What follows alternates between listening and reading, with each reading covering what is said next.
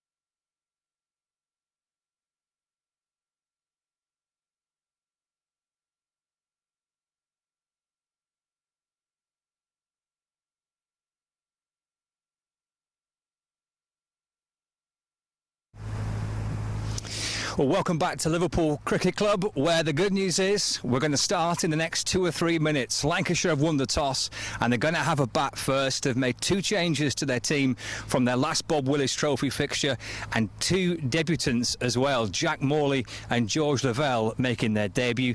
So good luck to those 2. We'll give you a full rundown of the teams in the next few moments. Follow me. We're heading to the commentary tent. You'll see the players wandering out of the pavilion shortly, but we're going to have a little look round to our commentary tent, which is where we're broadcasting from for the course of the next 4 days. The conditions here at Aigburth are good at the moment, and I think as long as they match what Essex do. As long as they match Essex, because then Essex would still be a point behind. That's it. Simple. Happy days. I'm getting some nods from further down down the press corps as well, from other people who can do maths better than me. I wouldn't say it was an emphatic nod of approval. No, well, it wasn't. No, not emphatic. Yeah, I think you're right, but I'm not willing to kind of commit to it fully. I think it's the kind of thing we can probably work out better once we know how this game's going to sort itself out. I've just had a message about the live stream. I assume it's the radio one. If it's the radio one, we can do something about it. If it isn't, we can't. But we're up and running, are we? As far as I'm aware. Okay. Who knows? If there's a problem, we think it's at Salford. That's who I generally blame. It's difficult when you're in a tent, isn't it, to try to solve things that they're technically based elsewhere. I think we're okay. I've got a message back from base to say we're okay. Here is Sam Connors, over number 3 of this morning session, bowling to Bahan, who's pushing forward, and the ball beats him through to Harvey Hussain, and there's no run. Good start by Connors, backed up by Rees as well. Just what Derbyshire will have been hoping for. This type of start. I think there's slight little issues with the live stream, not with the online BBC feed. So, well, we're definitely on the app. Yeah. Connors to Bohannon. It's a good start again, and Bohannon going back this time to this delivery from Connors. Interesting decision to win the toss and choose to bat on an out ground, I always think. Especially as on Friday when they won the toss, they were fairly emphatic quickly to put Derbyshire in, and obviously had them in all sorts of trouble in the T20, didn't they? I know it's a different game and a different ball, but you'd have thought a bit of rain around, and I don't know, it just feels more like a bowling day. It's starting to warm up a bit. Here's Connors from the pavilion end to Bohannon. Shoulders, arms through to the keeper, no run. I think what I'd say is that, having obviously watched quite a bit of Lancashire play here at Aigburth over the course of the last decade or so, they tend to like to bat first. They don't want to bat last, and they tend to pack the team full of spinners, and they've got 3 of them in this team at the minute. Yeah. Derbyshire got 4. Well, 2 and 2 halves, really. Matt Critchley and Matty McKinnon being the 2, and then Lewis Deploy and Wayne Madsen being the 2 halves. I love your logic. There's Bohannon defending a full-length delivery from Connors, pushing it into the offside, no run. It sort of adds up to 3, doesn't it? Yeah, But 4, I mean, Wayne Madsen hadn't bowled 4 overs in a T20 since 2018, prior to Friday, when he bowled all 4 of his overs and bowled them quite nicely. Lewis Deploy hadn't bowled in the T20 for Derbyshire until he bowled on Friday, so you'd expect that they might turn their arm at some point in this game. There's a lot of bowling used on Friday. There was, yeah. Connors to Bohannon looking to try and cut the ball, but a play and a miss, and through to the keeper. Whereas Connors, sorry, John, go on. I was just going to say Connors only bowled 1 over. He did. And I was pretty sure that they didn't want anybody to see him. Right, it's not his kind of pitch for a T20. Let's just put him out, let him go and graze somewhere. Because this is obviously the game that's pivotal to Derbyshire's season, but it's the big one for the season from a Derbyshire perspective, given what's at stake. It felt that way, didn't it, on Friday, to say, actually, what's the point in Connors bowling for 4 overs when the game's pretty much done? Yeah. Into Bohannon, left and through to the keeper. That's the end of the over. We've had 3 now, haven't we? 3 overs. Lancashire got 2 runs. They've lost the wicket of Keaton Jennings. First ball of the game out for naught, LBW to Connors. And conversely, actually, you look at the Lancashire team for this game, and clearly their priority now is looking at the T20. So they've not picked Tom Bailey, who's been their best bowler for a year or two now. They've not picked Stephen Croft, albeit he did have a bit of a niggle in that game on Friday, so he missed the match, didn't he, on Friday. So you look at the Lancashire side with a couple of debutants for some young bowlers and a young batsman. They're perhaps thinking the T20 is their priority now. Yes, it's a fascinating balancing act at this stage of what has been a shortened season with plenty of cricket. Lewis Rees to continue from the river end, bowling to Alex Davis, who defends this one steadfastly up towards Billy Godleman at mid-off. And there is no run. So yeah, I think will perhaps be the thinking by Lancashire, to say over the course of the last decade or so, they've often, if they win the toss here, they tend to have a bat first. Expecting the pitch will turn later in the game, and that certainly over the last decade that's brought the likes of Kerrigan and Keady into the game, and Parry as well. Davis waits, and that one strikes the pad. There's a big appeal, and he's gone as well, and Lewis Rees has his first wicket. It's the second one to fall, and Lancashire in a spot of bother here. They're 2 for 2. Yeah, strong appeal from Rees, and the umpire just, unlike the previous LBW, which was finger was up pretty instantly, there's a little extra thought and consideration put into that. We do have the benefit of the monitor, which is useful for these type of situations. Yes, well, we've no idea, have we, really? Well, no, we can judge on height, I think, can't we? So when we see the replay from behind the arm, we'll be able to give you a little better indication. If that was the replay, I'd say it was too high. I'm not sure it was that delivery, though, because McKean had picked it up and threw it at the stumps. Yeah, but it's behind the bowler's the umpire's hat, really, isn't it, all the action? Yeah. Yeah, looked out to me. Looked out to me, boys. I don't know what you think. LBW Trilby. Very good. Very good. The 2 homeruns have gone. Davis and Jennings. Remarkable. Great start for Derbyshire. I mean, to be fair, they've been absolutely on the money from the word go, hasn't it? From Connors and from Rees, they've been terrific. They've both bowled nicely. Been nothing kind of loose there for them for Lancashire to try and free up their arms and get bat on ball and get some runs. There's been really good bowling. I mean, Bahan's been beaten a couple of times from Connors, who's bowled beautifully, from a great length, Connors in particular. Yeah, impressive from Derbyshire early on. So Rob Jones, a new batsman, to join Josh Bahan. Lancashire 2 for 2. Yeah, it's a good job they've made a good start, though, because Essex at Chelmsford have got Middlesex at 32 for 3. I won't go into the complicated discussion about what's happening elsewhere. Somerset 37 for 1 against Worcestershire at New Road. They're the games that really matter if Derbyshire can beat Lancashire here. In the game at Leeds, Leicestershire are 13 for 3 against Yorkshire. So plenty of wickets around the country in the big matches so far in the Bob Willis Trophy, and a couple of wickets here inside the opening 17-18 minutes or so. One apiece to Sam Connors and Lewis Rees, both leg before wicket. Keaton Jennings without scoring, and Alex Davis for 2. And we're only in the 4th over. Blimey. Rees is in again, opposed to Jones, who almost falls into the leg side defending that one out towards Finn Hudson-Prentice, and Lewis Rees is having a bit of a chat with him there. He'll know plenty of these players, obviously. Will Lewis, he'll have come through the ranks with a number of them, and he's not shy either, so it'll be interesting to see how he goes. I think I have mentioned it to him in the past that he does enjoy playing against Lancashire for obvious reasons.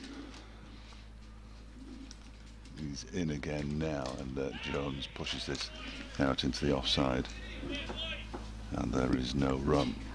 So we've got the 4-man slip/gully cordon.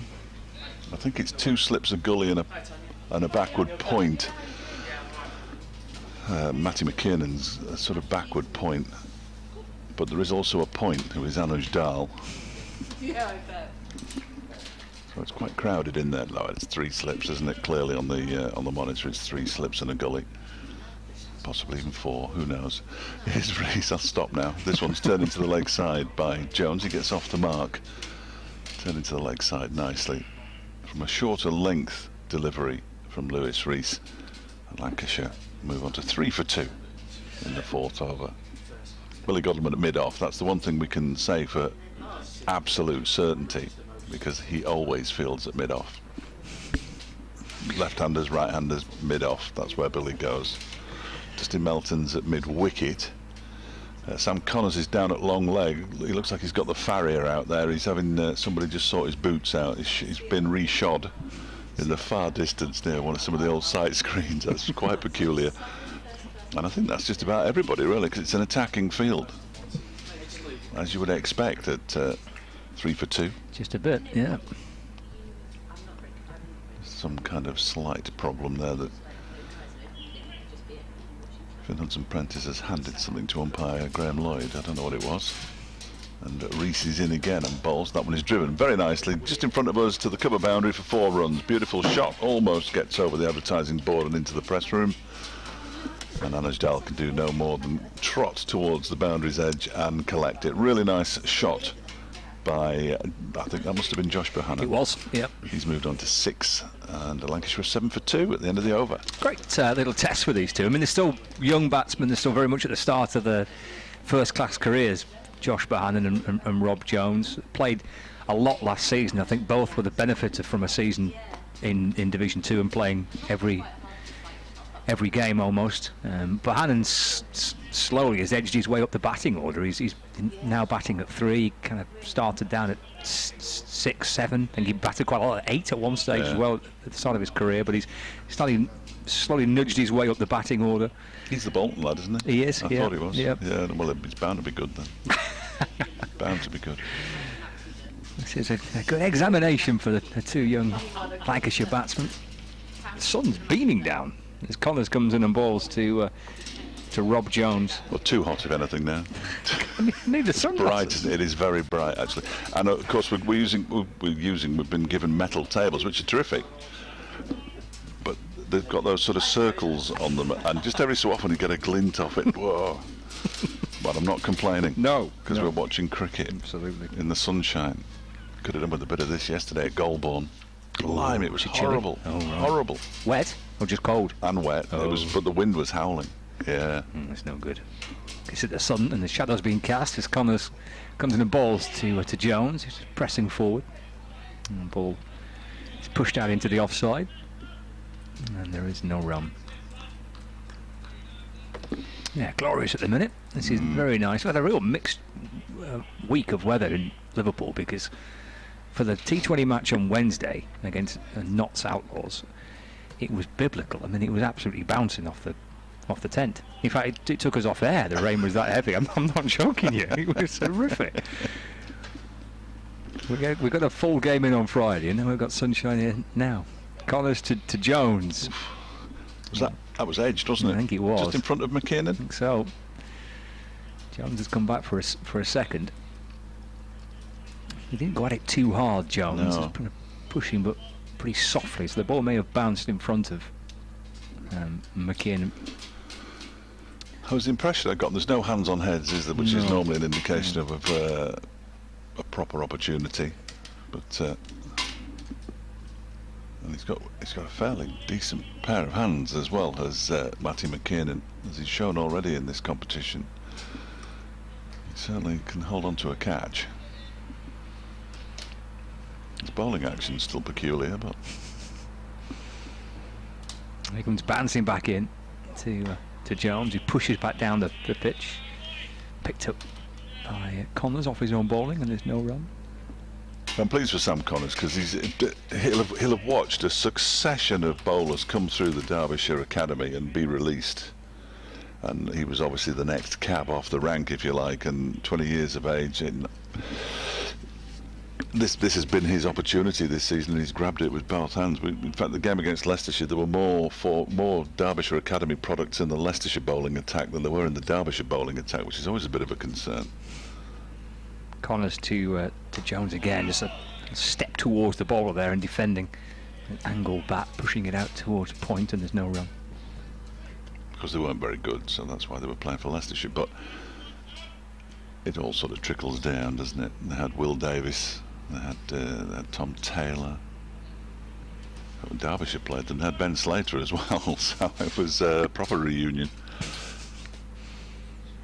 Ben got his first pair in first-class cricket. Pretty sure Connors, his debut came against Lancashire, I think. Jones steering this down towards Gully, where it's... I'm loving you sticking your neck out. Yeah, I like that. I just seem to recall, it's the end of the over as well, 9 for 2 Lancashire. I just seem to recall the game like last season between these two sides. We talked a lot about Connors. And could have been his championship debut. Right, maybe it was that, yeah. Because he made, as so many players do, don't they, his debut against Leeds Bradford. And that was at the start of last season, so he could have played in that game. It was the Anderson Onions game. Oh, yes, yeah, happy days. Obviously, those two were excellent. They were quite good, yeah. But Connors, if it wasn't his debut, it was still at the very start of his career. And I seem to recall him kind of standing out in that game. His performance was impressive. You know, certainly when you're trying to compare him against those two. Lewis Rees begins a new over from the river end, and it's defended.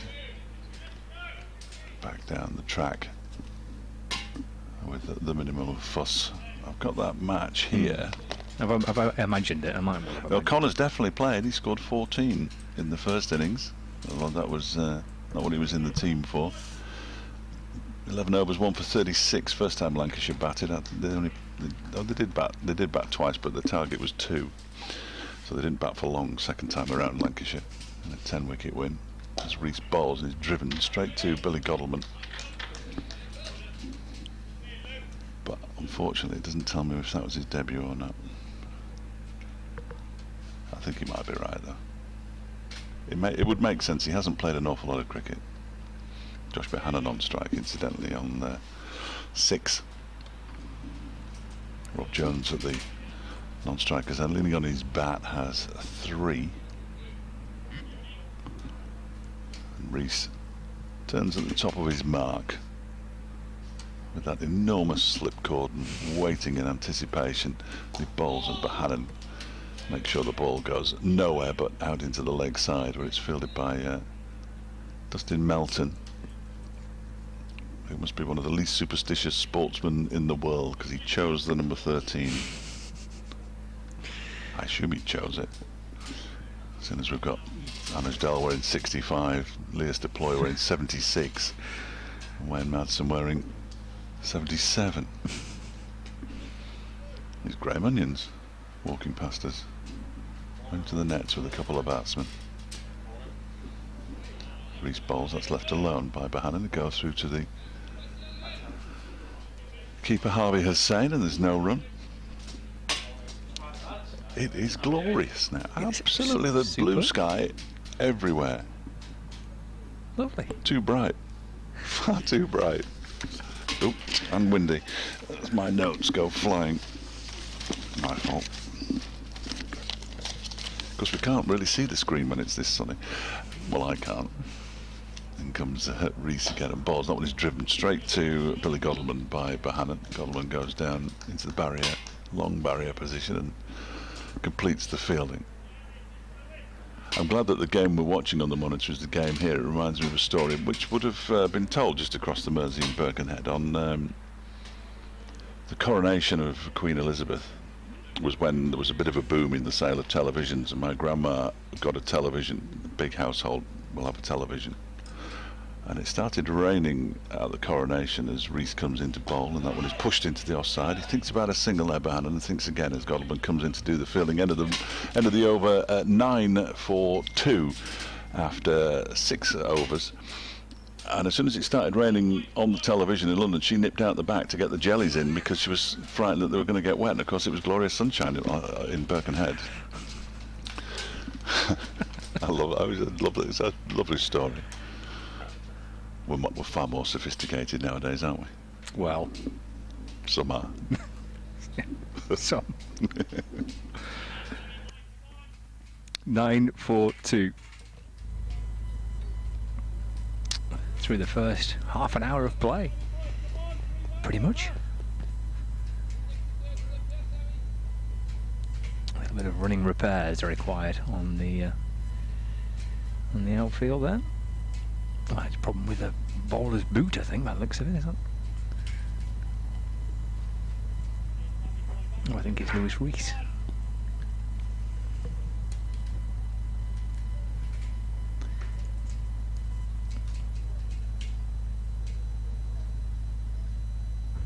Oh, it looks like he's got an ankle support on, I think. The Derbyshire opening bowler and opening batsman. And Josh Bohannon's peering over his shoulder and watching him strap up at the ankle using this kind of black ankle brace, which is he's got over the top of his sock and underneath his trouser leg. So he's got that all patched up. Rob Jones twirls his bat around. Sam Connors about to continue from the pavilion end of the ground into to Jones. Gets a run here. Glances the ball down towards fine leg. Jones moves up to 4, so 10 for 2, Lancashire. Connors into his 4th over. Rees 3 overs, 2 maidens, 1 for 5. Connors 3 overs, 1 maiden, 1 for 4. But this is over number 4 for Sam Connors. 4 slips, point, mid off, mid on, mid wicket, fine leg. Connors to Bohannon, goes right back into his crease and pushes the ball through cover. Be worth 2, I think, for Josh Bohannon. It is. Gap there through the offside with a backward point and a mid off. And those 4 slip fielders, and Bohannon able to go back into his crease and punch it through the offside for a couple. 12 for 2 now.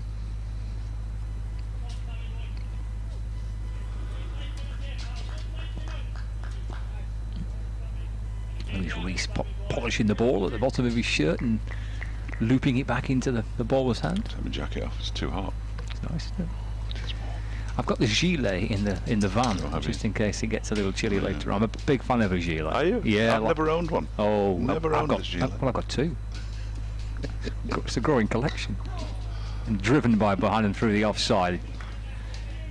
And he'll come back for 2. Didn't quite reach the boundary rope. So 3rd in the end for Josh Bohannon.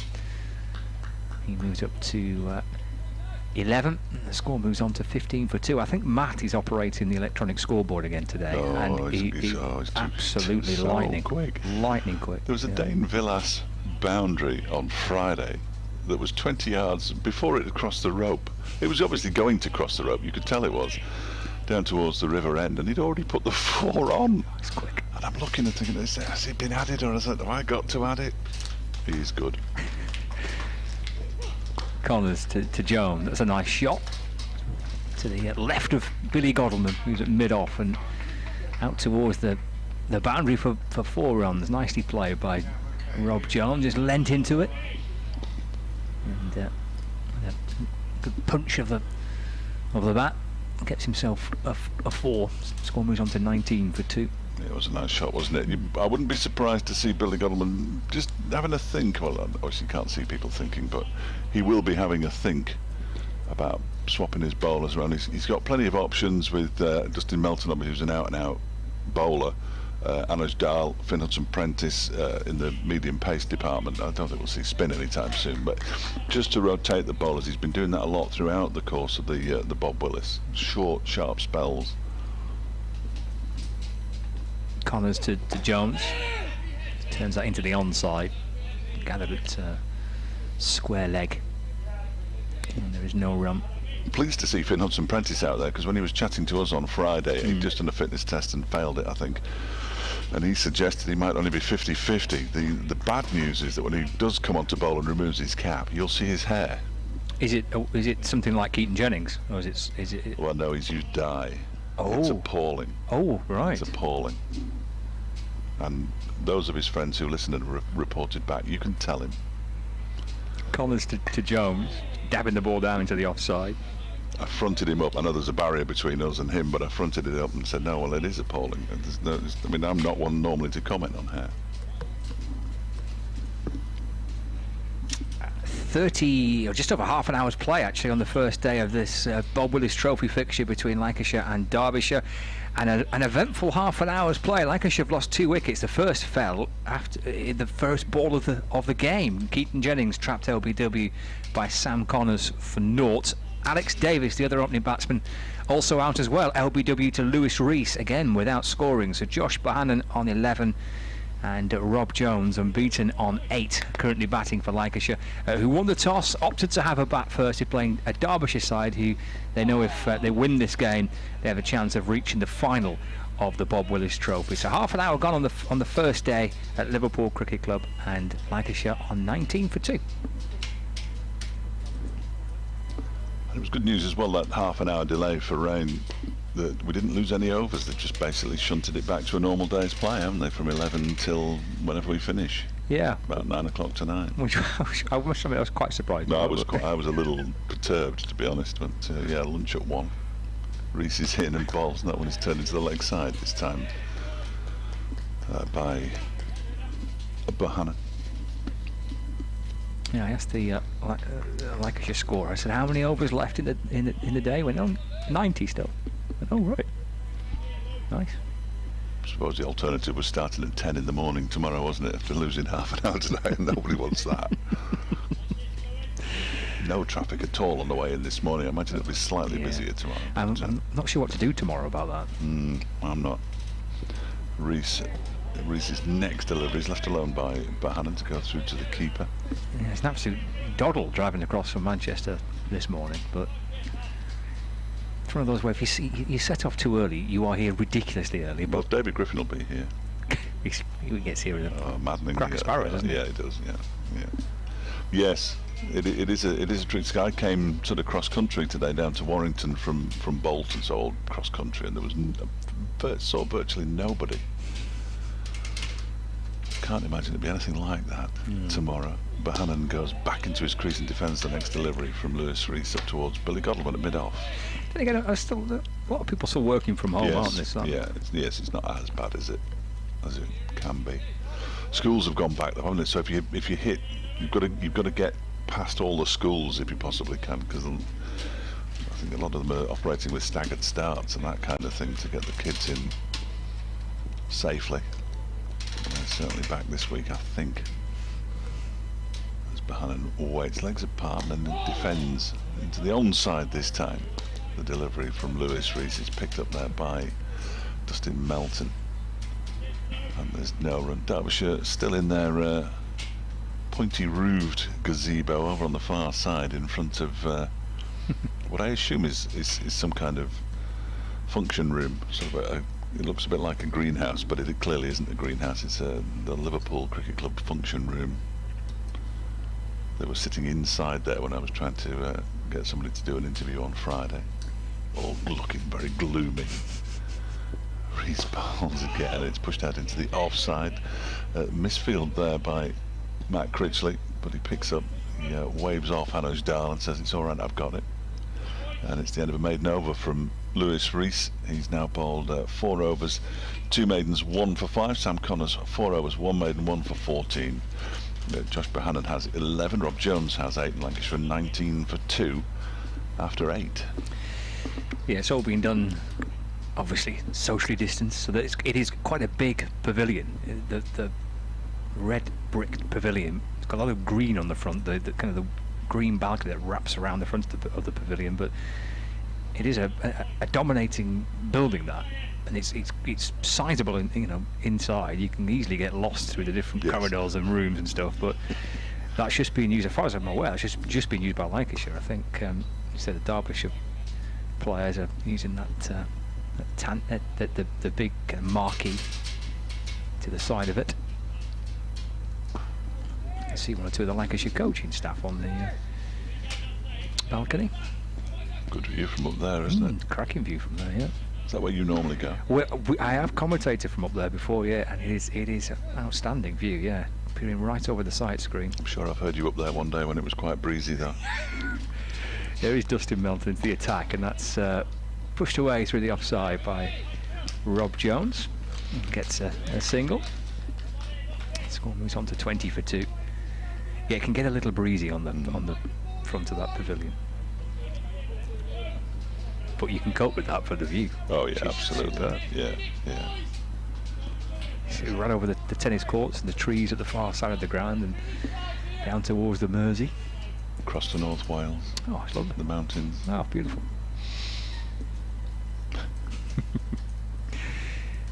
Mountain into Bohannon, who goes right back into the crease and defends back towards the bowler. And did no run. Dustin Melton made his first-class debut against Australia last year. Australia came for a 3-day game to Derby, and it was Steve Smith's first game back after his concussion. So you can imagine how much interest there was. I mean, it was and the crowds for all 3 days, including the third day, which was quite short because Australia eventually won quite comfortably, as you'd expect. Melton from the pavilion end comes into bowl to Bohannon, pushing into the offside for no run. And he was terrible. Oh, it was all over the shop. Okay. He couldn't bowl straight. I don't think he bowled a straight delivery in the entire match. I didn't bowl too much. And I spoke to him in the winter about it. He played again against Middlesex down at Lords and was a little better, but he said he was so nervous bowling to the Australians that he was terrified on the way in. He said, driving in. As he comes back into Bohannon, clips the ball down towards fine leg for a single. 21 for 2. Bohannon moves up to 12. Which, I mean, he's not a young man. He's in his mid-20s now, I think. But this is his first chance of playing first-class cricket. He's done well in the Derbyshire County League, which is why he was picked up. And he's a really good lad as well. He's, you know, he'll talk to you and you can have a good laugh with him. But you could just imagine. Oh, first ball in first-class cricket, almost certainly to one of the top players in the world. That's me, yeah, I'm not surprised. Into Jones, who's squeezing the ball into the offside for no run. But he bowled really nicely at Leicester earlier this season, picked up a four-for. And I spoke to him after that as well, and obviously he was delighted by that. But he said over the winter the bowling staff had done an awful lot of work with him. He said, and he realised he could no longer be clubby, which I thought was an interesting phrase. He said, when I'm playing club cricket, I can pick up a wicket whenever I want, really, but not in first-class cricket. Into Jones, it's a wide delivery, and that's through to the keeper. That completes his first over of the day for Dustin Melton, and Lancashire 21 for 2. And I don't think he was being arrogant or anything like that, but you just got the impression that in club cricket, and he has impressed in club cricket, that, you know, at his pace and all the rest of it, that he picked up plenty of wickets, but it's not quite as easy as it shouldn't be in first-class cricket. And he learned that over the winter, and then he picked up a four-for at Grace Road in a fairly comprehensive victory, second game of the season. And all that work's paid off, and it's always good to see when a bowler's hard work in the winter pays off, isn't it? He looked a completely different bowler, and that was a decent enough start as well for him here at Aigburth, as Lewis Rees continues from the river end at the ball that's left alone outside the off stump by Bohannon to go through to Harvey Hussain. Derbyshire is very much a club that has to work with players who perhaps do need to learn one or two things. You know, they pick up a lot of players who were discarded by other clubs, as you can see from this lineup today. Rees was allowed to leave. I don't think he needed to learn an awful lot, but he was allowed to leave, wasn't he? McKeon, Dahl, Critchley when he was a teenager. Hudson Prentice as well, as this next delivery is driven. No, he gets half a hand on that, Lewis Rees, and if it had hit the stumps, I think Jones might have been in a spot of bother. It didn't. The drive was struck firmly by Bohannon. And bowlers, well, they practice that nowadays, don't they? Trying to deflect the ball onto the stumps in their follow-through. They do, yeah. It's no longer viewed as being lucky, that is it? It's quite a deliberate thing. It's an art, isn't it, really? It is an art. Hudson Prentice, before he signed halfway through last season, was basically thinking, well, if I don't make it, if I don't get a contract at Derbyshire, I'm packing it in. This next delivery is off an edge out into the backward point area where Dahl does the fielding. He'd been at Sussex as a youngster, been allowed to leave, went to the MCC Young Cricketers for 3 seasons, where he worked with Steve Kirby, who's now the bowling coach at Derbyshire, and then he came up, played for the second team, and they gave him an opportunity. In his first game against Middlesex, he made 99, was caught from an appalling shot at mid-wicket, and took a wicket with his first ball. So, you know, there's always hope, isn't there? Rees bowls outside the off stump, left alone by Bohannon. It goes through to the keeper. So that's the kind of, and that's the argument I always use when people say, well, we could get rid of a lot of these little clubs, couldn't we? But, well, you could if you wanted, but then you're going to lose the opportunity for these players, or the second chance, if you like, because who knows, Hudson Prentice might go on to have a decent career somewhere, Yeah. either with or without Derbyshire, but he would have been lost to the game had Derbyshire not existed. So think on, ECB. This one is a wild drive by Bohannon, very out of character with what's gone on before. He misses it, goes through to Harvey Hussain, who had to get down low to take it, but I don't think he missed that by much. That was quite the expansive shot. Was that gone off now? Yeah. Oh, okay. It's that little issue with the monster. Yeah. I'm glad about that, because I thought my eyes had gone completely then. Oh, it's raining a little bit, you know. Oh, it is. You're right. Yeah, it is. Yeah, you can see flecks of rain in the sunshine. Derbyshire won't want to come off, will they? Absolutely not.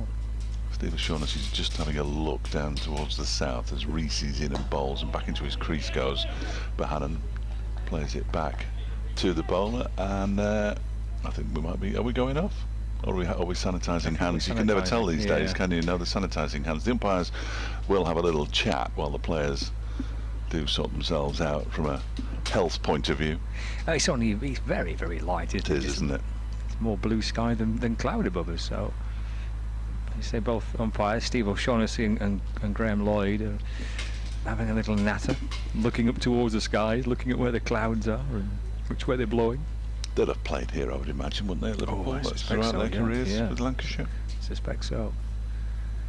Got a little stat about Graham Lloyd. About his dad, Bumble, who, in terms of players scoring centuries at Liverpool against Derbyshire, David Lloyd has the highest score by a Lancashire batsman here against Derbyshire, 135 not out. There's all sorts of little. In one of the many victories for Lancashire over Derbyshire down the years. Well, yeah, There've been a few. There've been a few. They've not played here, these two sides, against each other for some time. The last game against Derbyshire at Liverpool was in July 1990. But there've been 9 fixtures in total at this ground between these two sides. 2 wins for Lancashire, 2 wins for Derbyshire, 5 draws.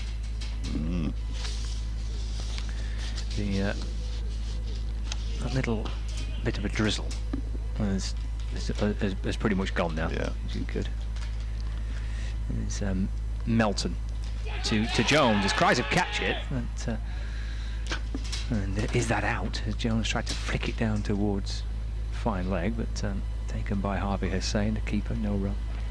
Yes, it wasn't the most confident appeal you've ever heard, was it? Really, and the bowler himself didn't seem to think it was out. He sort of joined in a bit late. 21 for 2, Lancashire. And lost their opening batsman, Keaton Jennings, the first ball of the game, LBW. Alex Davis also for naught, LBW. Here's Jones coming towards the bowler, just a half step forward and defends. And there is no run. We're not using the same pitch that we used on Friday for the T20s. Okay. It's a different pitch. It is their county pitch. But when they do play first class cricket here, the pitch that they tend to use. So it's a different pitch to Friday, which was a really kind of sticky, slow pitch, wasn't it? I mean, it was Melton to Jones, that's punched up to mid-off for no run. I mean, I know Derbyshire got themselves into a right mess, but Lancashire hardly came out and whacked the leather off it. I mean, they found they're going a little tough to score on it as well. Yeah, they did a bit, didn't they? But I think that they just wanted to bat sensibly, didn't they? And eventually, when Dane Villas came out, there was a couple of lusty blows in his innings. He got on with it, didn't he? He couldn't hang around for Jennings to get to his half century, so he smashed a 6 to win the game with Jennings on 49. He gave him an over, I think, didn't he? Try and get you 50. And Jones again just easing it back towards the bowler. And there's no run. It was a bit like we're going to declare after this many overs. It's up to you to get to where you need to be, and he just couldn't. He just couldn't do it, could he? Or didn't have the inclination to do it. Now it's cooled down again. I'm going to put my jacket back on. This is going to be one of those days. It could be, yeah. I almost think, regardless of the temperature outside, when you're in one of these marquees, it can be a little chilly. Yes. It's a fine setup, though. This is a big marquee. Yeah. Ball thuds into the pad of Rob Jones. Up goes the keeper and the slips, and the bowler joins in, but a wee bit too late, and then quickly gave up. Yeah. Jones shaping to play it through mid-wicket. I'll give you an idea as to the direction of the ball.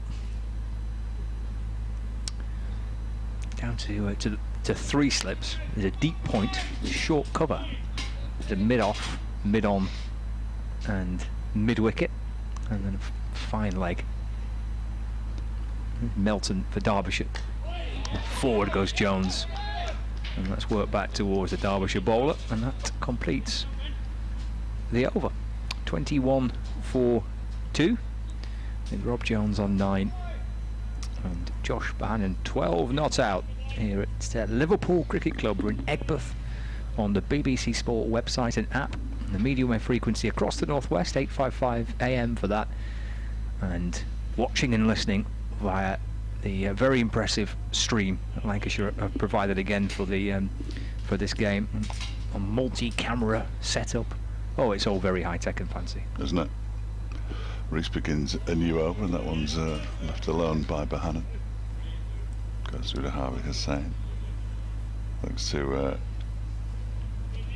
Gary Morgan, who is obviously, I think he's the Lancashire second team scorer usually, isn't he? Mm-hmm. He's scoring on Derbyshire's behalf today, so it's the 6th time that Derbyshire have taken a wicket first ball of a match. And it's the 2nd time it's been Jennings. Interestingly, Mycroft's in the list, of course he is. This next delivery is turned into the leg side by Bohannon. It's fielded by Finn Hudson. No, Sam Connors, and there's no run. Devon Malcolm did it. Graham Welsh, Mark Footed, Hardest Viljoen, and Sam Connors today. Viljoen got Jennings in 2017. He'd been at Durham then, presumably, would he? Yeah.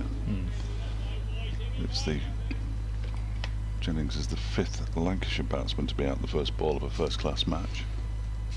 You got to love the stats. I mean, Reese bowls and there's a drive. It gets a thick inside edge, does Bohannon, and it goes down towards a sort of backward square leg where Melton does the fielding, picks up another single. 22 for 2. Bohannon moves on to 13.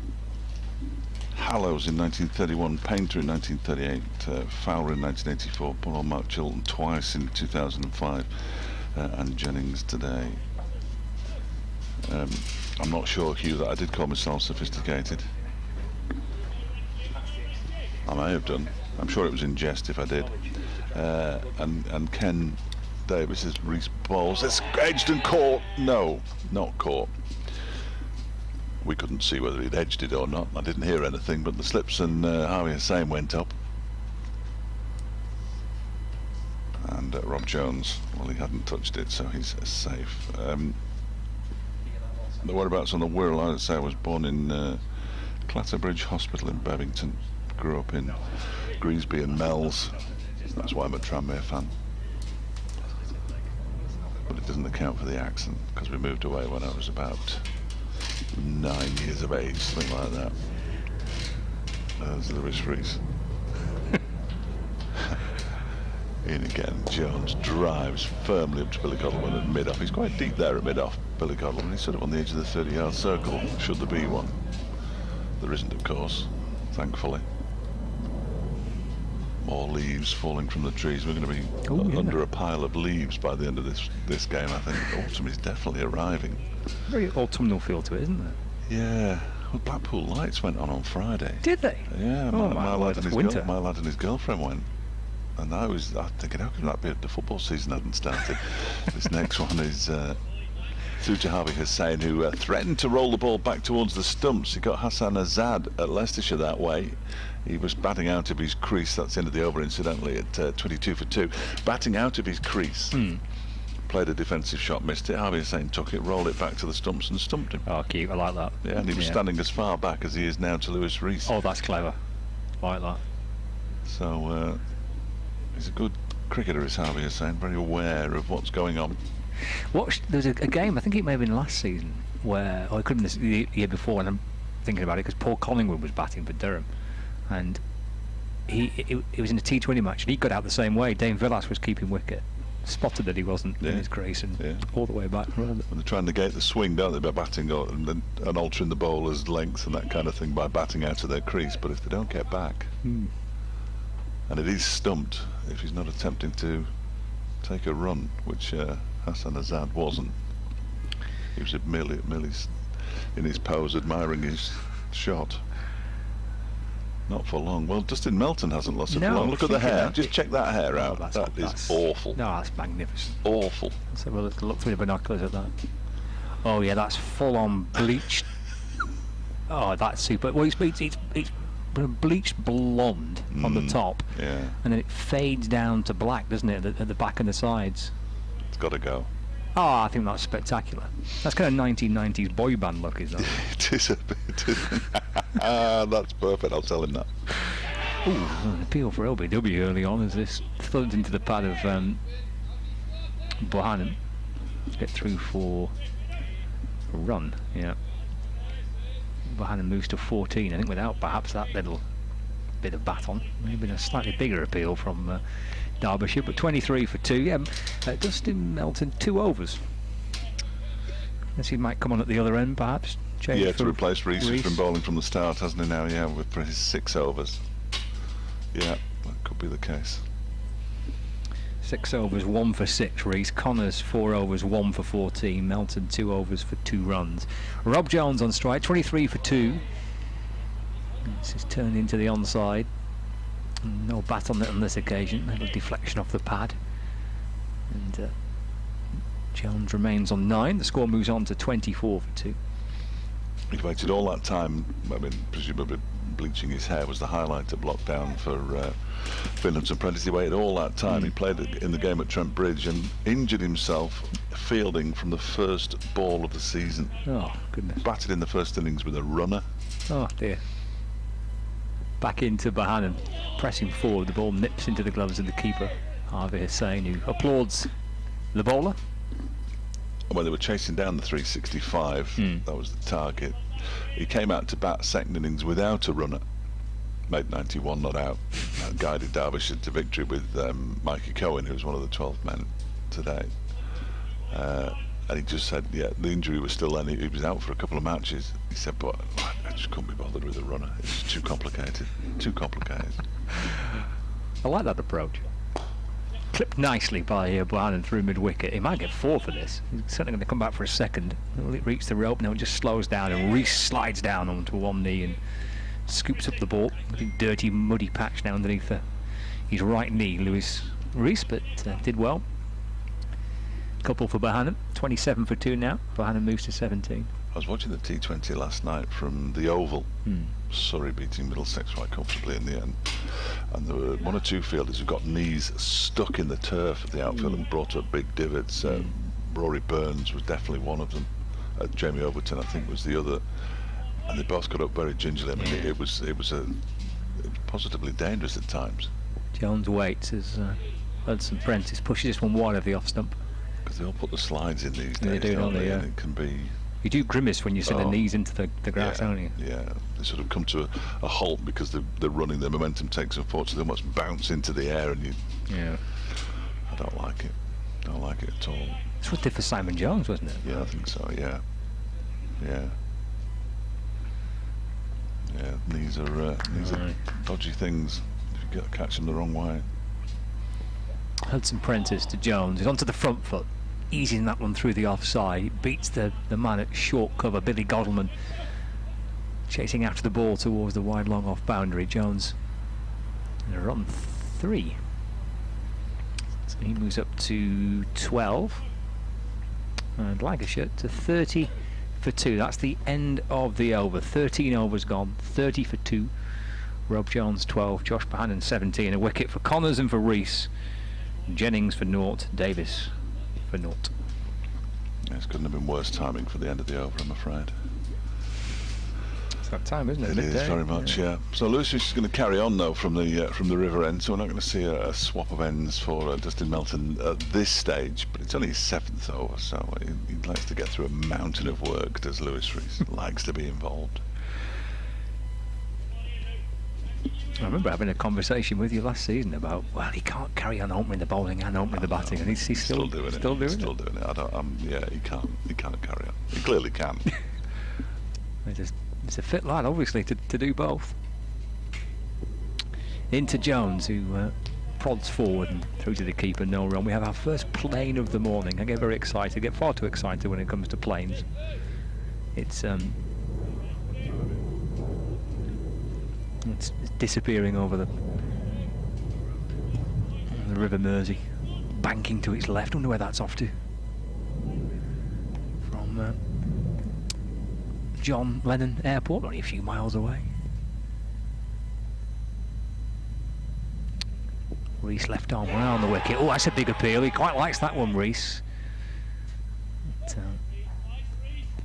Umpire Lloyd didn't like it. Little shake of the head to signal that was not out. So this is Rees's 7th over.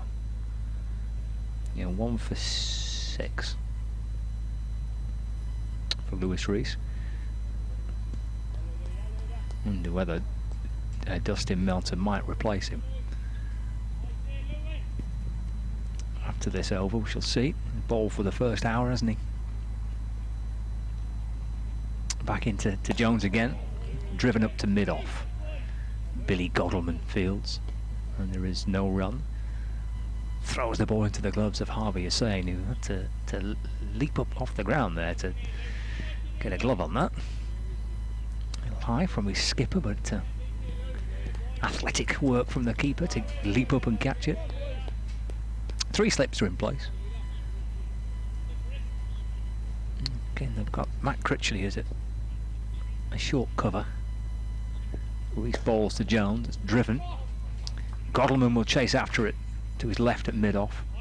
He slides in, takes up a big lump of turf as well as he scoops the ball up, and Jones comes back for a second. Takes him to 14. And Lancashire 32 for 2. So they've got quite big divots out of the ground. And a slide away to our left by Lewis Rees. Took a bit of turf with him, and Billy Godalman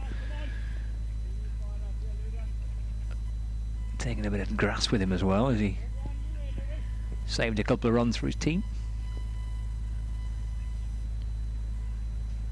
Rees back into Jones, forward in defence, just pressing the ball back into the onside. Dustin Melton comes up from mid-wicket to field, lobs the ball up to his skipper. You can see just how soft the outfield is actually by the amount of ground work, the ground fielding by Derbyshire when they've been sliding to stop the ball. There's lots of muddy patches on the whites. It did rain pretty heavy this morning, hence the delay for half an hour. It's driven and hit nicely by Rob Jones.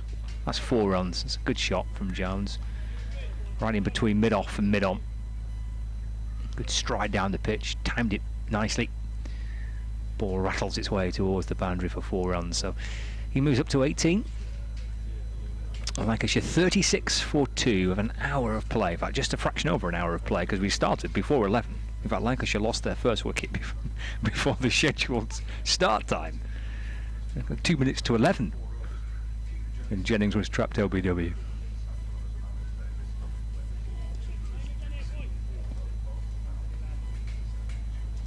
And a partnership being developed here to try and settle things down for Lancashire because they lost 2 early wickets. In fact, they lost a wicket with the first ball of the game, keeping Jennings out LBW for naught. Alex Davis also out for naught, but Josh Bohannon's on 17. Rob Jones is unbeaten on 18, and Lancashire now 36 for 2. So Hudson Prentice will start his second over into Bohannon, plays forward and defends to mid-off, and there's no run. Oh, Dave Fletcher's back with me. Are you done? I'm done. Excellent. Yeah. Updates are all done. Yeah. No, never quite sure. Never quite sure. Double updates for you. I've got Di's been in touch about Finn Hudson Prentice. Says she's concerned that he's in bowling to Bohannon, who's forward in defence again, no run. they call him Jack because he looks a bit like Jack Sparrow normally. Out of the Pirates of the Caribbean, she says, we're concerned that our pirate has turned into Howard Jones during lockdown, which is about right, really. That's a good spot, that. You'd take looking like Johnny Depp, wouldn't you? I mean, that's a compliment, isn't it? I think I'd be happy with that. I'd take looking like any film star. Angelina Jolie, anybody. Into Bohannon, it's a wide delivery, and Harvey Hussain captured it. Well, I think it's a pretty impressive look. That I like it. I can tell you're not convinced. But no, not at all. Not at all.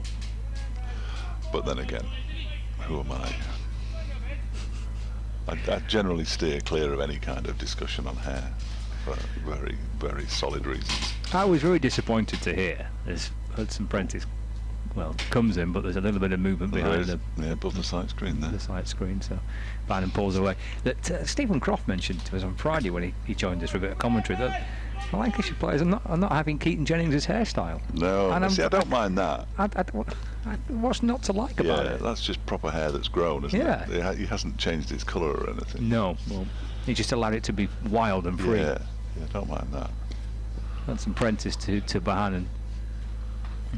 Driving the ball, Billy Godleman at mid-off again, chasing after it, loses his cap in a desperate bid to get to it, and as he slides in to try and scoop the ball up, his efforts are all in vain. It's gone for 4, and Bohannon moves to 21, and Lancashire are now 40 for 2. Yeah, these two have just started to motor a little bit now, haven't they, now that the frontline bowler isn't bowling at the pavilion end. Finn Hudson Prentice wants an alteration. He waved there to Dustin Melton, who looked behind him. No, there's nobody behind you, Dusty. It's you. Oh, yeah. So he's moved as well. Connors has moved to a more orthodox mid-wicket position, really, from square leg. He's going to bowl slightly straighter than he has been, rather than hanging it outside the off-stump. In again from the pavilion end to Bohannon. Just get it a little onto the pads this time, and it's clipped down towards fine leg. Bohannon comes back for 2 more. 42 for 2. Bohannon moves to 23. The ball was directed exactly where Melton had been, so he had to run around the boundary there to go and field. He did well in the end. Big Dustin. He's not a bad fielder. He's got a terrific arm, a really good arm. I mean, he can throw the ball a long, long way. You know, it's like at Grace Road, the square boundaries are massive, aren't they? And he was hurling it in. Bohannon plays forward as Hudson Prentice bowls again. Back towards the bowler, no run. I'm trying to get some information out of my 20-year-old son. It suggests that he has seen this. Although it's not blue ticked me, which is good. End of the over, by the way, 42 for 2. But he's not answering. I'm demanding an answer now. That doesn't usually get me anywhere either. To what particular question? It's a question about Jack Morley. Okay. And I don't want to say what the question is in case I'm completely wrong, but I've just got this thing in the back of my mind about him.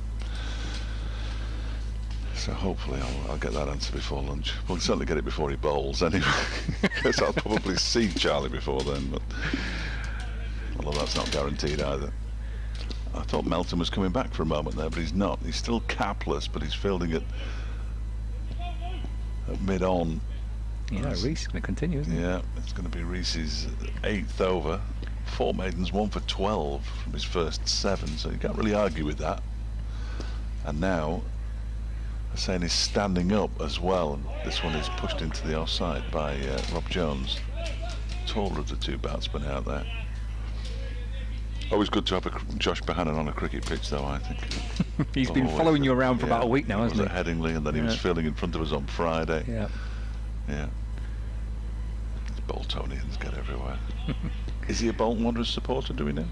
Oh, I presume so. Are you allowed to support anybody else if you're from Bolton? I think that's the rules, isn't it? Well, yeah, my lad supports them, but I don't. Reece Ball's driven nicely, and that's beaten the dive of Critchley, and it's beaten the dive of Billy Godleman as well, and it's gone all the way to Malloy, who's beyond the boundary rope, away to our right-hand side for 4 runs. Nice shot by Jones. He moves on to 22. Bohannon has 23. Lancashire 46 for 2 now. Really good recovery from 2 for 2.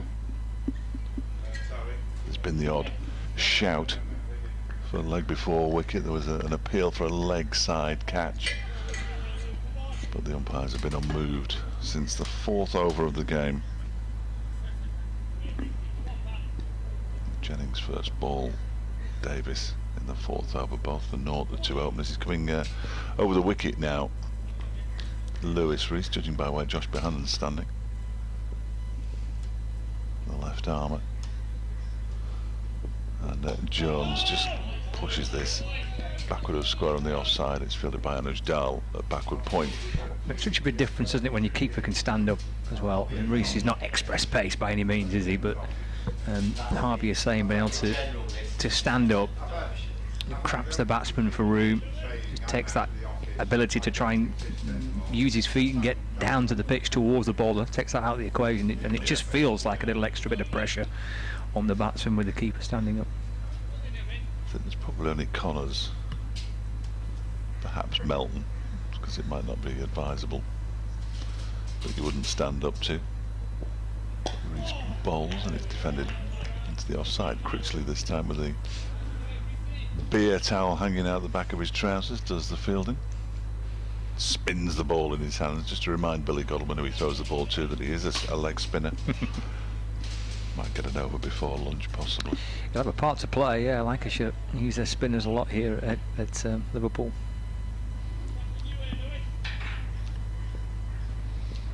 Matt Loy's with John T. Norris walking around. He's going to come in front of us in a minute. His next delivery is bounces a little bit. Harvey Hussain looked like he was quite alarmed by the bounce there. He got his back to it, though, did Jones, and pushed it down into the offside where it was fielded by Anuj Dal, and there's no run. Perhaps a little bit of extra bounce there from the left armour, Lewis Rees. 8th over this now for Lewis. Yeah. Can't go on forever, the lad. And open the batting, as we know. He's in again, and that one is defended immaculately by Jones out into the offside. It's a hand sanitisation break. It's the end of the over. Lancashire are 46 for 2 with 23 to Bohannon and 22 to Jones. Elsewhere, Middlesex haven't rallied particularly against Essex. They're 54 for 5 now. 54 for 5 after 23 overs. And in the game at New Road, Somerset are currently 60 for 1 against Worcestershire. Yorkshire, who are the only team who can overtake Derbyshire at the top of the North Group, have got Leicestershire at 45 for 4. Crikey. So, as I said earlier, plenty of wickets continuing to tumble around the country. They're the games that are of most interest to Derbyshire supporters, I'm sure. Long way to go, though. Well, it'll come as a huge surprise that batting might be a little tricky up and down the country. Bit of rain around. Imagine what it's going to be like at Lord's at the end of September. 5 days. Well, it's a sensible decision to put that 5th day in, isn't it? And you're playing so late into the season. T20 finals day after that. I know. Hudson Prentice to Bohannon. Worked it up towards mid-on where Lewis Rees fields. Behind him there is the big white marquee where we're broadcasting from. And Rees just shines the ball on the bottom of his shirt. 46 for 2. Yeah, October the 3rd, isn't it? Finals day. Crikey. Down a leg side by Hudson Prentice, taken by the wicket-keeper Harvey Hussain, no run. I think with the idea of trying to see if they can get people in as it stands, the government plans are to allow spectators into sporting stadiums from the 1st of October, so they've pushed it back to the 3rd to see if they can try and get a couple of thousand inside Edgbaston for finals day. Well, the National League aren't starting till then, are they? The first league outside the Football League, right. They're starting really late. Hudson Prentice to Josh Bohannon. It snaps into the gloves of the wicket-keeper. And there's no run. A little wander down the pitch. There's Bohannon. We can see at backward point there, Alex Hughes is twirling his arms around. Matt Critchley's done the same thing a few times as well. So there's the bowling options for Billy Godalming. Plenty of them.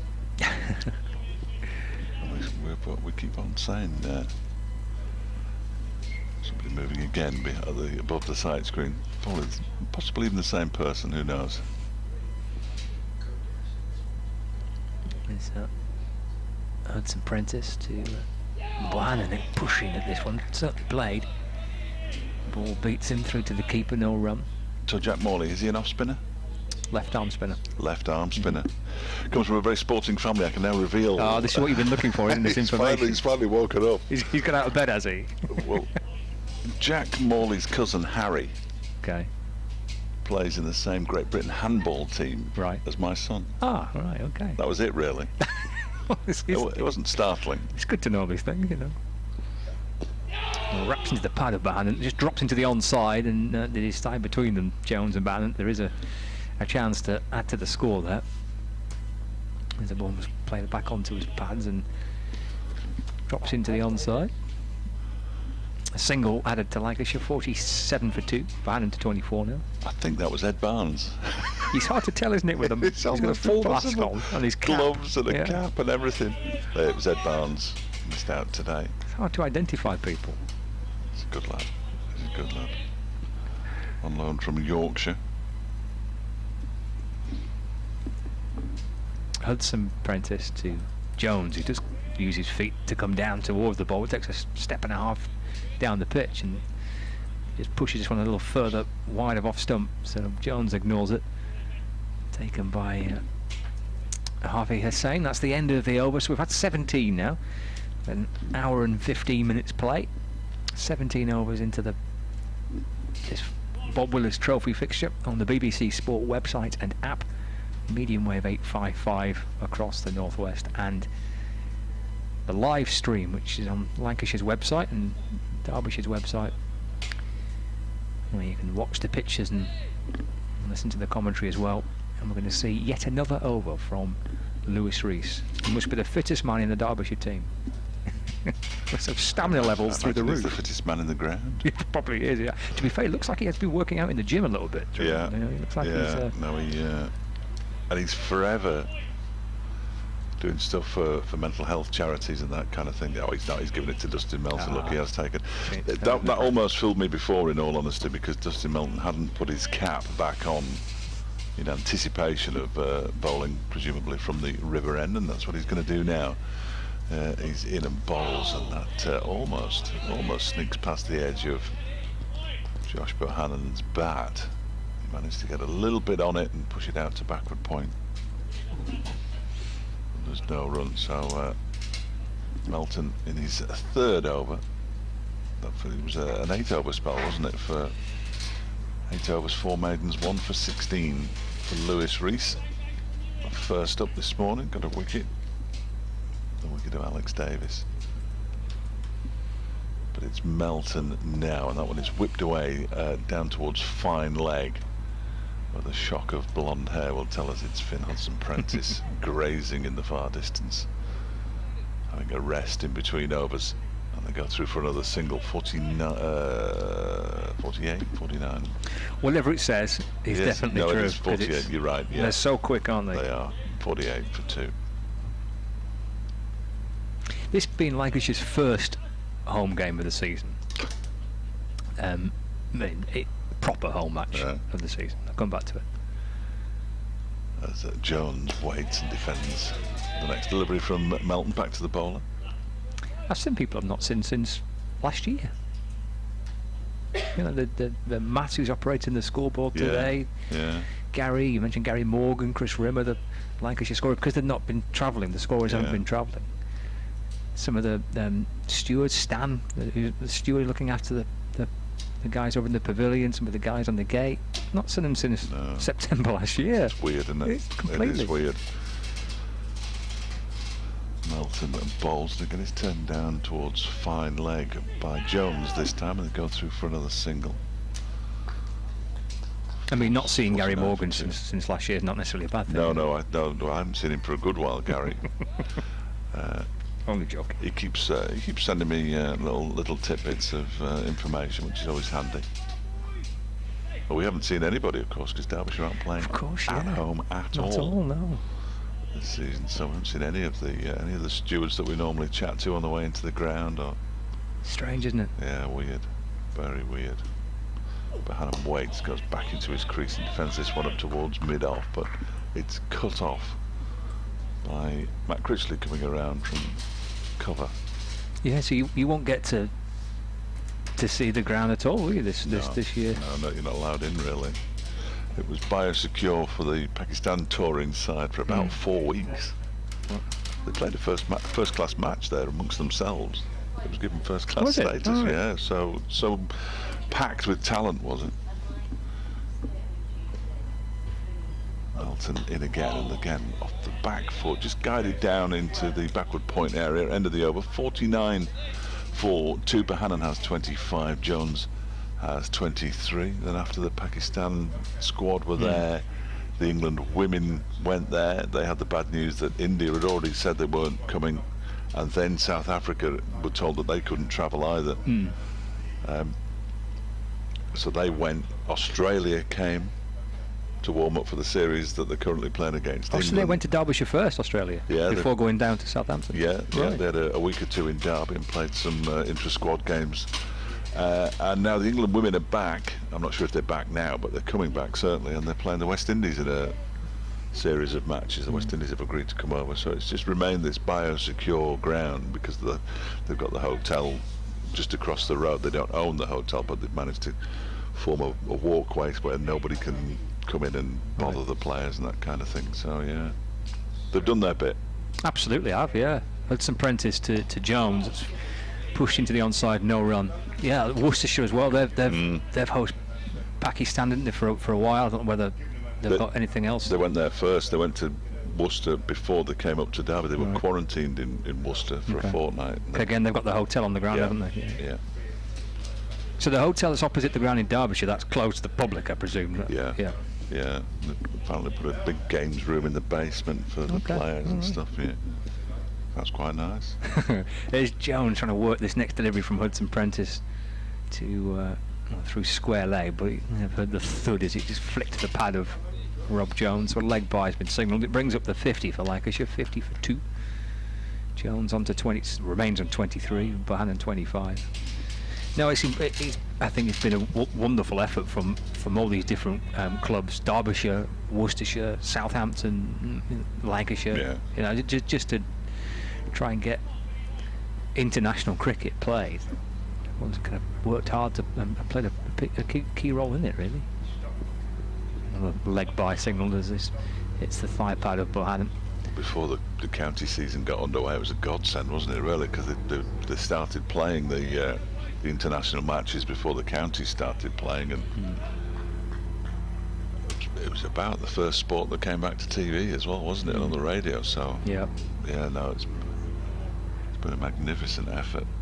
It has, yeah. And I think enormous credit to Hampshire and to Lancashire because they've had to prepare their respective grounds. There's Hudson Prentice balls to Jones, who's down the pitch to him, squeezes it into the offside for no run, as well as getting the Aegeus ball ready to stage international cricket, and Emirates Old Trafford ready to stage it. They've had to then also try and get games on for Hampshire and Lancashire as well, so it's a pretty monumental task, really. When you're preparing out grounds as well, they're playing at Arundel, aren't they? They are, Hampshire is their home match outside the county, and here at Liverpool, it's quite an undertaking. It really is.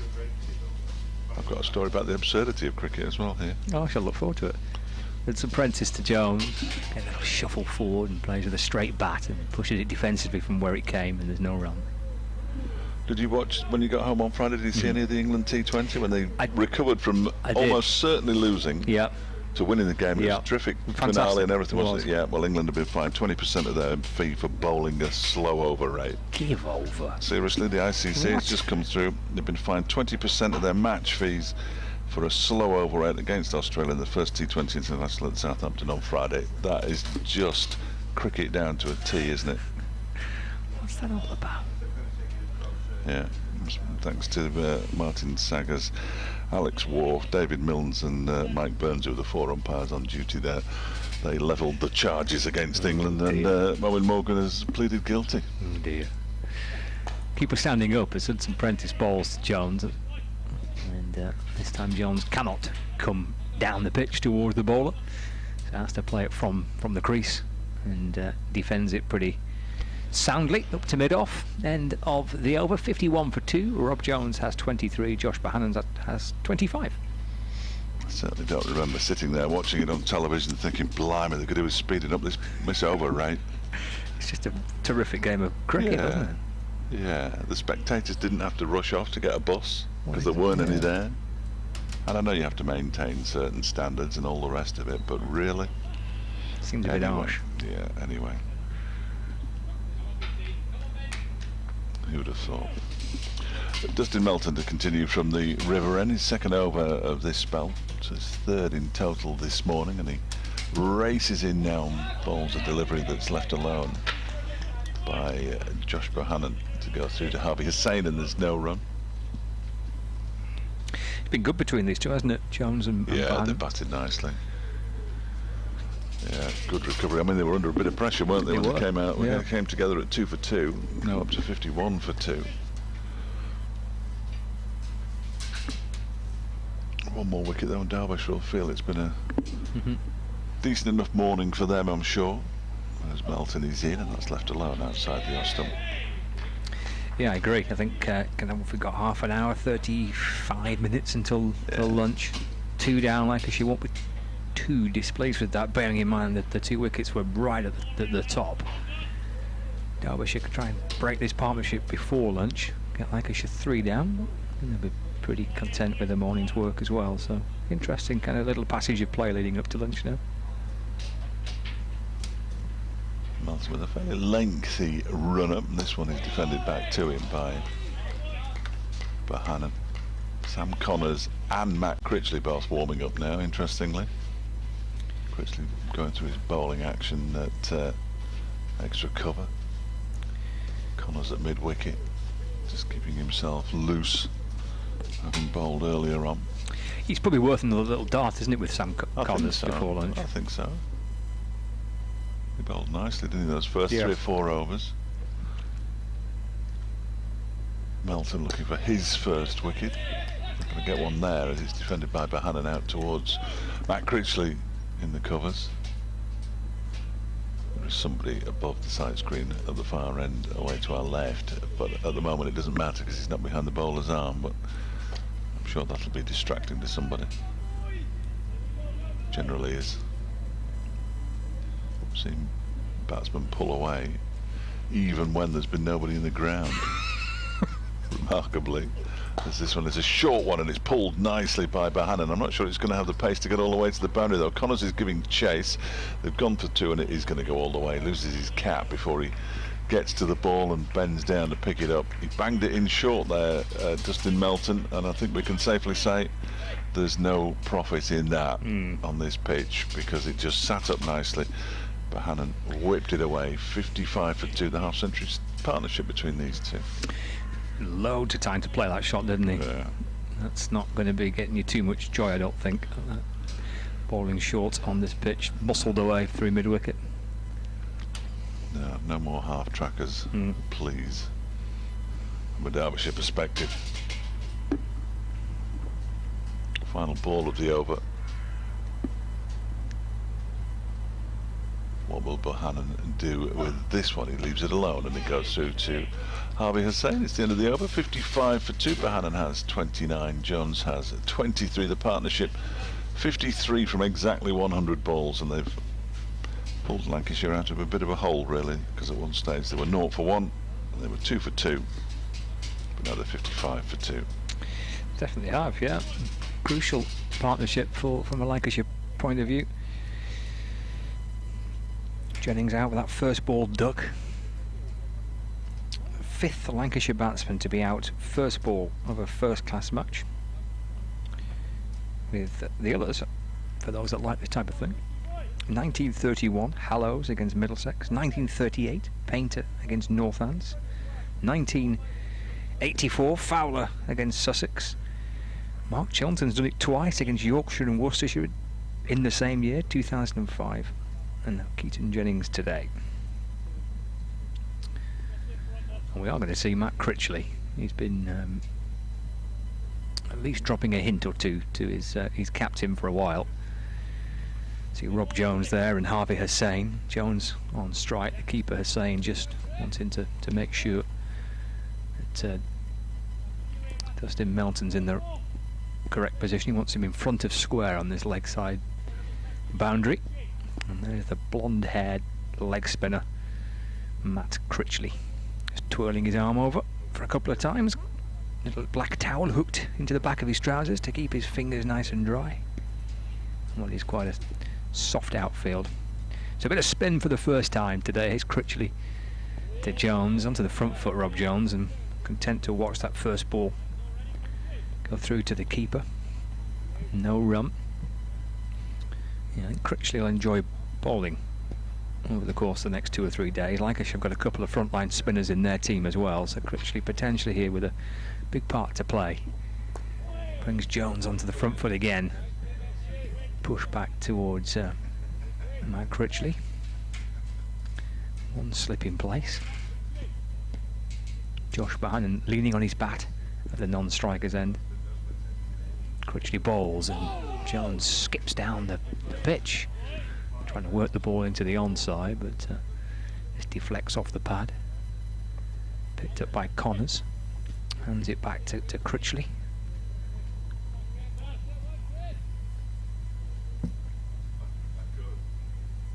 Jones settles back down into his crease. It's Critchley in again. Wide off stump and taken by Harvey Hussain. Half an hour to go before lunch on the first day, and a half-century partnership between Rob Jones and Josh Bohannon proving to be crucial for Lancashire here, because they lost 2 wickets. They were 2 for 2 with Keaton Jennings out the first ball of the game, LBW to Sam Connors for naught, and Alex Davis LBW to Lewis Rees also for naught. So Bohannon and Jones coming together with Lancashire in a real spot of bother early on at 2 for 2, and they've done well so far. Jones unbeaten on 23 and Bohannon on 29. So half an hour to go before lunch on the first day, and Lancashire are 55 for 2. That's the end of Critchley's first over, and he started there with a maiden. He has, hasn't he? A decent start for Matt Critchley. We shall, throughout the course of the next 4 days, keep a very close eye on the scores elsewhere. For Derbyshire supporters in particular, a game that we'll keep an eye out is the Middlesex, or the Essex-Middlesex game, because Dave Fletcher assures me that his mathematics are correct, that if Derbyshire match the points return that Essex get this week, then Derbyshire will be in the final of the Bob Willis Trophy. Well, Essex are playing Middlesex, and Middlesex are 68 for 6.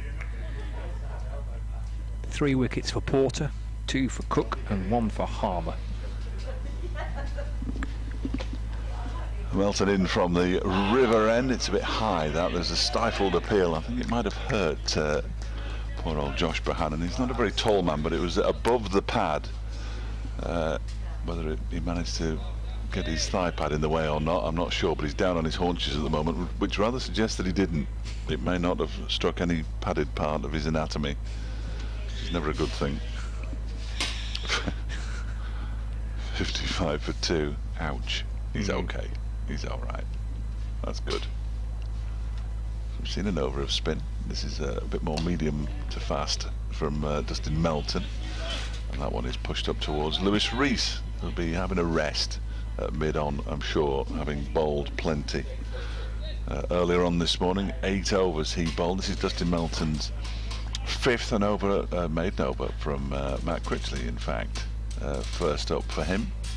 Sam Connors picked up a wicket with the first delivery of the match. 4 overs, 1 for 14. He's bowled a maiden as well. And Finn Hudson-Prentice, 4 overs, 1 maiden, 0 for 14 as Melton comes in again. It's carved away and Matty McKinnon puts it down at third slip. It was a sharp chance and he got both hands to it.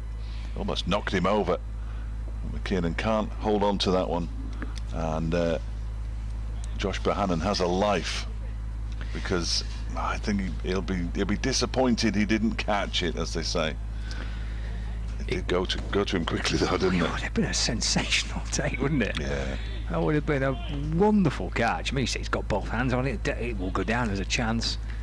But boy, that would have been pretty spectacular had he clung on to that. He's got good hands.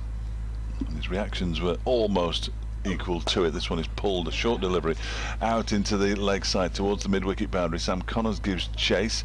Can he reach it before it gets to the boundary? He can, but they've come back for a third. So 3 runs. How often when a chance goes down do they get runs from the next delivery? And that's exactly what happened there. 58 for 2 now. Bohannon moves into the 30s. He's 32 not out.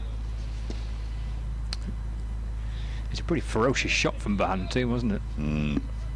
Just been a little noticeable, I think, increase in kind of the tempo from Lancashire over the course of the last. Perhaps realise there aren't any demons in the pitch. Yeah. Bowman's quite often play. You can get a first baller in any game of cricket, can't you? It's just one of those occupational hazards. Oh, that one! Now that one didn't bounce, or did it bounce more? It probably bounced more than he was expecting there, Rob Jones, and it seemed to hit the handle of the bat rather than the bat itself. The ball, fortunately for him, just bounced straight down into the ground. He's having a look at the bat handle now, because you're not really supposed to play the ball with that part of your cricket bat. When you're allowed to, don't get me wrong, but it's not normal. So there was a little bit of, perhaps a little touch of variable bounce from the bowling from the river end that we've seen so far today. Lewis Rees got one to pop a little bit as well, and this next one is edged, and this time it is caught. It's caught well by Leas to ploy its second slip. Another sharp catch down to his right hand side, and Rob Jones goes, perhaps a little unsettled by the variable bounce the previous delivery. He's very angry with himself as well as he swishes his bat on the way back to the pavilion. Jones goes for 23 and Lancashire are 58 for 3. He is, isn't he? Yeah, he's pretty frustrated there, Rob Jones, but perhaps for a couple of reasons, most notably or crucially from Lancashire's point of view, that was a good partnership, and these two have put 50 on, and getting to lunch just 2 down wouldn't have been too bad for Lancashire. But when you watch the replay of that, he's not gone at that too hard, I don't think, Rob Jones. I think the way he played it, I think he would have thought that would have been down enough. And he got down quickly, didn't he, to play? He's a very good second slipper. He's only come into the slip cordon this season. He didn't play in there at all last season, but he's been a regular at second slip, and just watching it live, it just appeared that he gets down really quickly. Yeah. He does get down well. It was a good catch, definitely, yeah. Said low to his right hand side, but yeah, he's frustrated, I think, Rob Jones there. Obviously there's not, in terms of red ball cricket, rapidly running out of game. You've only got one more innings left potentially of the season, so but all those factors combined, the frustration of not being able to get to lunch with Josh Bohannon. He's put so much into that, Dustin Melton. He's not even smiling as he walks back to the boundary rope now. Surely we can get a smile out of him. No, we can't. He's going to have a drink instead. He'll be pleased with that though, will Dustin Melton. Big crucial wicket, that, just, you know, this breaking that partnership, getting Willis out before lunch. He can't get going, can he now, Willis? No. He can do nothing about getting his innings going. If he'd come in early in the afternoon session, then it would be a real problem for Derbyshire. But that's yeah, you're right. Could be a big moment. And with Matt Critchley bowling as well. I don't know if you saw any of the replays. I didn't see if he turned any in that first over, but They played him very carefully. They did, yeah. Bohannon's on strike. Critchley continues. He was left alone by Josh Bohannon. Ball nestles into the gloves of the keeper, Harvey Hussain. He's got a googly. That might have been it. Well, if it was, then you don't want to be leaving them very often. Bohannon's got himself perhaps a wee bit fortunate. Critchley in again to Bohannon tries to strike it into the offside, but doesn't make any real clean contact on the ball, and no run. Intriguing period this, with the leg spinner on. New batsman out in the middle, Johnny Bohannon, who's getting a single here, easing the ball through extra cover. Bohannon moves up to 33, and the score moves on to 59 for 3. Brings Villas on strike, so Lancashire captain Dane Villas will go through his little routine. Takes guard, he'll crouch down, there he goes. Yeah. Bit of stretching. With a bit of a dance, a bit of a jog. He has not every ball. No. I think just before the first one. Yeah. Thank goodness for that. His little routine. He's chopped away with the offside for 1 run. He's off the mark straight away, Dane Villas. 60 for 3. For those watching on the live stream, just to let you know that at lunch there'll be a chance to listen to a Lancashire Legends interview. Mike Atherton and Warren Hegg in conversation. Which one's the legend and which one's the interviewee? Bohannon plays it into the onside, no run. Is Warren interviewing Michael? Oh, okay. I thought it'd be the other way around. Genuinely. But you could have either or. Could you, with that one? Yeah. Tomorrow lunchtime. Michael be the other Warren. way Critchley to Bohannon. He's going right back into his crease. Don't do that. The ball beats him through to the keeper. Critchley, I mentioned this, I think when you were doing your update, he'll certainly enjoy bowling on this pitch. Spinners tend to enjoy bowling here at Liverpool, and he's absolutely in the game, isn't he? It was a good start to the over from Critchley and a good end to it as well. At 60 for 3, Bohannon 33, Dane Villas on 1. Yes, absolutely, and to be bowling as a leg spinner on day one, he picked up career best 6 foot at Grace Road in the second innings, but had been brought on quite early in that game as well, and said, he picked up a couple of wickets, I think. He said generally in the first innings you don't expect necessarily to pick up too many wickets, and the pressure's on you in the second innings, of course, because you're supposed to be the match winner. So he's a character who likes to be involved as well. You can see him when he's out in the field. He's always chirpy.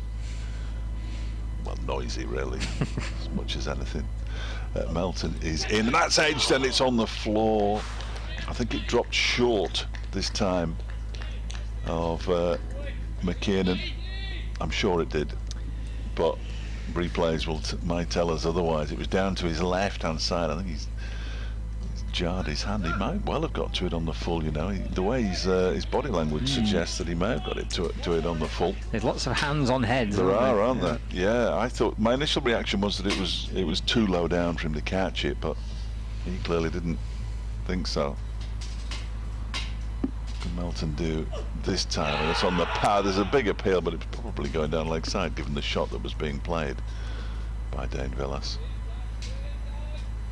And they go through for a single. 61 for 3. So it's been a good little spell this from Dustin Melton. He had Josh Bohannon dropped on 29 by McKiernan. Potentially had Villas dropped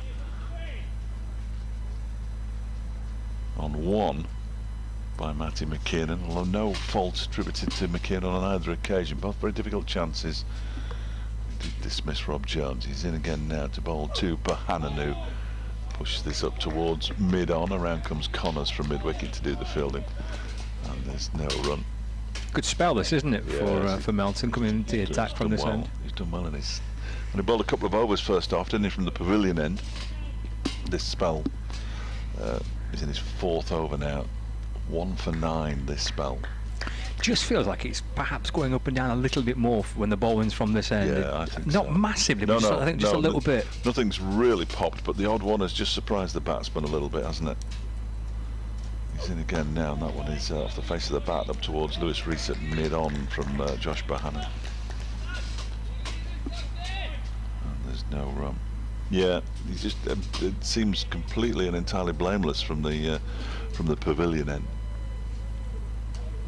The batsmen soon become aware of that, don't they? They're slightly more wary facing the pace, if indeed it is pace. I have no idea what pace he bowls at, because the ECB still haven't put speed guns at every ground, which they should. Melton's in, and he's a short delivery that's turned down to fine leg. It was a sort of pull shot really down to fine leg, and he picks up another single. Bohannon 62 for 3. He moves on to 34. You wouldn't think it would be too a difficult thing to do, would you? Or too costly to put a speed gun into? I don't think so. I mean, I don't know the huge advocate of it. Wouldn't it be great? Not necessarily this season when there's only been people who could use it really are us, but if on a T20 especially when there's a big crowd in it. They do it in tennis for serves, don't they? So surely they could do it in cricket. This next delivery is pushed out as the offside by Willis, picked up there by Billy Godleman, coming in from mid-off. End of the over, another good one from Dustin Melton. Just conceded 2 runs off it. One of those was a leg by. He's bowled 6 overs, 1 for 12 now. Gets a little touch of the fists from Wayne Madsen, who's very much the man who goes around congratulating bowlers and encouraging them in this Derbyshire team. He's done well. Been a good spell for him coming back into the attack. He just poured some water when he came down here. He's going to come and stand right in front of us again, and he's still not smiling, and that's not Dustin Melton. He's got his game face on at the moment. He was pouring water on his left thumb, interestingly. I wonder if he just caught the ball awkwardly on his left thumb in the previous over. Critchley to Bohannon. That's pushed back towards him. No run. Sorry, I'd forgotten it was Critchley and he was going to bowl. Just wittering on for no apparent reason. It's quick, isn't he, Critchley? Well, the leg spinners aren't. You get through them pretty quickly. But back into Bohannon. I just want to go past the off stump and through to the keeper. Occasionally slowed down by a big 6, where somebody has to go and fetch the ball out of the stands or out of the trees in this instance here at Egbert. Little shuffle as he comes in, bowls over the wicket to Bohannon. Foolish ball, which he punches back down the pitch. And there's no run. 62 for 3. Josh Bohannon on 34. Man on strike at the moment. One slip in place. We've got Matt Critchley bowling from the pavilion end. Shadow there being cast as Critchley skips in and bowls to Bohannon, who pushes forward and the ball beats him through to the keeper. I think he started really well, Critchley. Well, that's important for a leg spinner as well, isn't it? If he can land it in his first over, then it usually bodes well for them. Umpire Lloyd has jogged up from square leg. I think Harvey, I say, must have clipped the bails off there. Critchley back into Bohannon, goes back into the crease and off the back foot, chops the ball through the offside. It'll bounce out towards deep extra cover and get through for a single. So moves to 35, 63 for 3. Poor attempt to catch a water bottle by Alex Hughes there, I thought. It went right through the hands, didn't it? Dustin Melton throwing the ball to Alex Hughes. Right through the hands. Flapped at it a bit. Yeah, I did a bit. Yeah, I did. Yeah. Can't hear us, sadly. So Willis on strike. 63 for 3. Critchley brings Willis onto the front foot. It's pushed away back towards the bowler. And that is the end of the over. 63 for 3. Willis 1. Bohannon 35.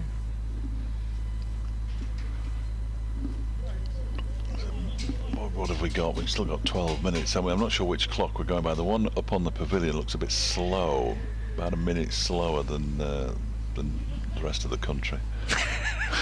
Well, not necessarily, because Derbyshire use a clock that isn't, when they're at home, that isn't necessarily on Greenwich Mean Time or British Summer Time.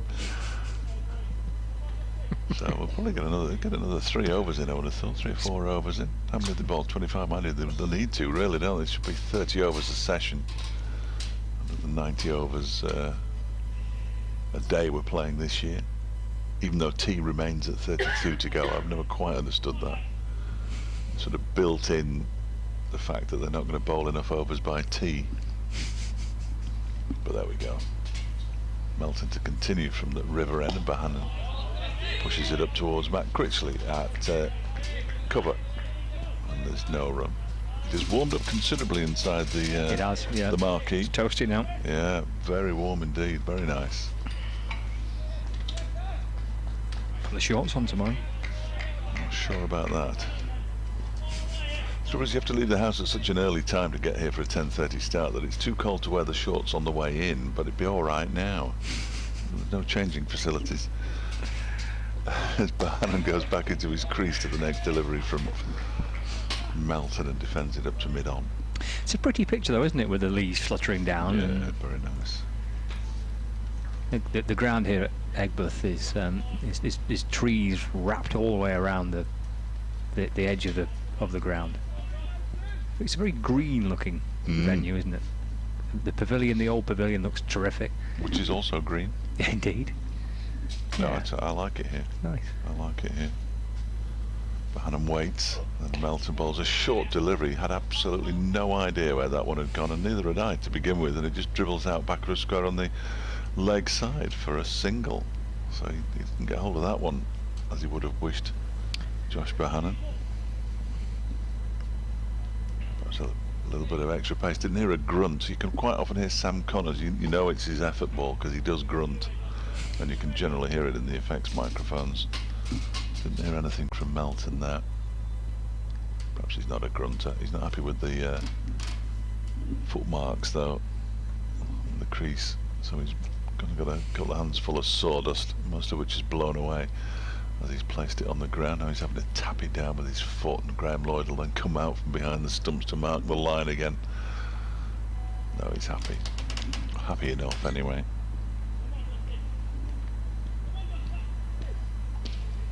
Dusty Melts on Twitter. Dustin Melton, he tweets some amusing things. Sends the odd bit of abuse to the Radio Derby commentator. It's outrageous. Yeah, well, Hughes started it.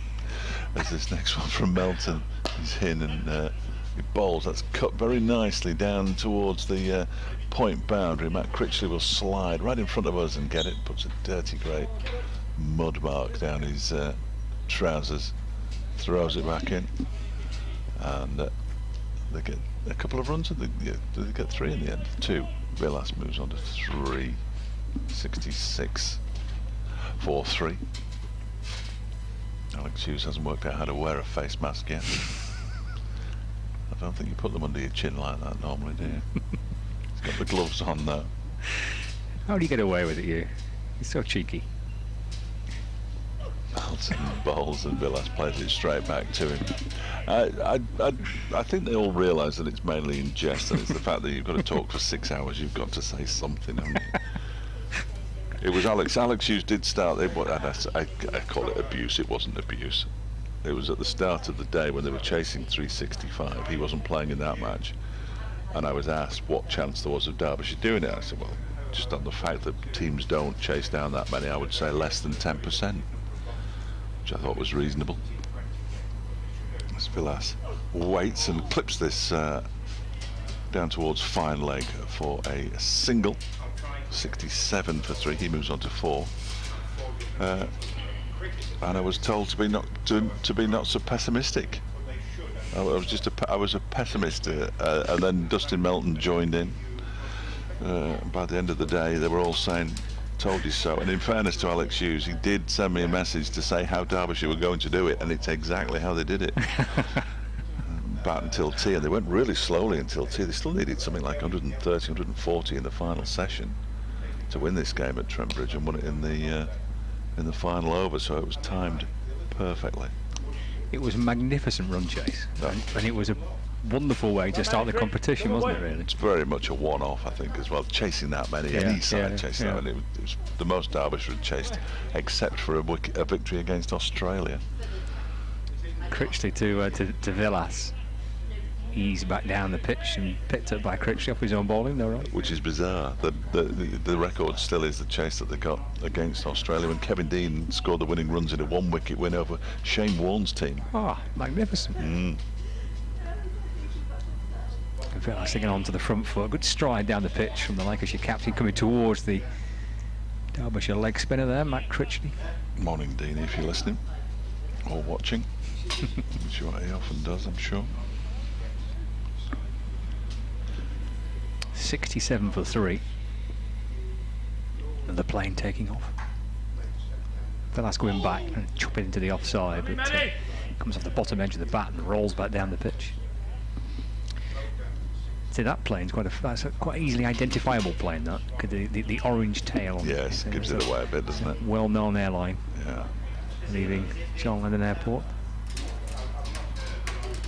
Critchley again to Villas. Everyone taking it easy on that, aren't they? Very good. Thank you. I'm not a big plane fan, if I'm honest. Well, you don't like flying? No, we get a little bit nervous. Yeah. I often find a little kind of double whiskey helps or something like that. Critchley just wants Melton to move a few paces to his left. Block my view. Yeah, as he bowls to Villas, he goes back and works the ball off his pad to backward square leg, and there's no run.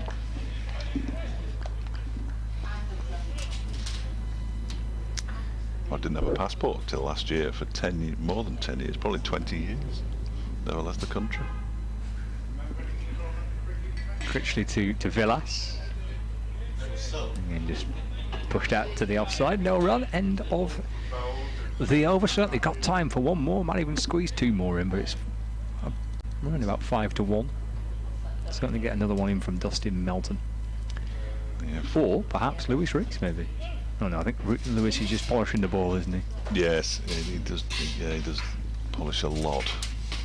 Oh, is he? But he never wears a cap either. Oh, he is going to have a go. Yeah, you're right. He is going to have a go. Why not? He isn't bold enough already. He's going to have a go. Chips have arrived. The Gannets are there already. We've no chance, have we? We've absolutely no chance. People have been doing nothing all morning and they're filling their faces. It's a disgrace. Anyway, I've got to go. Oh, right. No, I haven't. No, I haven't. I'm just going to go and get sweet to eat. Here's Lewis Rees from the River End, and bowls left alone by Hannon outside the off stump, and he goes through to Harvey Hussain. So this will be his 9th over, won't he? Bowled an 8-over spell first up from the River End. Oh, and they smell good as well, though. I've just got a waft there. It's such an unusual occurrence this year, isn't it? It's the first time I've been fed at a cricket ground. Well, coming to Liverpool and not being served a big tray of chips just wouldn't be the same. It's a local delicacy. Yeah. There was a chip shop near Central Station. As this one is pushed up towards mid-on. They go through for a quick single. Melton can't pick it up, and they might come back for a second actually, because he's missed it completely. Didn't get anything on it at all, and they do get back for a second. He was coming in from mid-on, and Bohannon gets a bonus run there. Because it was a fairly straightforward. He was intent on picking up and throwing as quickly as he could. He thought there might have been a run out. I'm not sure that there was. The chip shop near Central Station in Liverpool, across the road from it, that served the best fish cakes in the world. So Rees is around the wicket, left alone by Bohannon to go through to the keeper.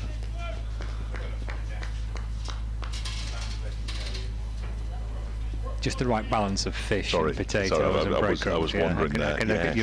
Yes, I've gone. You've gone into the land of fish cakes, haven't you? Glorious they were, absolutely glorious. Quite often went to Tranmere on a Friday night and going back to Liverpool University, stop there, get a couple of fish cakes and drive on.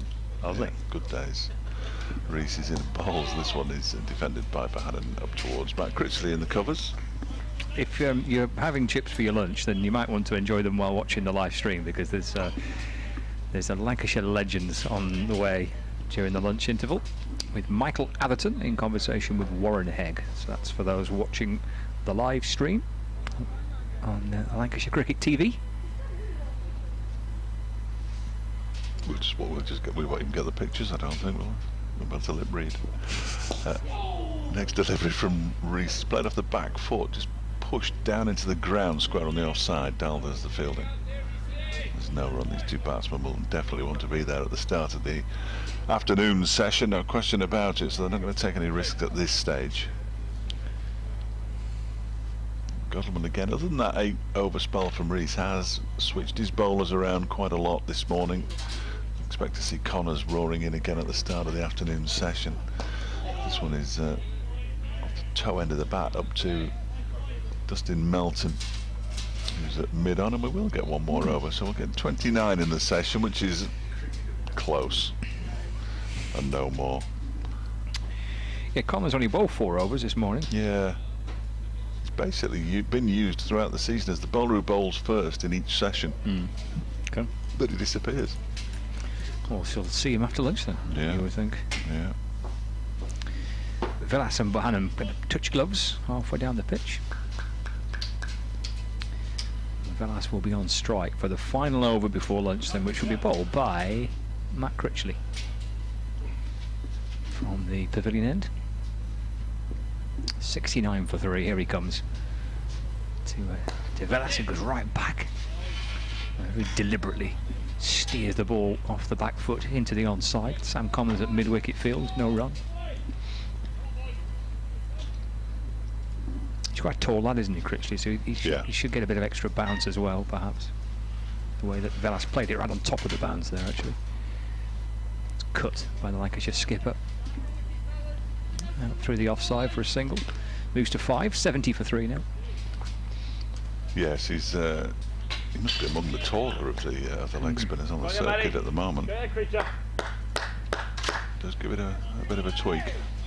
I like him. I think he's good to watch, both with bat and ball. I think he's a good cricketer, isn't he? He is. Bohannon waiting. So Critchley bowls and taken by Harvey Hussain. And just signed for 2 more years as well, which is good news for Derbyshire. Okay. Yeah.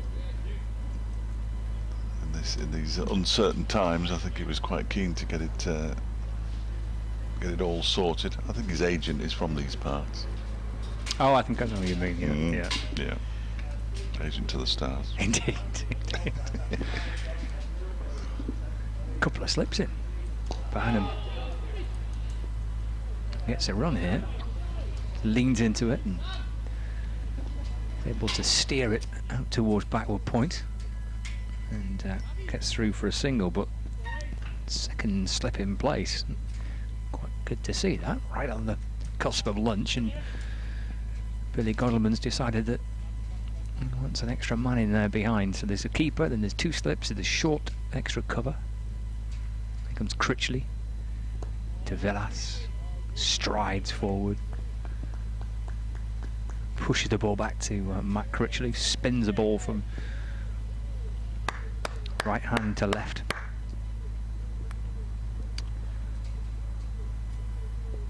Back in again to Villas, who leaves. And that's snatched into the gloves of Harvey Hussain, and the umpires clip the bails off and say that's over and lunch. And Derbyshire have got Lancashire 3 down at lunch, 71 for 3. One standout partnership so far for Lancashire between Rob Jones and Josh Bohannon.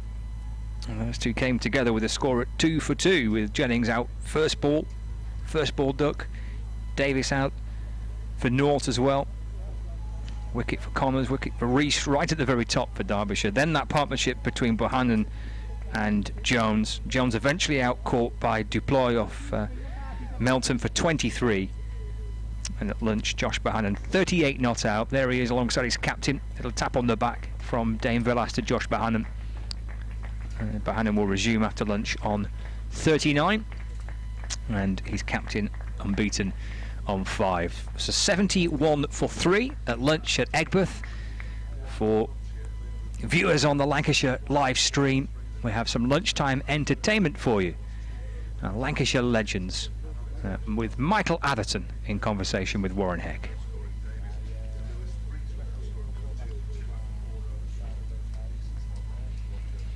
And we're at lunch as well with Lancashire 71 for 3, one standout partnership between Josh Bohannon and Rob Jones, and a crucial one it was for Lancashire because those two came together with Lancashire 2 for 2.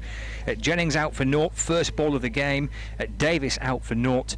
LBW to Lewis Rees. Bolton's Josh Bohannon still there, 39 not out. He's alongside his captain now, Dane Villas, who made 5. Oh, he's unbeaten on 5. Rob Jones in the end out for 23. So lunch on the first day, and Lancashire 71 for 3.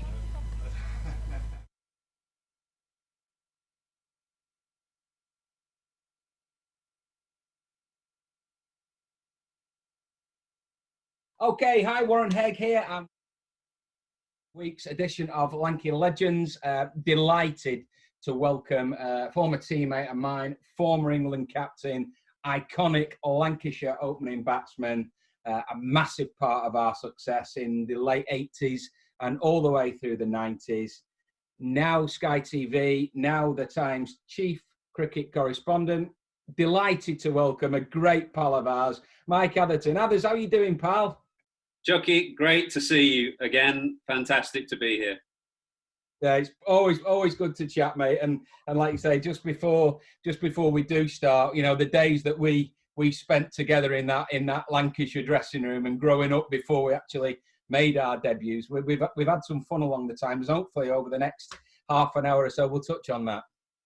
Yeah, they were great days. I think if I, could be transported back to play again, and somebody said to me, which team would you go and play for? I'd choose the Lancashire teams, 2 Lancashire teams really. I suppose we crossed over both. We had that early team with Foxy and Walt, Mendo, Simo, Yoza, and then the later team when we were more senior players. But I think for me, they were the happiest days of my career really, for all kinds of reasons. One, you mentioned the fact that we'd come through the ranks. I think 6 or 7 of us signed from the Lancashire Federation team, which was the under-19 team. We all signed together, so we were playing with mates that we'd known for a long time. We had a lot of success, and we had a lot of fun along the way. So fabulous days. I recall them with such fondness. I know we might touch on it, but I sent you the other day, as you well know, I sent you some footage of your capping ceremony in 1989. We all gathered around, Cyril Washbrook, the president, giving caps to you, Waz, John Stanworth, Digger Martin, who looked unbelievable with a big bouffant hairdo. They were fantastic days. Oh, they're brilliant. And some of the haircuts on show on that footage. If we get a chance to show that footage, it'll be hilarious because Walt looked like... We've got the current director of cricket, of course, in a pair of check strides and with a big mullet on and a moustache. He looked like Rupert Baird, didn't he, in them check pants? It was great. And Digger looked like something out of Top of the Pops in the 70s with that. He looked like Howard Young with that big... Well, Digger was my kind of roommate at the time. He was renting this. I had a flat in Didsbury, as you'll remember. Yeah. Digger was renting the second room in that flat. Obviously played with him all the way through under-19s as well. Oh, we had some great fun, and we did, and we will touch on that, like you said. But 10 weeks into lockdown now, into isolation? Doesn't seem like it at the moment. But how have you been coping? How have you been coping with being cooped up? Well, like everybody, just finding ways to pass time. In a funny way, I've been as busy or busier than normal because there's been no live sport. But the newspaper, which I write for, you mentioned I write for the Times, that still comes out. There's always plenty to talk about. And on Sky, we've been doing watch-alongs and podcasts and vodcasts of the type that you're doing and we're doing right now. Yeah. So I've been really busy, which has been good. I mean, I'm the type of person who likes to stay busy and likes to feel, relatively useful. So finding ways to fill the time through writing and doing the stuff on Sky has been fantastic. But missing the cricket, obviously, we all are. It seems such an odd summer without any live cricket. I've got a young lad who's 18, my eldest son, or my son, and he's on the academy at Middlesex in the final year of the academy. So he was looking to push for a pro contract, but you'll have plenty in that position at Old Trafford. And so they're really missing it. So I feel for them. I feel for the lads who are in the final year of their pro contracts. You've probably got a few at Old Trafford. I know there's about 135 across the game, across the country, I think, in their final years. So it's going to be very tough for them to push for another pro contract. So lots of areas of the game who are really suffering and struggling. Big time. And we've had lots of lads from our era and from our team on this Legend series. And I have to say, others, there's only me and you looking our age. We look pretty good. We've got our own haircuts, and we've, a couple of them now got their. Well, I saw Yozza on the other day, and I thought Yoz was looking incredibly well. I don't know how old he is now. He must be 70 odd or something. 90, early 70s. 93. I mean, I thought he looked incredibly well. He was our first captain, of course. Always, I mean, impeccably dressed. Yeah.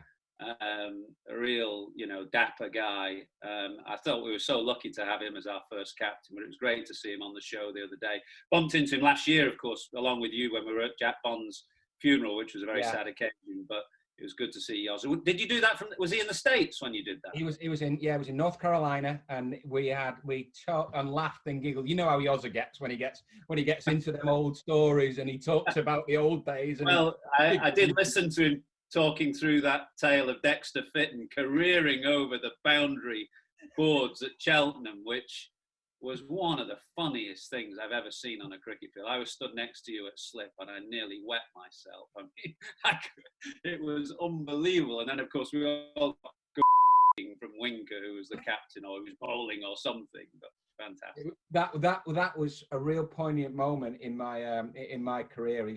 He's looking at you. I mean, I had the big gloves, so I could put the glove over my face and I could laugh. But you were beside yourself as Dexter disappeared over the Britannic insurance sign with his legs up in the air and his Reeboks hanging out, and you were uncontrollable. And you got the because you got the brunt of his mouth. And in fact, I remember that game well, because that was the game where I got called up for England for the first time. It was at Cheltenham. Was it? And I got hit on the head before lunch by Courtney Walsh. Yeah. I had a resounding headache for the rest of the game and got called up for the first test then. It was just after the Rebels, the Rebel tour was announced to South Africa. I remember that game for all kinds of reasons. I do remember now that. I didn't realise it was the same game, because I remember when you did get called up, I thought, wow, Addy's going to have to open the batting now in a test match. That's, suddenly stuff's got real. He's, I didn't know very long. I just got a naught in my first innings for England. I've got a question for you. I wrote out our two teams that we kind of crossed over. Yeah. And so the first one in the late 80s, early 90s, Fowler, Mendes, Atherton, Fairbrother, Watkinson, Hegg, Simmons, Hughes, Allott, De Freitas, Akram. Second team, Gallion, Atherton, Crawley, Fairbrother, Lloyd, Watkinson, Hegg, Austin, Chappell, Yates, Martin. In a match-up between them, which one wins? Which one was Akram in again? First one. He gives us the edge in the first one, do you think? Yeah, I think he gives us 3 extra players in that first one. But that second team for me was a real dynamic and rounded team that knew in both eras. Everyone knew their role in the team, so we were comfortable with each other. Yeah. But that's a really hard question. I'm probably going to have to go with that. Even though, Akram, De Freitas, Allott. Yeah. Probably just trumps Martin, Chappell, Austin. Yes, it does. And Akram probably being the pivotal man. Yeah, well, what a great overseas player he was. You've had him on, haven't you? We've had Waz on from the depths of Lahore. Yeah, he's spoken. He's still got a bee in his bonnet that Harvey got a man of the match in Leicester. Well, I saw the club tweeted out that action the other day of Waz, reversing it and knocking over Leicester. I hadn't remembered that Harv got the man of the match, actually. Yeah, Harv got man of the match for a dogged 61 over Waz's 5 for Spitz. Well, he was a fantastic overseas. I mean, when you think of the overseas players that Lancashire have had down the years, starting with Clive, I was writing about the West Indies arriving today. Yeah. And how many of those West Indians had long careers in county cricket. 4 of them played more than 200 championship matches. So Clive was at Old Trafford between 68 and 86, I think, and played more than 200 games. Yeah. We had Farouk for a long time, Waz for a long time, Morley for a few years. We had fantastic overseas players, really. So lucky. We were so lucky, and that's why I think they were integrated into the family of the club now. And you look back so fondly because they were there for every game, and they became part of our Part of team. the furniture. And Clive still lives in the county. Farouk still lives in the county. You know, I was thinking about the start of my career at Old Trafford. Obviously, I started at the same time as you, and I think the luckiest thing I had, actually. Do you remember that group of fast bowlers that Pete Lever put together? I do. Pete was the coach, as you'll remember. Jack Bond was the manager who signed us, and Pete Lever was the coach. And it very, very quickly turned over. They lost their jobs at the end of that time. But Pete put together a group of fast bowlers, and these names will mean nothing to your viewers, I don't think, apart from Pete Martin, who was one of them. There was Darren Rayton, Fran Daly, the Royton Rocket, Alan Turner. That's right. Pete Lever got these lads running in off about 17 yards and bowling ferociously quick. And I think it was the best kind of training for 2 years I had just prior to getting into the first class game, because by the time I got into the first class game, I didn't face anything again that was as quick as those lads off 17 yards. So it was fantastic grounding that Pete Lever gave us. And then on Saturday morning, we used to go up to his house in north of Rochdale. And he set a cross-country route of about 5 miles or so. So it was a combination of realising what you needed to do in terms of physical fitness to become a first-class player. And then for me as a batter, facing the kind of stuff that I would eventually then face in first-class cricket and international cricket was fantastic. Did you face those lads or not? I can't really remember. Well, you know how much of a gibbering wreck I was when I went out to bat. That was the start of it. After that, I remember thinking, I've got other. Well, I remember the winter. There was a winter, and Foxy and Harv turned up one day with all these young lads and Pete Lever, getting them to bowl off 17 yards. And they faced about 3 balls and then just walked out and said, we're not having any of this. No. It's unbelievably quick stuff. Well, I don't know if you remember Steve Titchard, obviously our teammate for a long time at Lancashire. He got donged on the head every week in that indoor school, every week without fail. Incredible. Big upright stance and big, beautiful front dogger. Boing, you get smacked on the head, and that's the Titchard as nails. But it shaped us. It shaped us as players. And oh God, I can't imagine it now. But as you know, sorry, go on.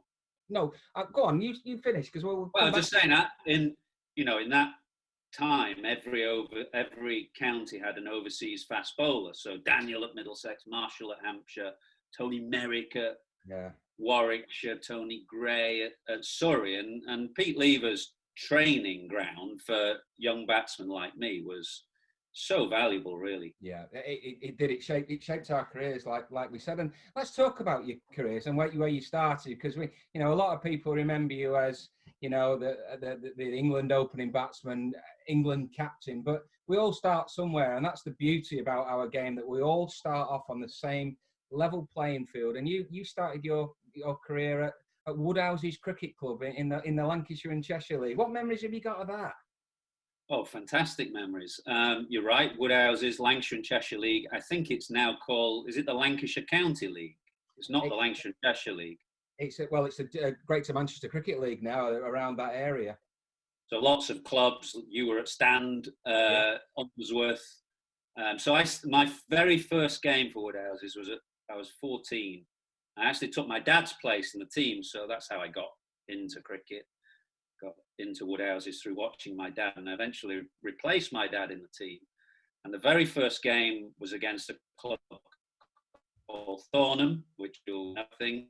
Yeah. Their overseas player was a guy called Roy Gilchrist, who was a great West Indian fast bowler, but he must have been 50. I mean, he must have been 50 that day. No helmets, of course, got hit in the mouth with a bouncer from Roy Gilchrist, my first club match against Thornham. But I played for Woodhouses all the way through until I made my debut for Lancashire. Yeah. And then we had this bizarre rule in the Lancashire and Cheshire League, which you'll remember, that once you became a cap player for Lancashire, you could no longer then play for your club.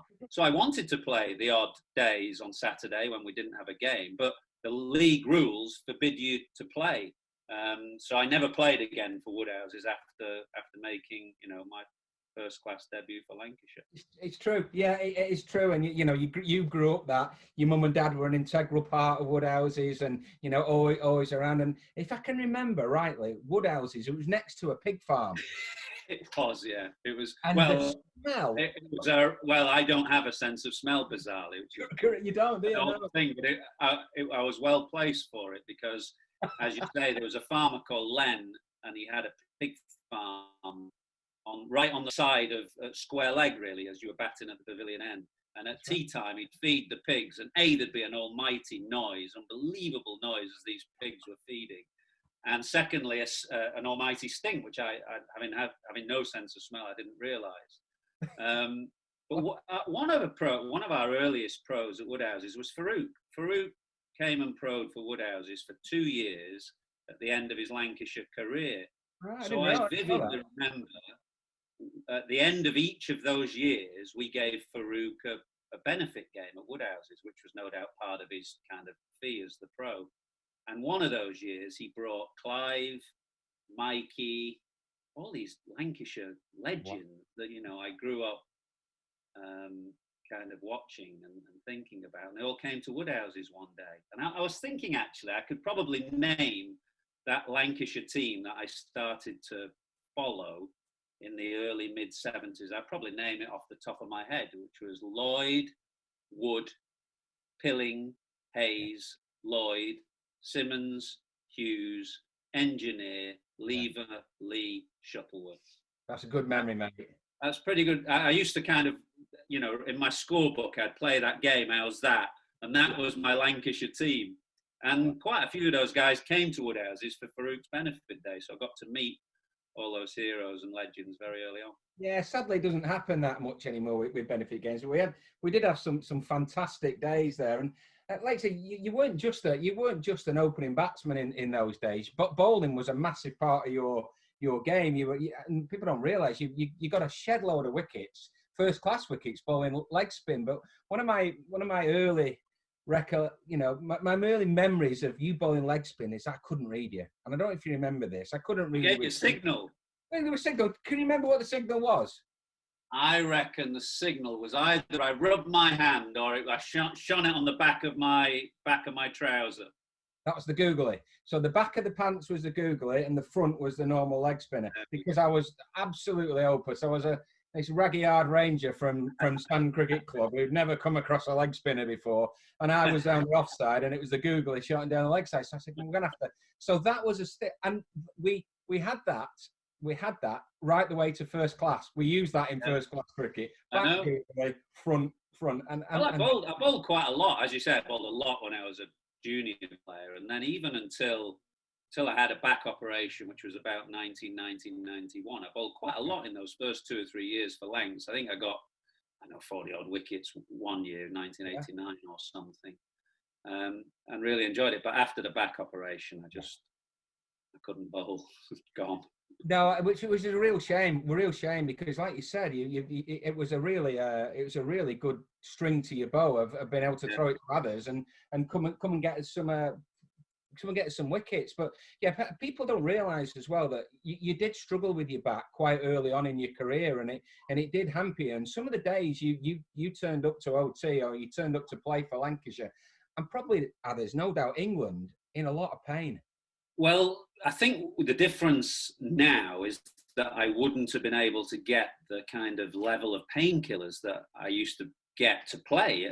You're right. I had this, back problem throughout my career, and I had an operation in 1990 or 91 thereabouts. But basically, I played on painkillers every day of my first class career. So Voltarol was the anti-inflammatory of choice. I'd take 200 milligrams of Voltarol a day, and I did that for 13 years. But you just used to be, as you would remember, you just used to be able to get strips from the physio. We didn't really worry about it. You just get thrown strips and strips of anti-inflammatories. And without those anti-inflammatories, I wouldn't have been able to have a career. I wouldn't have been able to play. But I've often wondered about today's environment, because I don't think the players now, because of potential for lawsuits or whatever, there are limitations on the level of anti-inflammatories you can be given. I know at England level, they have a traffic light system now for players. Amber, you've got to be careful. As soon as a player's on a red light, no more anti-inflammatories. Take a few weeks off and get yourself right. I wouldn't have been able to play without anti-inflammatories, so I suspect I would have had a much more limited career. There's no doubt about it, mate. We could have picked you up and rattled you, and you could have heard the pills inside you. You took that many, but you made your Lancashire debut very, very early on, 1987. I think you were still at Cambridge. Is that right? At Down and at Cambridge. So tell us a bit about your debut for Lancashire, because you must have realised a dream. Yes, I played. You're right. I was at Cambridge. I'd signed in 1987 by Jack Bond, but I'd signed to play half years. So I'd be at Cambridge between April and June. And then once exams had finished, term had finished, I'd come down and play for Lancashire. And I had the great advantage of playing first-class cricket at Cambridge, which was the only reason really why I got into the Lancashire team so quickly, because I was getting a lot of runs down at Fenners. I was quite high up in the averages. I mean, I remember actually in 1987 that Yoza came under a lot of pressure from the members. I wasn't picked immediately first game when I got back, and the members kicked up a stink, and Yoza put me in the team. And so my debut was at Southport. I didn't have a car. My mum drove me to Southport. I don't know whether you remember the game, but the pitch was like a beach. Yeah. It was an absolute beach. We beat Warwickshire in 2 days. Foll got, I reckon Ian Foley got 12 wickets in the match. Jack Simmons got 8 in the match. We beat Warwickshire in 2 days. They had a fast bowler called Tony Merrick, who used to hit us on the head for fun. Yeah, that's right. And I got a few. I got 50 on debut, and Harv got a few. We didn't need that many because it was a very low-scoring game, and the game was done in 2 days.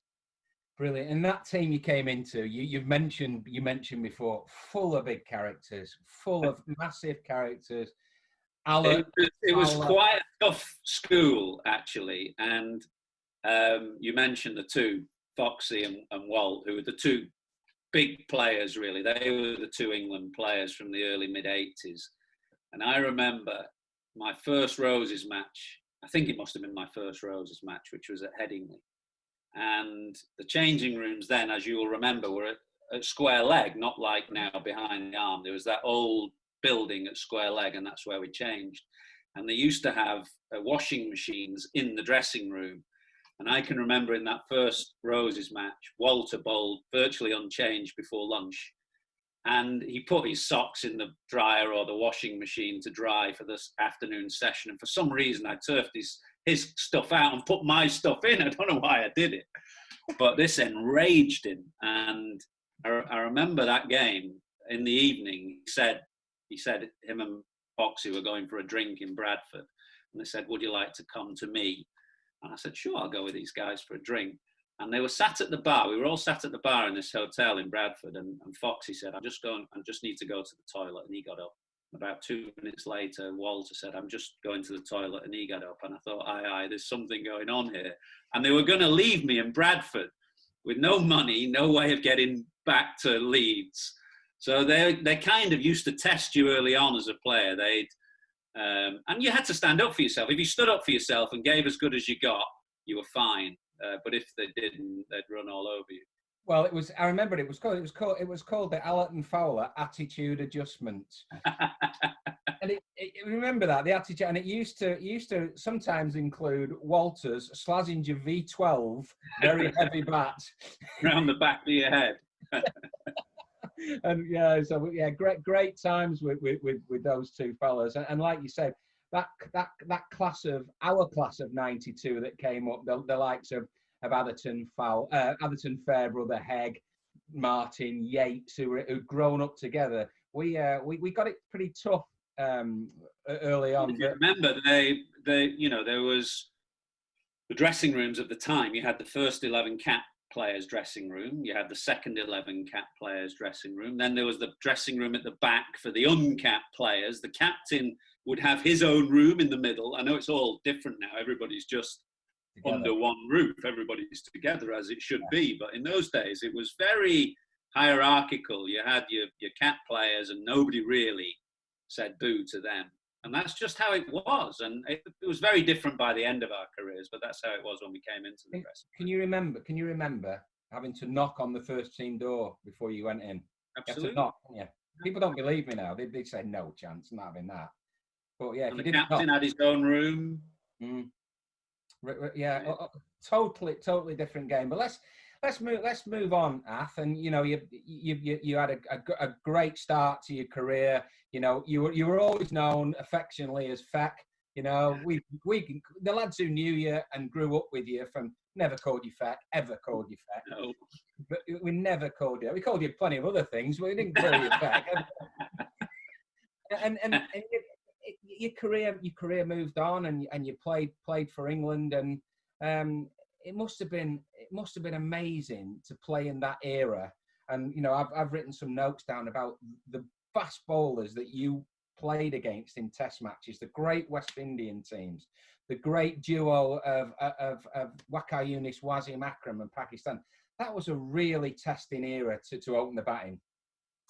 It was. I mean, I'm never somebody who likes to say, you know, it was better in my day or back in my day, because I genuinely believe, in fact, you're talking about fast bowlers, there are some fantastic fast bowlers around today, but that particular era had a lot of great fast bowlers for sure. So you mentioned the West Indies side. I think the first West Indies team that I played against in 91, the attack was Ambrose, Walsh, Patterson, Marshall, fantastic attack.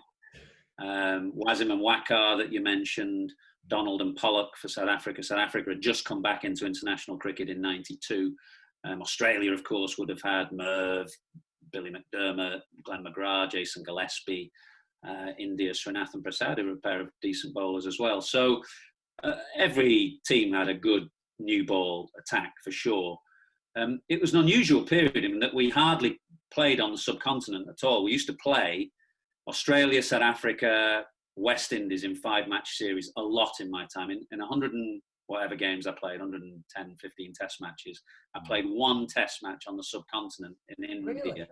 Really? Three in Pakistan, maybe 3 in Sri Lanka. But England teams just didn't go to India in those days. It's not like now where India is the destination of choice for all kinds of reasons. England teams just didn't go there in the 1990s. I don't think we toured India between 93 and 2001. So a lot of them were 5 test series against West Indies, Australia, South Africa, who happened to have the fast bowlers. So I played against those fast bowlers a lot, and lots of rivalries developed. And opening the batting throughout the eras, has not changed, has it? The ball's still the same weight. It's still rock hard. It still hurts when it hits you under the ribs. And when people to me about opening batsmen and having what attributes you need to be an opening batsman, and I always look back on the duels you had, and one that really sticks to my mind, and for every cricket fan, is that duel you had with Alan Donald at Trent Bridge. Serious pace like fire, and you will remember AD from, in fact, the earlier days. Yeah. Before South Africa got into international cricket, which was in 92, I think, or 91. He played for Warwickshire from about 89 onwards. And he was probably actually quicker then than he was later on. So the duel you're talking about was in 98 between myself and him at Trent Bridge. Yeah, that's it. He was still fast, but he was a kind of controlled fast bowler by then. In those early days at Warwickshire, I don't know whether you remember a game where he put Speaky and Waz in hospital with stitches under their jaw, and he was a bit wild, but he was unbelievably fast then, and he was much more controlled and a better bowler by 98, but not, perhaps he was maybe at half a yard slower. But fast bowling didn't seem to faze you, and we always giggled, didn't we? We always wrestles in the dressing room, and with the giggling, and others was one of those guys that put you under your arm and try and fight 3-or, and he wouldn't get out. But put a Gray Nichols power spot in your hand and a pair of pads on your hand, you turned into a different person. Well, I enjoyed the contest. I think for me the game was about being in a contest with a guy at the other end, and I enjoyed that competition. I enjoyed those rivalries,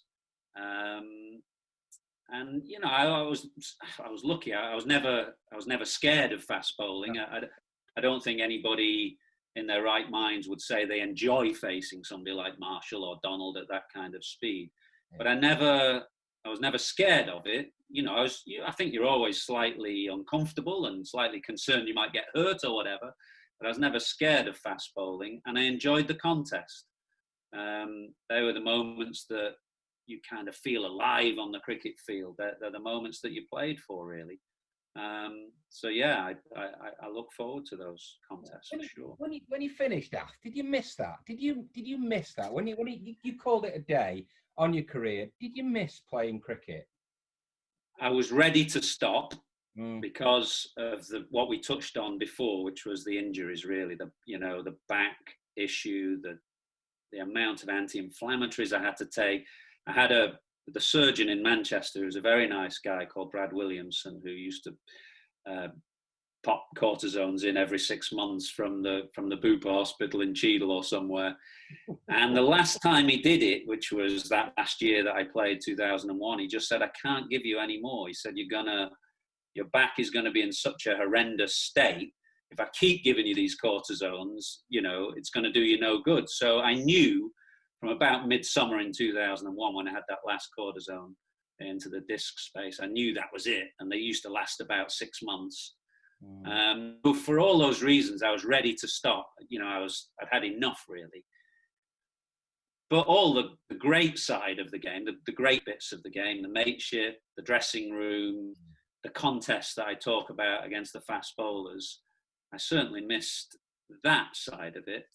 But, you know, the getting up every day, not being able to move, stiff, sore, you know, too many anti-inflammatories, I didn't miss all that. So I was kind of ready to stop. I'd had my fill of that. Very similar to me. It was my decision again to call it a day at cricket, and I look back and I enjoyed my last year so much, of enjoying everything that we'd done, the players I've played against, the great grounds I've played against, and the memories that I had.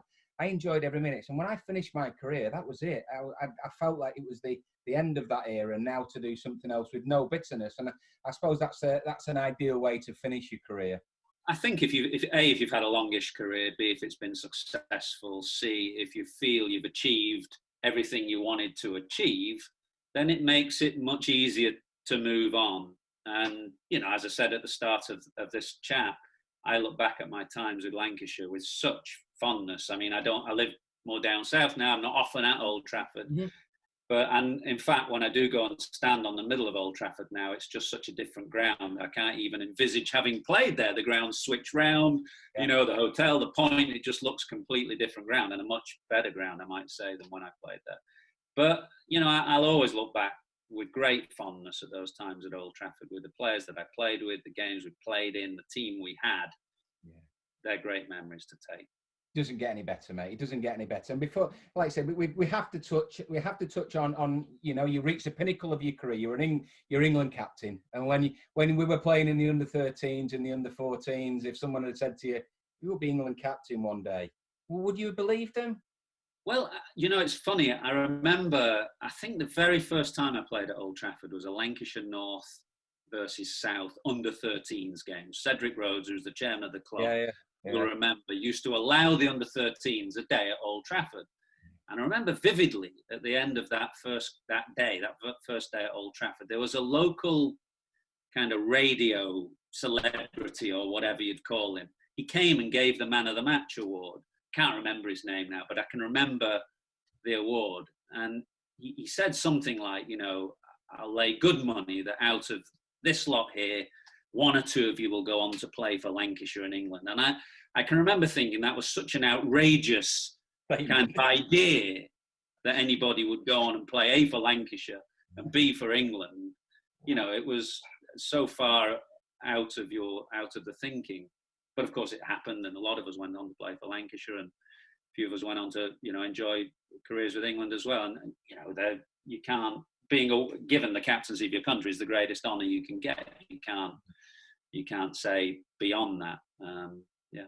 Yeah, we went to with Winker the other day. We spoke to Winker, and Winker said when he got his cap, he said, "Well, that's it. You ain't having it back. You can't take it off me now."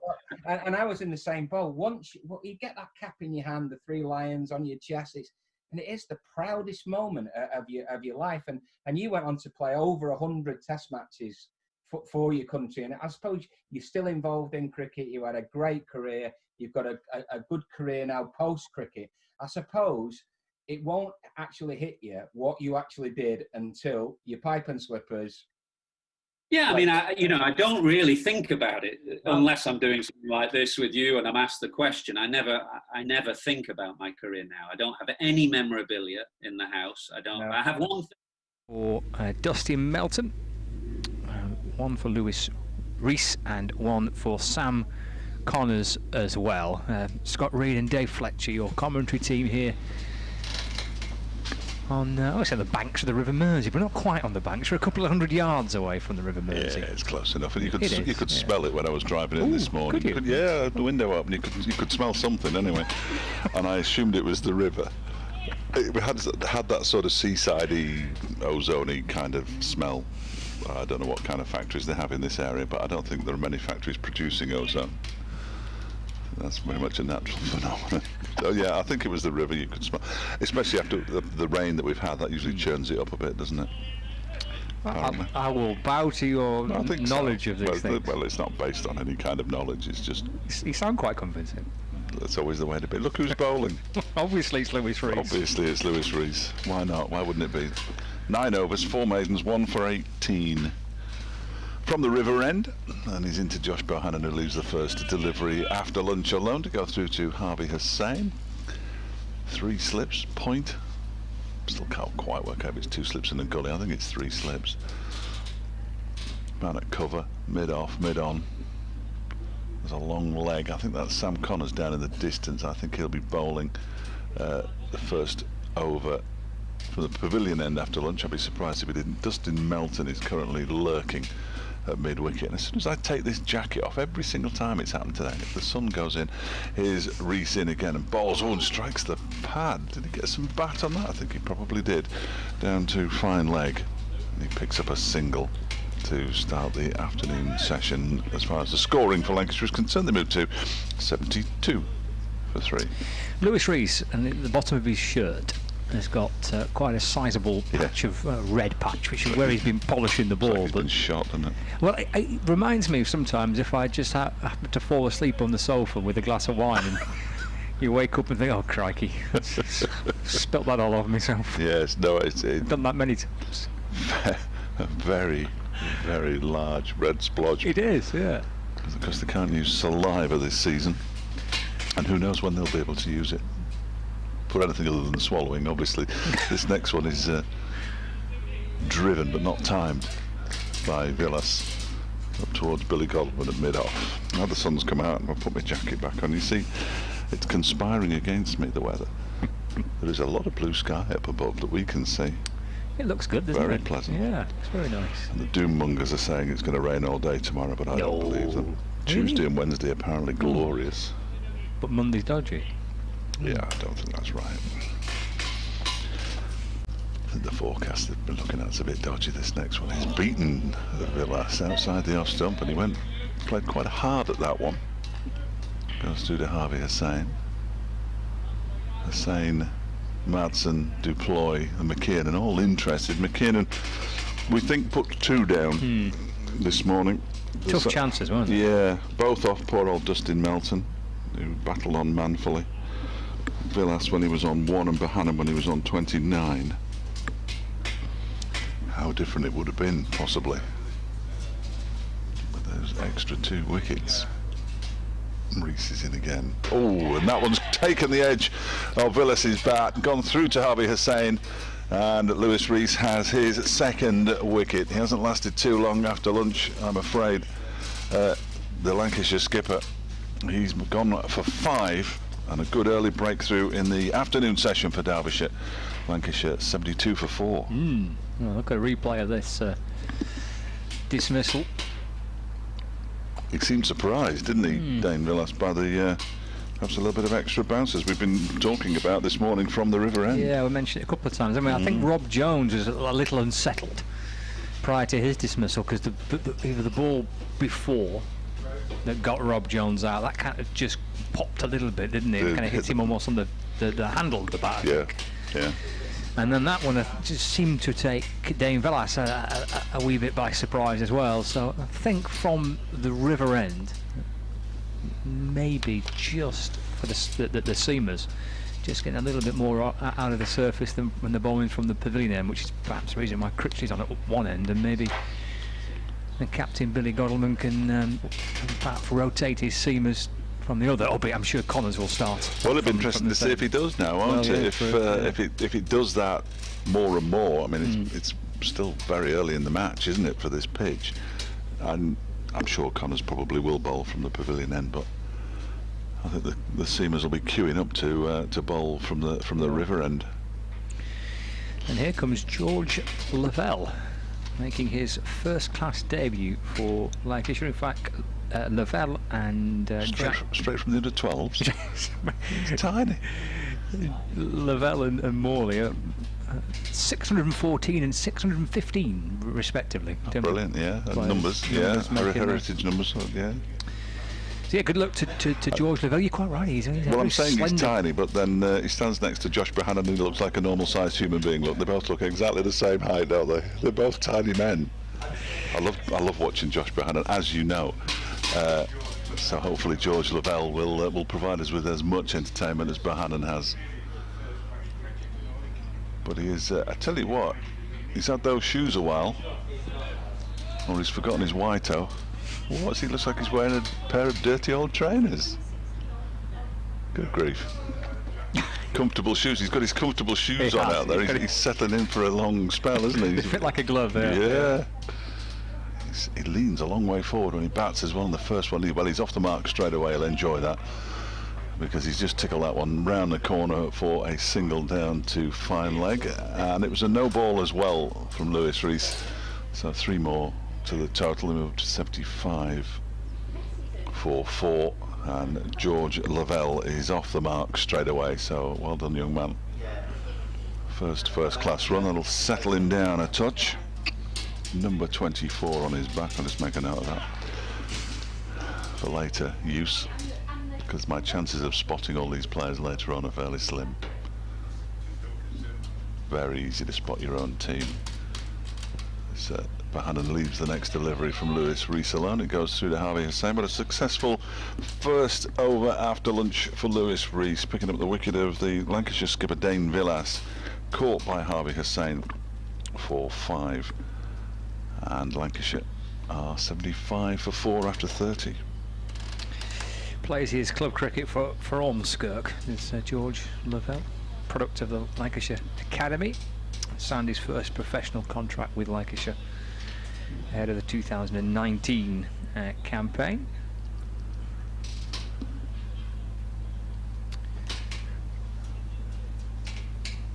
There's been a lot of lads making their debuts this season, which not just for Lancashire but across the Bob Willis Trophy, which has been quite. It's been one of the spin-offs of the competition, hasn't it? A lot of bowlers. We've seen an awful lot of new bowlers this year, haven't we? Which is great news for English cricket, to see so many young new bowlers. Matt Critchley's going to continue actually from the pavilion end, as you suggested, Scott. They might just keep him on there. Critch, you're in for a 20-over spell. Off you go, son. I'm sure why he's marking his run-up out. He bowled the last over from that end as well. Well, he bowled nicely, I thought, and now it's leading up to lunch. He bowled 5 overs, 2 made, maybe just 5 runs, but he was crucially he was causing a bit of bother, wasn't he? He was. Yeah, Bohannon in a bit of bother on a couple of occasions. So the faffing started. Look, he's having a long. He's only just had his lunch sitting next to Billy Godalming in the tent, and now he's having a long chat with him out in the middle. They do tend to take a long time to set fields, Derbyshire. It's almost as if they're waiting for some equipment, some pads to be brought on, maybe. Yeah, well, yeah, I can't. I don't know why there would be a delay. You're for right. This Look, far in the far distance by the tent, Leas Deploy is putting on the fielding pads. So that's what the faff's about on this occasion. I think it's Deploy. It's normally Deploy. No, he doesn't run like Deploy anymore because he's wearing fielding pads, but it is him, I'm certain. Yeah, I have to wait for the old pads to get strapped on. Well, so many of this team bowl. I mean, Deploy bowls as well, but so many of this team bowl that you've got to find virtually find somebody who is not going to bowl imminently, haven't you, to put the pads on? So it's either Wayne Madsen, well, I think seniority means that Wayne's never going in there, and the other one's the skipper. Well, there's no chance of that happening either. It is Deploy. So we've got a short leg, haven't we? Is it forward short leg he's Deploy? There's one slip.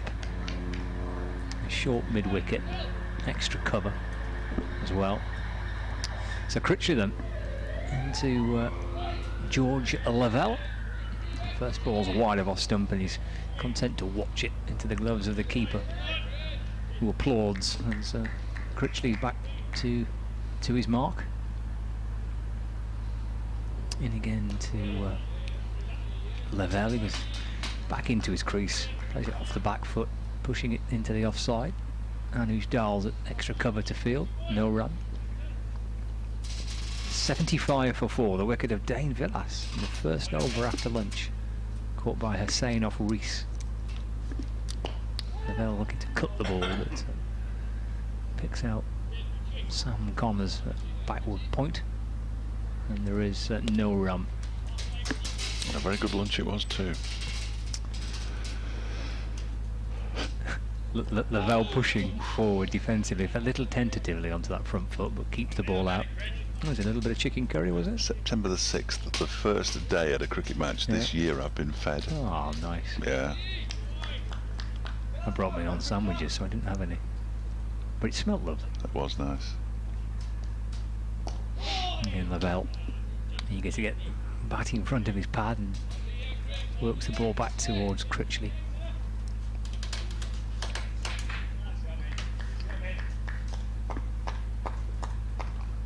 Maybe 6 or 7 paces is in to Lavelle. Wide ball left by Lavelle, and Harvey Hussain shapes to clip off the bails just in case George Lavelle has strayed from his crease, but he has safely negotiated that first over. George Lavelle facing Matt Critchley. At the end of it, Lancashire 75 for 4. It's sort of been forced on Derbyshire to have Harvey Hussain behind the stumps, and I think it might work in their favour because he's very used. He's virtually grown up with Matt Critchley, and quite often it can be tricky, can't it, with a leg spinner? You often get the wicket-keeper bowler partnership, and Brooke Guest has only played the one first-class match for Derbyshire since he arrived, and I just think the partnership between the bowler and the wicket-keeper might prove to be useful from a Derbyshire perspective, especially come the second innings. Well, he's bowled nicely so far in the first. Lewis Rees, of course, continues from the river end. Left armour in and bowls. That's edged and dropped by Wayne Madsen at first slip by Josh Bahan, and that was as straightforward, if I may say so, a catch at first slip as you're likely to see. It went straight into the breadbasket and straight back out again. It was he went at it hard, and it seems to have hurt his hand, which isn't good news, but that looked very straightforward to me for a slip fielder. I'm not suggesting for a minute that I would have caught it, but you'll be disappointed, will Wayne Madsen, as Bohannon gets another life, his second.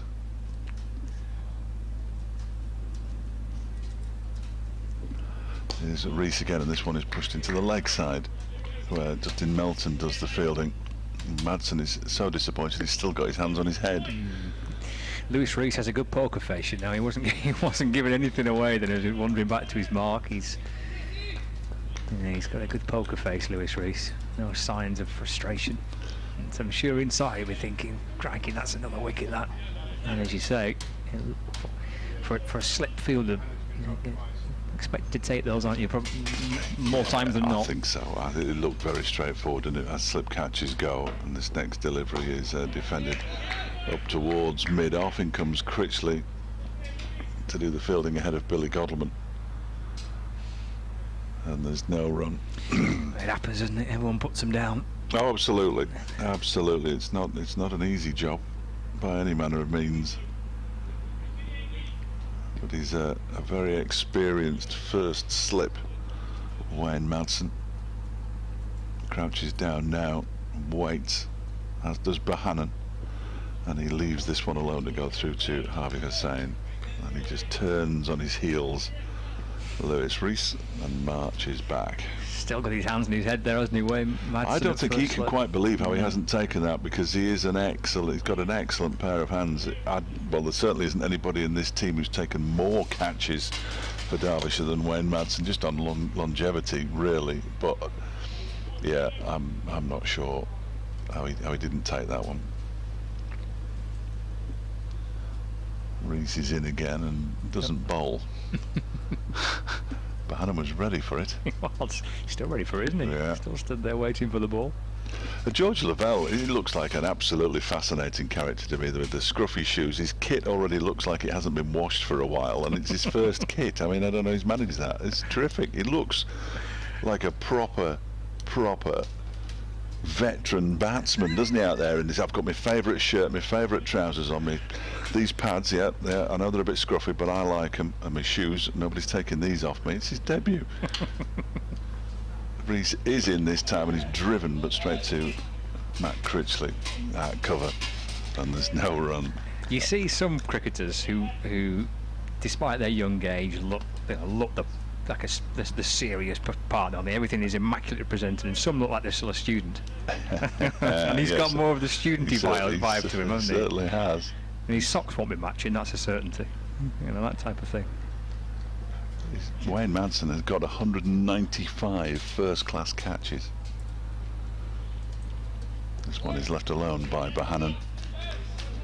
Allowed to go through to Harvey Hussain. It's the end of the over. 75 for 4, Lancashire. And so good a catcher and a fielder is he that in the T20s he's the man who goes to long on, because he's got such a safe pair of hands. That's why he couldn't quite believe that he didn't catch that one that was nicked through to him at the first slip. But anyway, enough of Wayne Madsen. Indeed, Bless him. It happens. Won't make him feel much better. The thought of it happening to many people, week in, week out, game in, game out, won't make him feel any better. Critchley to Lavelle. Glorious sunshine now. Loads of blue sky above us. Unbelievable, isn't it? Lovely. 75 for 4, Critchley to Lavelle, forcing it into the offside, but a couple of fielders there. Anuj Dal picks the ball up in front of square on the offside, but short extra cover. A lot on Bohannon's shoulders now. There is, yeah, I agree. Yep. Lavelle just trying to squeeze the ball down through gully. There is no run. Yeah, George Balderson I think will come out and bat next. And Danny Lamb, Tom Hartley. Lavelle going back, hoping to try and cut the ball, but they're playing a miss. A lot of young lads who are, up until a month and a half ago, had never played first-class cricket. Yeah, quite. It's a big ask, isn't it? Critchley to Lavelle. Doesn't get it past the man on the offside.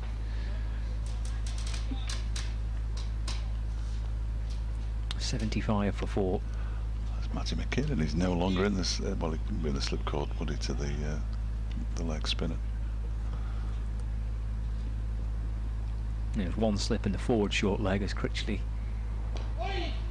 to Lavelle. He goes back and just guides the ball down into the onside and deploys at forward short leg. Fields the ball. It's the end of the over. So he's had a couple of sightings, hasn't he, now, George Lavelle? He's had a couple of overs facing Critchley. A bit of bat on ball. He's got a run. I feel as though he's one of the early butterflies as he's making his way out from the pavilion. The nerves, I'm sure, that we would have had may just have eased slightly over the course of the last 5 or 6 minutes. It's a high-class operator. Is back Critchley with the ball in hand, and he was England Lions the winter before last out in the West Indies and played in that North-South game. Scored some runs in the North-South game. I'm not sure he picked up many wickets, but he certainly scored some runs. But he's a bowler who has attracted the attention of people higher up the food chain. I think he's just a good cricketer, isn't he? Yeah, I think so. What's his strongest suit? Leg spin or batting? I think, yes. It's debatable. New over from Lewis Rees from the river end. First delivery is defended into the ground by Josh Bohannon, and there's no run. In this season, he's been given the number 5 position in first class cricket, which is proper batting territory, isn't it? You've got to be a proper batsman to bat at 5 in a first class match generally, and he can do it. It'd be good to see him over the course of a full season given that role, so that he can continue to develop his batting. Bohannon waits and drives very pleasantly up to mid-on. It's fielded there by Finn Hudson-Prentice, and there's no run.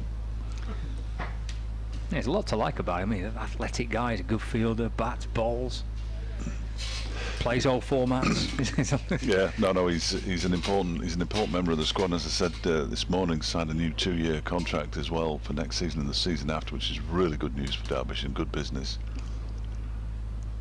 Bohannon waits and goes back into his crease, chops the ball down to backward point.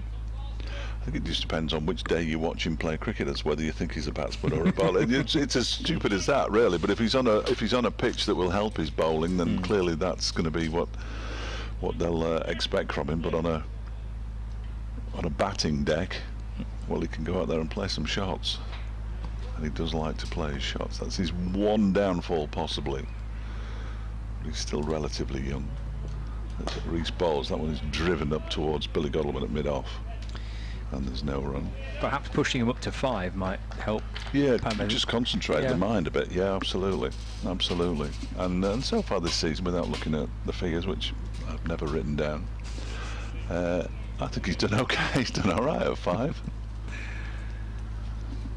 He's opened the batting in T20 cricket in previous seasons with Billy Godalming. Well, he can whack it, can't he? Yeah, it's always entertaining. This next one is played off an angled bat down to the left of backward point Anuj Dal, so it's going to be fetched here by Matty McKeon, and they come back for a second run and move on to 77 for 4. Nicely played, actually, that, wasn't it, by Bohannon? Yeah, just angled it in between the man at third slip or gully and the man at backward point. Dahl replaces his cap. He looks like he's just jarred something there, right shoulder perhaps. He's just feeling it. Another important man in this Derbyshire setup as Rees bowls. This one is driven expansively out to the extra cover boundary for 4. Nice shot from Bohannon. It was over pitch and outside off stump, and he gave it the treatment to the Lancashire batsman. Picks up a boundary, another boundary. He moves on to 46 with his 4th 4.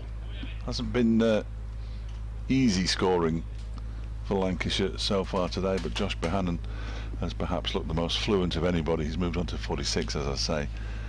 Lancashire at the end of that over, 81 for 4.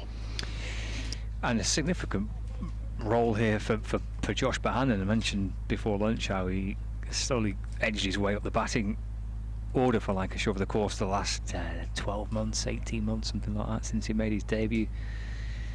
Very much finished last season at number 3, starting this season batting at 3, wants that responsibility, and he has spoken previously about his willingness to adapt his game, not necessarily change it, but to adapt his game to bat at 3. Crichton balls to Lavelle, who's defending, and there's no run. And I think he's an impressive player, Josh Bohannon. I think he's towards the end of last season and certainly through the start of this season has played very nicely. Lavelle going back and defending into the offside, no run. But absolutely now, from Lancashire's point of view, this is a significant innings. This is a really important knock for him and for the team. 81 for 4, and he's 46 not out. And a lot of young lads around, one of them being Lavelle, who's trying to drive this next delivery, but Matty McKeon at extra cover fields, and there's no run. So Lavelle's on debut. George Boblison's only played 4 first-class games prior to this. Daniel Lamb's probably played 5 or 6. Tom Hartley's played a couple. Jack Morley's on debut. George Burrows, again, I think he's only played one. Obviously down into the bowlers, so a significant role for Bohannon, but I'm sure he'll enjoy the responsibility. There's a nice little run for Lavelle, clipped away out towards backward square leg. And his battle facing Critchley comes to an end for a little while. It's the first run that Critchley's conceded, perhaps, since lunch. But I'm not saying that with an enormous amount of confidence. And I think he's bowled at Lavelle so far. 82 for 4. Critchley just having a little look around there, making sure the field's all nicely set. And he's in to Bohannon. Work through the offside, along the ground, just in front of square. Jogs through for a single, so he's edging nearer towards a very good 50 in the context of the innings when the team's 83 for 4 and he's got 47 of them. Josh Bohannon brings Lavelle back on strike. Slip, forward short leg. Critchley in the sunshine. A little extra pace on this delivery from Matt Critchley, and Lavelle tries to work it into the onside, and it is stopped at short leg, and there is no run. And that is the end of the over, and I think it might be time for a sanitation break as well. Yeah, six overs since lunch. Are we having a little squirt ourselves? Well, I got into that habit down at Grace Road. It was Richard Ray, the Radio Leicester man, who said every time. I thought that's a good idea. Yeah, I like it. Good idea. Yeah. I've been doing that myself. It's tricky to do it during T20s because they seem to do it when wickets fall and that kind of thing, don't they? So you miss it. But yeah. You're absolutely right. Josh Bohannon has played really nice. Yes, he's had a couple of lives, but he's making the most of it, isn't he? Edging his way towards the half century, which will be fully deserved at this stage. But with debutant there with him, and then Balderson, Danny Lamb, Tom Hartley, Jack Morley and George Burrows still to come, with the greatest of respect, not even household names in Lancashire. No, absolutely not. Some of them, no. At this early stage of their careers, they may well go on to become household names in Lancashire. There's a man who left Lancashire, Lewis Rees, bowling from the Rees end here at Aigburth. He bowls to Bohannon, who pushes this one up to mid-on, where it's fielded by Finn Hudson-Prentice. Fielding at mid-on, and there's no run. Plenty of encouragement for Lewis Rees out there, as you would expect. People need oxygen as much as encouragement at some point during the course of the day. This is 13th over already. 13th over, and it's the 36th being bowled by Derbyshire, so he's responsible for more than a third of the overs that have been bowled so far. It's quite staggering, and he will open the batting. He's in again round the wicket, strikes the pad of Josh Bohannon, goes out into the onside. He's clearly as fit as a fiddle, isn't he? Oh, but still, to maintain, senior part of the bowling attack, is senior bowler and opening batsman, to sustain that over a period of time, you would think it would be quite difficult, but he might quite enjoy it. I think, well, I can do it as long as my form with bat and ball is good. I'll keep going. He's like the league pro, isn't he? Always opens the batting, always opens the bowl, and bowls all the overs from one end. This next delivery is left alone by Bohannon to go through to the keeper, and they pass a cap round the ground for when he gets his 5 for or his 50. I don't know if they still do that, but they certainly used to back in the day in the Lancashire League. Take the cap round when they get those big crowds at Enfield and Ramsbottom. Yes, thank you very much. I've forgotten anywhere else. You got Enfield. Accrington. Yeah. I always thought it was weird that Enfield was in Lancashire before I moved into the vicinity. There's Rees bowls, and that one bat on to pad and up towards mid-on. I enjoy watching Lewis Rees when Lancashire play Derbyshire. I got a lot of time for him, when he's at Lancashire. I thought he was a really impressive character, on the pitch, off the pitch as well. I thought he's a really pleasant lad, nice to speak to, and he first came into the Lancashire team, he was terrific with the bat, at the top of the order. He's a fine cricketer. Balls to Bohannon outside the off stump, left alone. What I like is when you actually interview him, rather than just chatting to him, you're right, he's a very nice Very nice lad indeed. But when you ask him something, he'll give you an honest opinion. There are no, it was disappointing or it was this. He'll tell you exactly where he thinks the state of the game is and how everybody's done. And so when Billy Goldman eventually retires, and I'm not suggesting that's imminent, you wouldn't be surprised to see him captaining the side as well as opening the batting and opening the bowling. He'd never get him off. Around the wicket he goes, back onto the back foot goes Bohannon and pushes it up to Matt Critchley. And it's another maiden over to add to his tally. That's his sixth rather. 13 overs, 6 maidens, 2 for 28 for Lewis Rees. And at the end of the over, Lancashire remain on 83 for 4. Josh Bohannon still 3 away from that half century. And George Lavelle on his debut got a couple of runs so far as the faffing starts. The conversation between Billy Godleman, Wayne Madsen and Matt Critchley. Now Wayne Madsen could probably tell Matt Critchley a thing or two about spin bowling and bowling, but I'm not sure how much. But Billy Godleman is nominally a leg spinner. Oh, right. He's never bowled. Oh, right. But that's what they say. He does bowl, or would bowl if he did. He'll be a leg spin of some form or other. Yeah. Probably the same as Alex Lees, who we saw 1 over of at Durham before tea in the game we played up at Chester Street.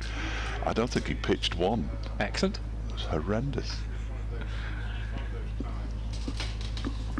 There is Critchley to Lavelle. Plays defensively back down the pitch. There's no run. Bit of news from the England game. England are playing Australia in a T20 international. Just bringing you the news that Australia have won the toss and will bat first in the game at the Ageas Bowl. Went well for them last time. Lavelle forward in defence again, no run. And oh no, they batted second of course last time, didn't they? Beg your pardon. England are unchanged. Both teams are unchanged from that win that Fletcher's, or that game that Fletcher's referring to, which was an absolute belter the other night, Friday evening. Critchley to Lavelle.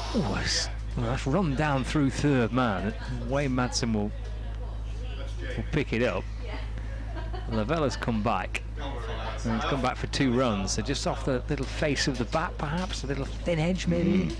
It looked like it came off the sort of bottom face of the bat, didn't it?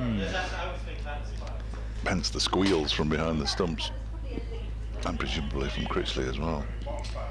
We are square on at ground level here, so we've got a monitor, which is good to see. Bohannon is chopping away through the offside. Sorry, Lavelle, apologies. And he comes back for a second. We think of a third. A little bit of hesitation, but by the time the throw comes in, they've run 3 pretty comfortably. And the score moves on to 88 for 4. So Lavelle up to 7 not out. Brings Josh Bohannon on strike. So what's he on? 47 now for Bohannon.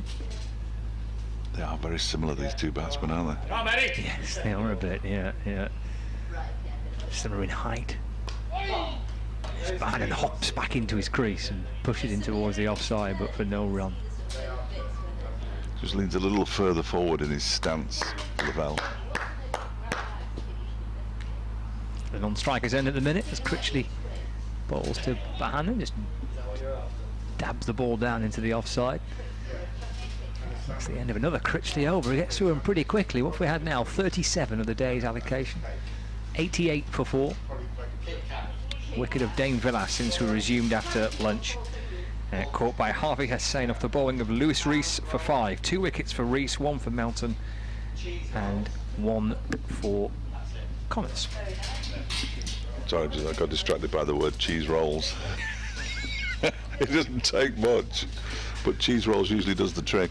Well, colleagues from the written press that are up. They're very hungry. Well, they only had a small plate of they're rifling through the bags, aren't chicken they? curry and rice about 15 minutes ago. They'll be starving by now. Look at this. Feeding time. It's a frenzy. It's an absolute frenzy. If I wasn't attached to this equipment, I'd be there with him. Here's Lewis Rees. Around the wicket, bowls to Lavelle, who guides this very nicely into the ground, and it beats Matty McKiernan at Gully, and they go through for a single. He moves on to 9. No, he doesn't. He moves on to 8. 89 for 4. Interestingly, Anuj Dal is warming up now. We haven't seen him bowl yet today. He can bowl. Decent bowler. Picked up wickets this season. just one of the many, many, many options that Billy Godalming has at his disposal. Lots of cricketers here who would slot straight into any league side as the pro and do a very fine job. Cost you a few quid, mind. As Reese is in, and that one is turned off his pads down a fine leg by Bohannon for a single. He moves to 48.90 for 4. Matt Critchley plays his club cricket when it is allowed at Chesterfield, along with, I think, Harvey Hussain plays there. Ben Slater certainly plays there. They've got a very fine side if they can field all their professional talent. Coach Dahl plays out in the Staffordshire League, I think.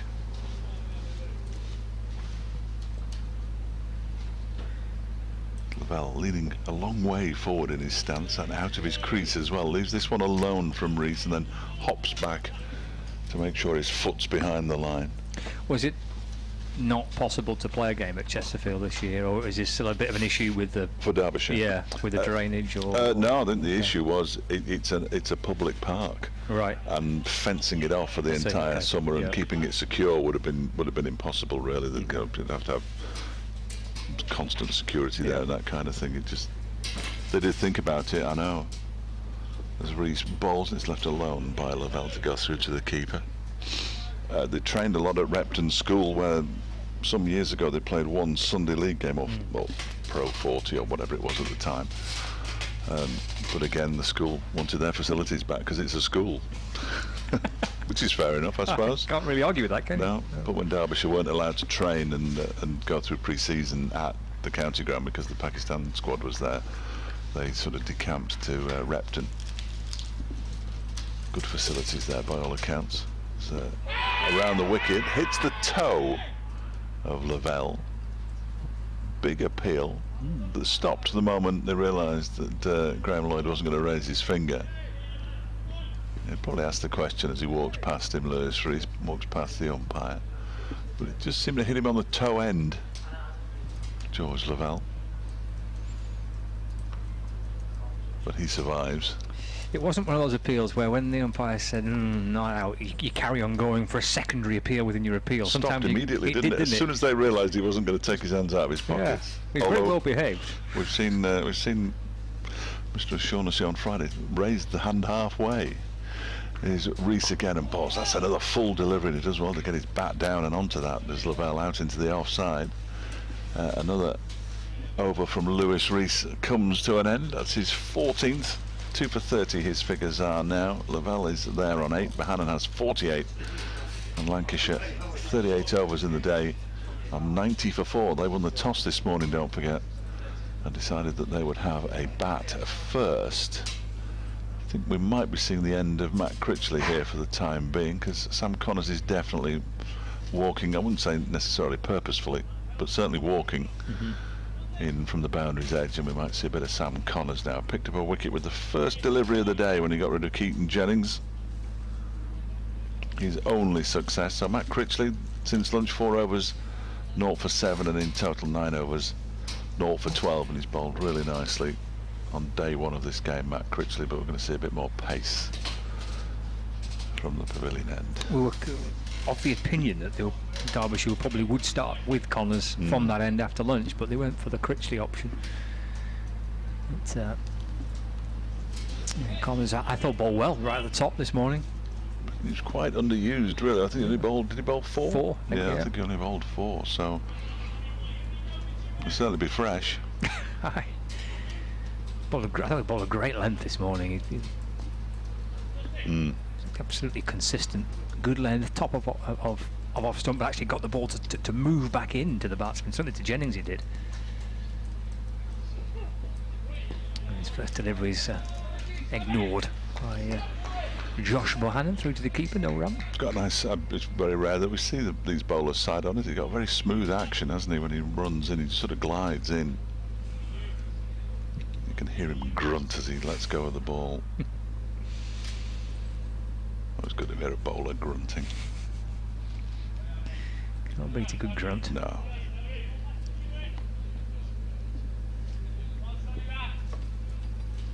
Comes Connors then. 90 for 4. Into Bohannon. As he attempts to drive that, it comes off the edge and bounces just in front of Dahl at backward point, who on his knees there, polishing the ball. But yeah, bounced maybe a yard or so in front of Dahl. Bohannon remains on 48. Have to work hard for these 48 runs, Josh Bohannon. Have to work hard for a couple more to get to 50. Connors has got 2 slips and a gully. He brushes him past the umpire to Bohannon, and appeal for LBW there, but straight away Steve O'Shaughnessy looks down as the appeal started. Not interested in that, O'Shaughnessy. And as soon as he looked down, the appeal stopped. I do like this. Yeah, it's better, very isn't it, polite. rather than labouring the point. Sorry about the noisy chair. Have to change it. Bit of creaking. It might be me. Oh, what? It's a creaky day, Fletcher. Connors to Bohannon. Play it back down towards the ball, who stops it with his right hand. Australia have lost a wicket in the first over of this T20 match. David Warner, the man out. Oof. So 0 for 1. 3 balls into the first over.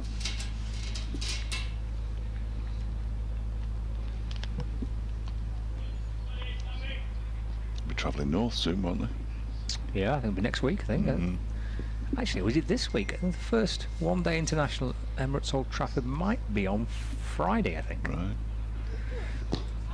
Wraps the pad of Bohannon as he tries to work it into the onside. It picked up at mid-wicket and there's no run.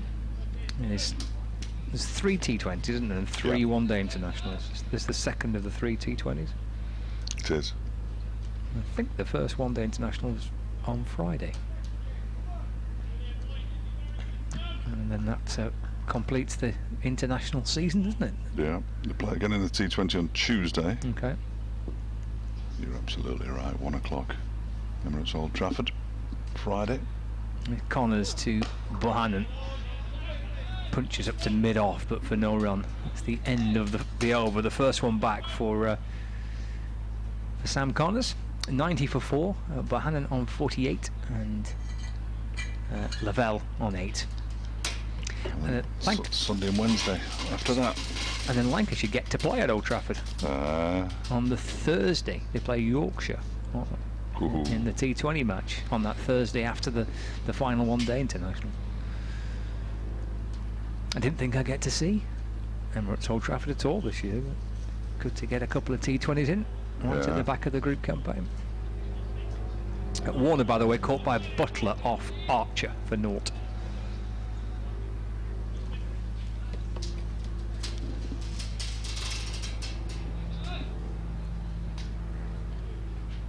Change from the other end as well. Change at the Lewis Resend. It's going to be Justin Melton. He picked up a wicket this morning, that of Rob Jones. Nice catch low down to his right by Leas Deploy at second slip. Melton jogs on the spot at the top of his mark and then sets off and bowls to Lavelle, who goes back into his crease and pushes it out into the offside. And there's no run. So Essex have got their 3 bowling bonus points. Middlesex 123 for 9. Oh dear.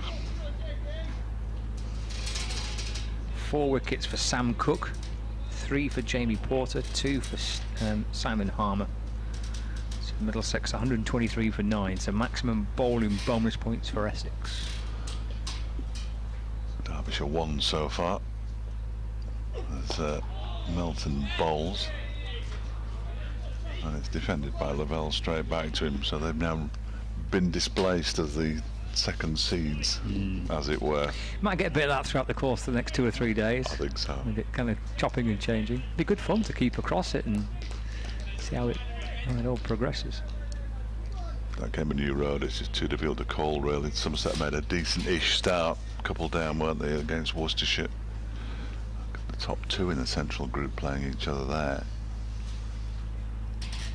Melton bowls short and it's pulled around the corner for a single down towards Sam Connors at long leg. pick up one more. 91 for 4. Yeah, Somerset 129 for 4. Oh God, I lost a couple since lunch then. Tom Abel 59, Bartlett 18. You've got Byram and Davis currently batting, so 129 for 4 Somerset. You'd say looking at all three of those games that assuming the weather doesn't intervene alarmingly, there could well be results in all three, so it's a matter of getting those bonus points when you can, isn't it, really? Melton in again and bowls when he plays at that one. Does Bohannon, and it goes through to Harvey Hussain. Derbyshire has got to look at trying to get their maximum bowling points here, haven't they? Try and match what Essex do. The concern from a Derbyshire point of view might be in terms of batting bonus points. You know, if pitch is a little tricky to bat on, then trying to match Essex point for point with their batting. But conversely, the other side of that argument is that it's a young and inexperienced attack that Lancashire have got. Yes. Well, you're making me nervous now. And it doesn't really affect me one way or the other if they get to Lords or not, because the food there is hopeless, isn't it? Here's this next delivery from Dustin Meltzer that's pushed up to mid-on, and there's no run. The biggest disappointment, I mean, I love going to Lords, and it's such a fantastic ground with all the history, and one of the early times I went there was when I was working with Cali. Yorkshire were about to win the title down there, and they had the press conference when they won it in the museum, and it's just brilliant. And then you get served up this soup, which is just inexplicable. Yellow, brown, green and red. This one is smacked out to the leg side by Bohannon. That's a glorious shot. Again, too short from Dustin Melton, and given the treatment by Bohannon, who has moved on to 50 now. He's moved up to 52 and a thoroughly deserved half century. You can hear the applause from the pavilion away to our left-hand side as he reaches the first of what he hopes will be a number of milestones in his innings out there today. He's on 52 and Lancashire on 95 for 4. I think that's a terrific half century. I do. That's in the context of the innings, the way that Derbyshire have bowled, the sticky nature of the pitch, the tricky nature of the pitch. I think that's a really impressive 52 from Josh Bohannon, who this season and of course last as well is a very impressive cricketer. He's looks like number 3 now is a position that he'll feel a lot more comfortable at, and feel as though number 3 suits him. He has spoken at length before about adapting his game to have that kind of more responsible element to it, batting at 3. That's a really impressive 52 from Josh Bohannon, and he obviously knows that with a young lad at the other end and basically kind of the young lads or bowlers to come next, this is a big role to play. Yeah. Here's Connors from the pavilion end. He's got Lavelle on strike. It's kept out by Lavelle, just squeezing the ball down through the offside. 125 balls, 5 fours. Good knock. His half century. 124 balls is nonsense. Keeps changing. Definitely 5 fours though. Probably. All these numbers. Here comes Connors. See that Lavelle touched into the onside, and there's no run. Australia lost a second wicket, 3 for 2. That's all over, isn't it? 1 ball left of the second over. Well, if you lose 3 in a power play in T20, you very rarely win, they say. Or if you're Derbyshire and you concede 65, 70, you very rarely win. Got a bit messy on Friday, didn't it? It did. A bit of a mess of it. Oh, it was terrible. Connors to Lavelle. That's turned out into the onside, into mid-wicket, and there is no run. 95 for 3. Had some Prentice at mid-wicket, fielding the ball, and then a little hop to his right and to his left, and which way do I throw it? To the keeper, to the bowler? Hands it to Lewis Rees. Chief shiner, it seems, for Derbyshire. And then And back into the hands of Connors, who bowls again to Lavelle. It's through to the keeper and there's no run. Warner for naught, Carey for 2, wicket for Wood and 1 for Archer. 2 overs gone in the second international T20 match. Australia are 3 for 2.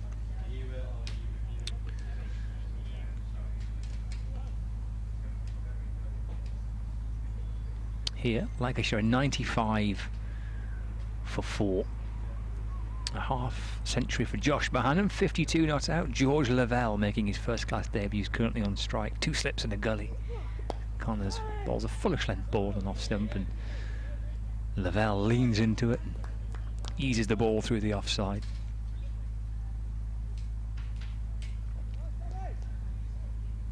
And there's no run. And who's Dahl at a backward point, this time with the responsibility of polishing the ball. Dahl backward of point, Critchley's at cover, Godalman's at mid-off, Rees at mid-on, Hudson Prentice at mid-wicket. It's Connors to Lavelle, but down the leg side, Harvey Hussain tumbling to his left, trying to stop the ball. He can't. And what's that gone through? It's hit nothing. It's gone through for 4 byes. Nothing on it from the batsman. Keeper trying to stop it, couldn't get anything on it, and disappears down towards the boundary for 4 byes. So Lancashire edging towards 3 figures. 99 for 4.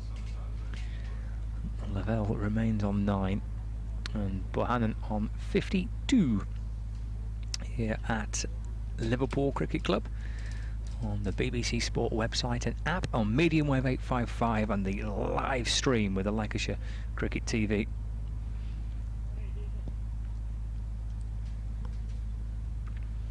Lancashire are 99 for 4 in their first innings. They've lost their captain Dane Villas since we resumed after lunch, caught behind by Harvey Hussain for 5 off the bowling of Lewis Rees. 2 wickets for Rees, former Lancashire man, 1 for Melton and 1 for Connors as well. But Josh Bohannon's just reached a really good 50. He's unbeaten on 52. And in the context of the innings and the game so far, that's an impressive knock by Josh Bohannon.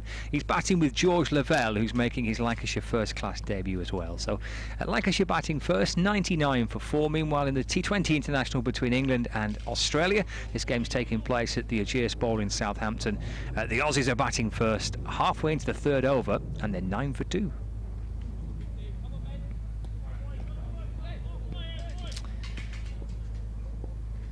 So Melton runs in from the river end.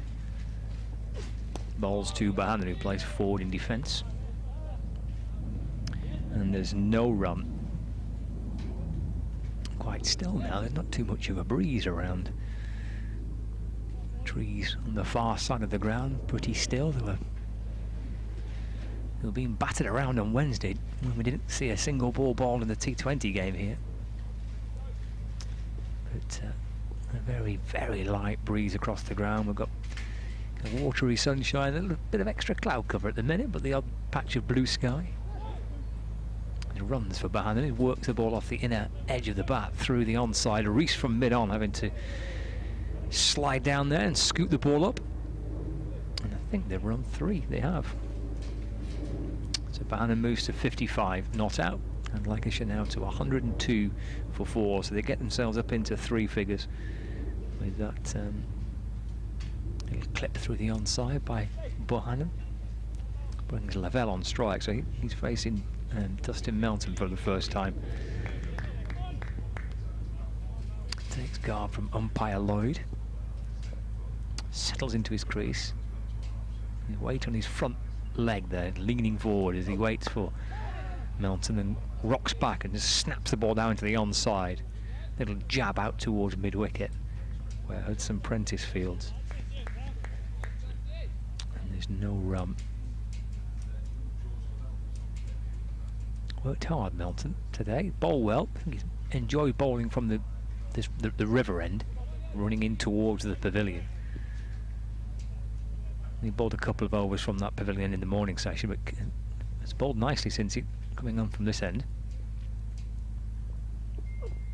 back in, and Lavelle off the back foot and cuts the ball. And get runs down towards backward point. Comes back for the third, doesn't quite reach the rope, so having to run 3, George Lavelle. He's kind of hoping there that he'd time that well enough to get 4, but it's partially stopped by Dahl at backward point. Took the pace off the ball, so it denied a boundary for Lavelle. So he's having to run 3, so he's up to 12. 105 for 4.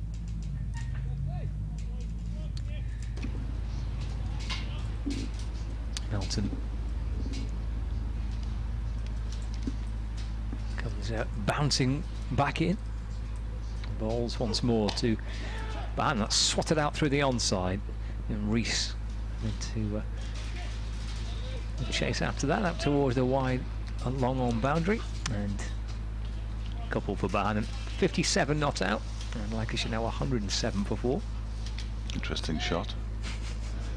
It was neither one thing nor the other, was it, really, in the end? And it sort of just dribbled out into the onside after it had bounced, but kind of clothed it a little bit, didn't he? Really? It wasn't quite a proper pull. Tapped it out through the onside for 2. And here's Melton from the river end. The back foot pushing into the offside this time is Bohannon. And Critchley's at cover to field, and there's no run. That completes the over. 57 to Bohannon, 12 to Lavelle. And Lancashire, who won the toss and wanted to bat first, are 107 for 4. Yep, 35 these two have added so far. Lavelle just 12 of those, so you can see who the aggressor and senior partner is. It was always going to be that way, wasn't it, really, with Josh Bohannon out there and in decent enough nick. George Lavelle on his debut. He's going to be facing Sam Connors now from the pavilion end. I wonder how long they'll persist with Dustin Melton, how long Billy Godleman will persist with him. Dahl and Hudson Prentice waiting in the wings. Here's Connors though, bowls, that's left alone by Lavelle to go through to Harvey Hussain. And there's no run. The entire Lancashire coaching staff are about to pass in front of our eyes. Well, some of them. You can see Glenn Chappell, very familiar figure. He's been at Lancashire about 75 years now, hasn't he, Glenn? Must have been. Not far off. I bet he could still do a job with the ball. I think he's officially retired. Does he not? Connors bowls and Lavelle defends it back to the bowler. He never kind of announced his retirement. Yeah. It's never been a thing. Just sort of moved into coaching, and everybody thought, well, he's probably retired now, has he? I think he's ruled it out. Just, he needs to turn his arm over. He might. Yeah, still looks a fit human being to me. I don't think people like announcing their retirement, do they necessarily? It's very much an underlining of a time in your life, isn't it? Which can be a little traumatic, as this next delivery is left alone by Lavelle. It goes through to the keeper. Again, there's no run. Jake Buxton at Burton Albion replaced Nigel Clough and was announced as the player manager. And that sort of thing's gone out of fashion, really. Player manager. Player manager is very difficult. Yeah. And I spoke to him on Thursday, and he was asked, you're a player manager, how often will you be playing? He said, well, I haven't done much for 14 weeks. I'm a little bit behind. I don't think I'll be dusting the boots off anytime soon. So, but he hasn't announced his retirement. Lavelle waits, leaning forward, and then he goes back into his crease and allows the ball from Connors to go through to Harvey Hussain. He was a player coach, was Glenn Chappell. So he was assistant coach to Ashley Giles and was still playing. Yes, Tony Palladino 2 seasons ago was a sort of player bowling coach, and then he relinquished the bowling coach title just to concentrate on playing again. Hasn't played at all this season. Injury or just not picked? Or? He's looking after his mental well-being. Okay. Yeah, given some time off by the club. This one is turned into the leg side. by Lavelle for another single. I had hoped we'd see him at some point, but clearly he's not quite ready to return, Tony. So, and the big misses, even in the first class game scores, moved on to 108 for 4, incidentally, are Palladino bowling at one end and Rampal bowling at the other. Yeah, and that makes a huge difference to a team like Derbyshire, when they relied heavily on the younger bowlers, and obviously brought Ben Aitchison in on a permanent contract and Ed Barnes in temporarily from Yorkshire. As Connors bowls, left alone by Bohannon to go through to the keeper. End of the over, 108 for 4, 57 to Josh Bohannon, 13 to George Lavelle. Ravi Rampal's been a terrific sign, hasn't he, across the T20 and the Championship. 50 odd wickets in the Championship last season. I think he was the leading wicket taker in the T20 across the whole competition. And you're going to miss that many wickets out of your side, aren't you? So I know the T20 campaign has been a little disappointing, with 2 heavy defeats and a lot of rain. 1 narrow defeat, but they sort of papered over the cracks a bit, the one at Headingley. I just think with the T20 this year, as Melton comes in and bowls to Lavelle, it's guided down through gully and there's no run, that I wasn't quite sure how it would go for teams, because there's been absolutely zero time to prepare for a T20 competition. So I guess you're either going to get, it's going to go your way, you're going to get onto a roll, you're going to win your first game, and I might just kick you on into the next games. Or if you struggle at the start, because they're all back to back, I think you could easily find yourself struggling to try and find some form in it when you've got little time to turn things around, little time to work on your white ball game. Derbyshire obviously are a good T20 side, as they proved last year. As Lavelle hops back into his crease and pushes into the offside, no run. So I think it's difficult to judge T20 this year because of the little time you've got to prepare for the competition. I was quite surprised that some counties still insisted on bringing players over, though. I mean, obviously a couple of counties have signed players out of the Pakistan squad, haven't they? Yeah. Shaheen Shah Afridi went down to Hampshire. Baba went to Somerset again, which is where he had been anyway. Onto Lavelle, and just steered away through the offside. Good stop by Matty McKinnon at gully, and there's no run. But for instance, why Durham brought Farhan Behardine over, quarantined him for 14 days, and they still don't win T20 matches? I mean, it seems to be, in these financial times, seems a bit strange. Derbyshire was supposed to have Sean Abbott and Ben McDermott. Abbott was coming for the first half of the season as well in the Championship, in the original fixture list. Melton to Lavelle, full ball. Has to York him. Jabs his bat down, keeps it out. Ball squirts into the onside, no run.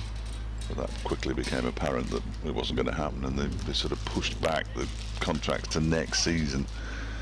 But even next season now, with the financial restraints there'll be on clubs having to take 20, 25, 30% less money than they would have expected, whether they still happen, I'm not sure. I think Lancashire are of the opinion that, they were due to have Maxwell and Faulkner for the T20. Lavelle went back. There's a big appeal for LBW. He's gone, Lavelle, this time. Just a half shuffle back into the crease, trying to keep the ball out. And Melton and the keeper and the slips were up straight away, and umpire Lloyd didn't have too much hesitation, raising the finger. And that's the end of George Lavelle for the time being. And Melton with his second wicket, and 5 down now, Lancashire, 108 for 5. 3 leg before wickets. Interestingly, I don't think we'll glean anything from that replay, other than the ball wasn't too high. There was enough of Lavelle there, though, to suggest that he can hold a bat, and he's got the first one out of the way, which is always a good one to get out of the way, isn't it? He'd like more runs. Clearly got to double figures, but 108 for 5, and the door is ajar. It is. It absolutely is. For Derbyshire, yeah. I hope they realise that. I'm sure they do. This is it's an important session before tea now, isn't it? Really, with no, I shouldn't have started that. I was going to do maths there. I failed dismally to even get close. I was trying to work out how many overs there were before tea. I'll work it out in a minute. I'll be with you shortly. Customer, if you could just wait for a moment. There was another 15 overs to go before tea. So it's an important little period, this hour, and well, it could be as much as an hour and a half with the way Derbyshire faff about, but you'd expect it to be around about, which it will be a set time, won't it? Because you told me that before. There's an hour. I think 20 yes, to 4. You told me that before, and I've just completely ignored it. I tried to do maths when I didn't need to. That was pointless. I think they've gone for a set time, haven't they, with tea today? Yeah, Sunday tea at 3:40. I'd imagine those cheese rolls will be a bit crusty by tea time. I'll give them a go though, just to be polite. George Balderson's a new batsman who has impressed. I think he's been a really impressive character since making his debut in the competition. He's played all the Bob Willis Trophy games so far. First class debut in the opening game of this format a few weeks ago. And another young man who he's been given his chance by Lancashire this year. He's Melton to Balderson. It's angled across him into the gloves of the keeper, and that is the end of the over. A wicket-taking one for Derbyshire, for Dustin Melton. 2 wickets for him now. He's got rid of Jones and Lavelle. And Lancashire are 108 for 5, and Australia are 3 down now. 34 for 3, halfway into the final over of the power play. That could be curtains. Steve Smith's been run out. Oh dear. Coming back for a 5th. Graham Lloyd's just popped a sweet into his mouth there, just to keep his blood sugars up, so he can make those decisions. Umpire at square leg. Steve O'Shaughnessy is the umpire at the pavilion end, standing umpire at the pavilion end. And Sam Connors is going to continue. Balderson, another England under-19. Is there anybody who hasn't played for England under-19s? Here's Connors in and bowls. Oh, and that was a huge play and a miss from Bohannon. That was a very poor shot, in all honesty. The slips, they can barely get their hands off their heads on this occasion, because that didn't miss the bat by much, I don't think. Huge, expansive looking drive from Bohannon. He's fortunate not to get anything on it. Yeah, I thought so. Sam Connors, England under-19 international. Just checking.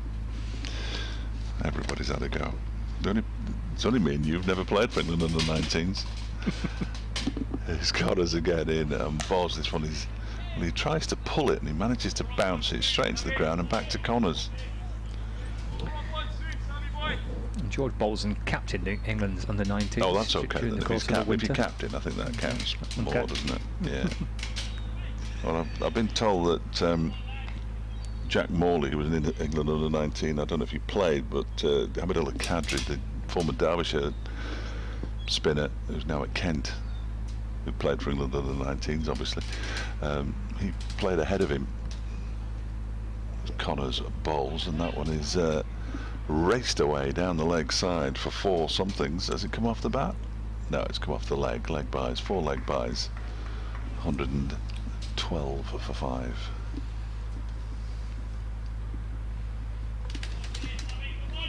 That's a bit of a shame that George Lavelle and Jack Morley can't have somebody in the ground to watch them make their first class debuts. I always think that's the one of the many drawbacks of this season.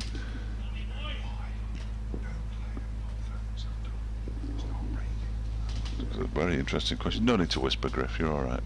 Everybody's heard your voice before. No play at Northants after lunch, he says. Let's investigate. Gloucestershire 66 for 6 at lunch. And it says stumps on, but no rain. Perhaps the pitch isn't up to it. I can't imagine that's the case, but how strange. The only place in the country where they're not going to be playing any, when it says tea at Cardiff, this next delivery is outside the off stump from Connors, goes through to the keeper. Middlesex have now been bowled out for 138 by Essex, which isn't great news for Derbyshire. Why they would be at tea unless it's an early tea at Cardiff. That game between Gloucestershire and Northampton is at Bristol, and if they've been abandoned and they've already taken tea at Cardiff, I can only imagine that it has been raining. Let's have a look into that over the coming minutes. Connors in again to Bohannon, who drives it very pleasantly and beats the dive of Lewis Rees. There's a chase on here for Billy Godleman. The batsman will come back for a second. They'll settle for 2, in fact. 116 for 5. It was nicely timed, that shot, but it's the amount of rain that we've had over the past couple of weeks everywhere in the country, that the outfield here isn't as quick as perhaps a first-class home ground.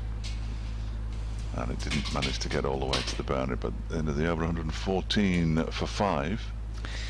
Yeah, I've just checked what Northamptonshire and Gloucestershire's social media feeds, and there's nothing. There's not even any sign of close of play on either of them. So bizarre.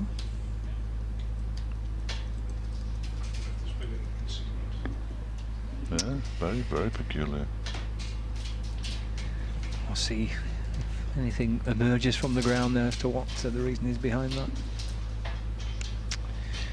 Denise Aitchison, Ben's mum, has been in touch. Ben and George Lavelle went to the same school, Merchant Taylors in Crosby, and played cricket together. Oh, excellent. Yeah. She quite correctly points out Ben will be disappointed not to be playing in this match. I think he'd be disappointed full stop not to be playing in this match, no question about it. And would have done, because he bowled really nicely until he suffered that ankle ligament damage. So don't knock the interesting facts, Denise. Blimey. 6.5 hours every day. I need as many as I can get. Here's Melton to Balderson, who's defending into the offside, and there's no run. They're, the EFL Cup draw, which was supposed to be at 6 o'clock tonight, wasn't it? I'm not sure. Yeah, it's currently taking place. Right, okay. It's always been slightly shambolic. Remember that time that they had it out in the Far East and there either weren't enough balls or it was just a mess. Yes, I do remember that, yeah. Yeah, it was a bit shambolic, wasn't it? 2 slips in the gully. Balderson waiting for Melton, and from the crease, dabbing the ball carefully into the offside where Matt Critchley fields, no run. One for listeners of both radio stations. Derby County are going to play at home to Preston in round 2.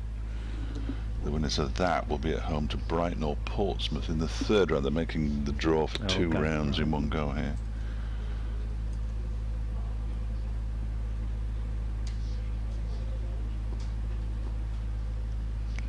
On 14 for 5. Hudson Prentice at mid-wicket's warming up. He might be into the attack soon. Melton to Balderson, who drives down the ground, and there's a run here for George Balderson. And he's off the mark with that single. It is raining in Cardiff. They took an early tea right at 2:40.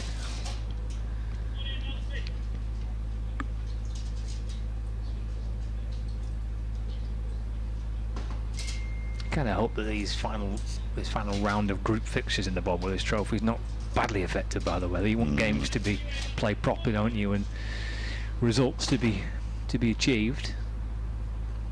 To be all rain affected. Been a good 4 group rounds so far across the 3 regional divisions. Melton to Bohannon, that's cut. A good stop by Matty McKinnon at gully. And there's no run, chopped away down to the ground, and he did well, McKinnon, to stop the ball. I think Bohannon perhaps felt he's missed out there because he was a little short and wide. Spot something down the pitch as Bohannon comes down the wicket and flick something away. Burton are playing Villa. Ooh, oh, that's a good one, isn't it? Yeah. Might be the same day as Derbyshire Leicester. Hilton to Bohannon, shoulders, arms, and the ball's through to the keeper, no run. Yeah, the football season seems to have been about 2 minutes between one season ending and the other starting. It's been a couple of weeks, hasn't it, really? So home to Villa, then away to assuming they'd win that one, away to either Bristol City or Northampton. Okay. So they've played some League Cup games before the Football League season started, haven't they? Yeah. This is Bohannon trying to force the ball into the offside. He's drilled it up to Billy Godalman at mid-off. They did the same in 2011. End of the over, 115 for 5. I remember going to Notts County, Bradford City, the week before the season started. They got to the final that year, Bradford. There is a book about it, and I often don't blow my own trumpet. Anyway, that's besides the point. They got to Wembley twice that season, Bradford. Got promoted. Nice. And got rid of the commentator. Right. No, I think they lost the contract, actually, to a rival. We're going to see some Finn Hudson, not that I was bitter, Finn Hudson Prentice from the pavilion end, as you suggested. So he's removed his cap, unfortunately, to reveal the shock of blonde hair. Elsewhere, a half-century for Ian Bell in his final first-class match. Another one that's announced his retirement. We had Graham Onions announcing his retirement back end of last week, or it was on Friday, wasn't it, before the T20 match? And Ian Bell announcing he calling time on his wonderful career. One of my favourite cricketers to watch, Ian Bell. As a young England fan growing up and watching that 2005 Ashes team, he was absolutely superb to watch. Glorious player when he was on form, wasn't he, Ian Bell? Absolutely super player. Here it is, Hudson Prentice in, and Bowles are playing a miss. That one by the left-handed George Balderson, which makes it easier for me.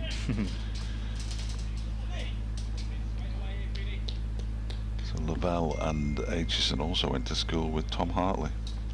Crikey, it's all his friends reunited, isn't it? Ben and Tom went to play together in Australia the summer before last. The last fact, and is even too obscure for me to mention. This next delivery is left alone by it's a belter though, left alone by Balderson. So Ben's mum and George's mum knew each other before they were even born. Oh my word! Look at that. It's lovely. Friends and family. Absolutely. Fantastic. Thanks, Diddy. It's just good to have people listening outside of the press box.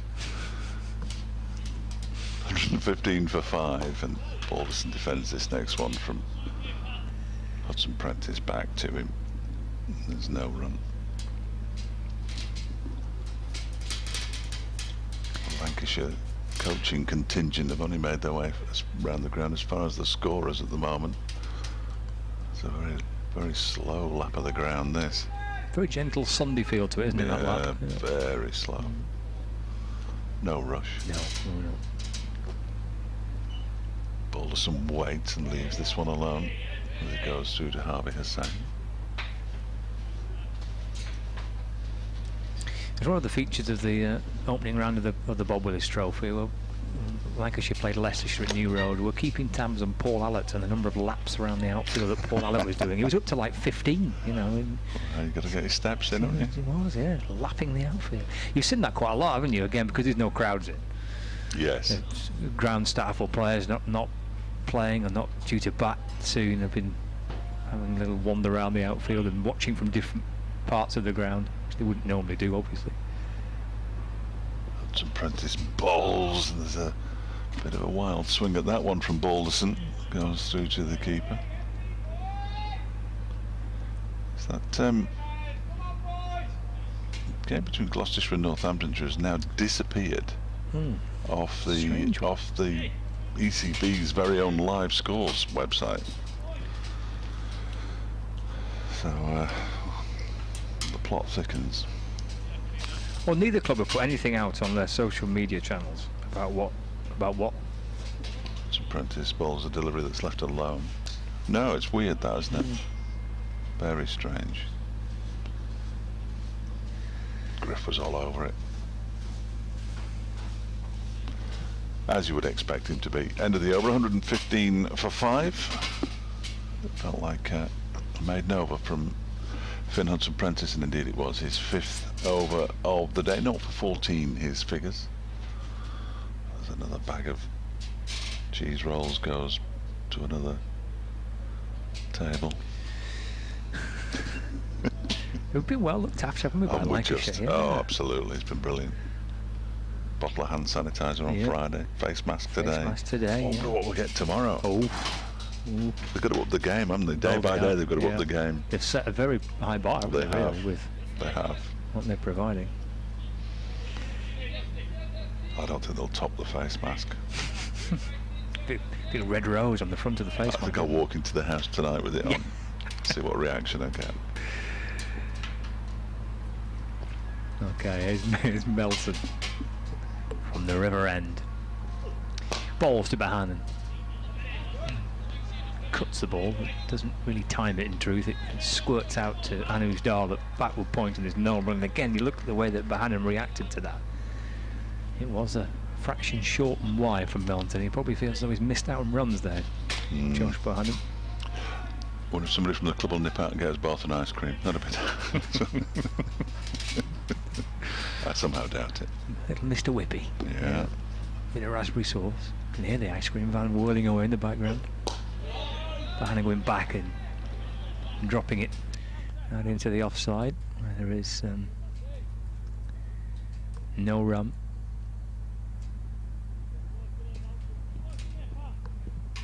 $115 for 5. Josh Bohannon on 59. He's got a fresh pair of gloves that brought out to him a few moments ago. He twirls his bat around and settles into his crease. Melton bowling from the river end. Strong lad is Dustin Melton. He comes bustling back into Bohannon, who drives to the left of mid-off, where Billy Godalman sweeps round a few paces to his left to field the ball. Bohannon gets through for 1 run. Moves to 60, not out. Lancashire edge up to 116 for 5. George Balderson.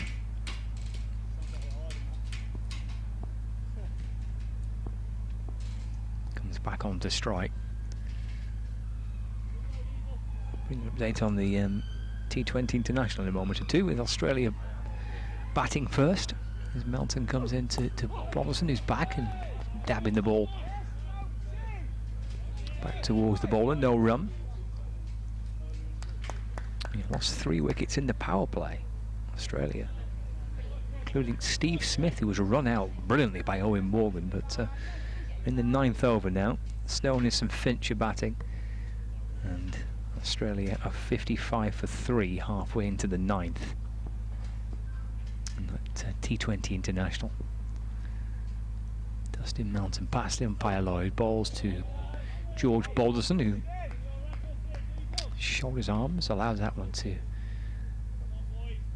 travel safely past his off stump and to the gloves of Harvey Hussain. You can see 2 slips next to the wicket keeper, and then the gap to gully. 2 slips and a gully.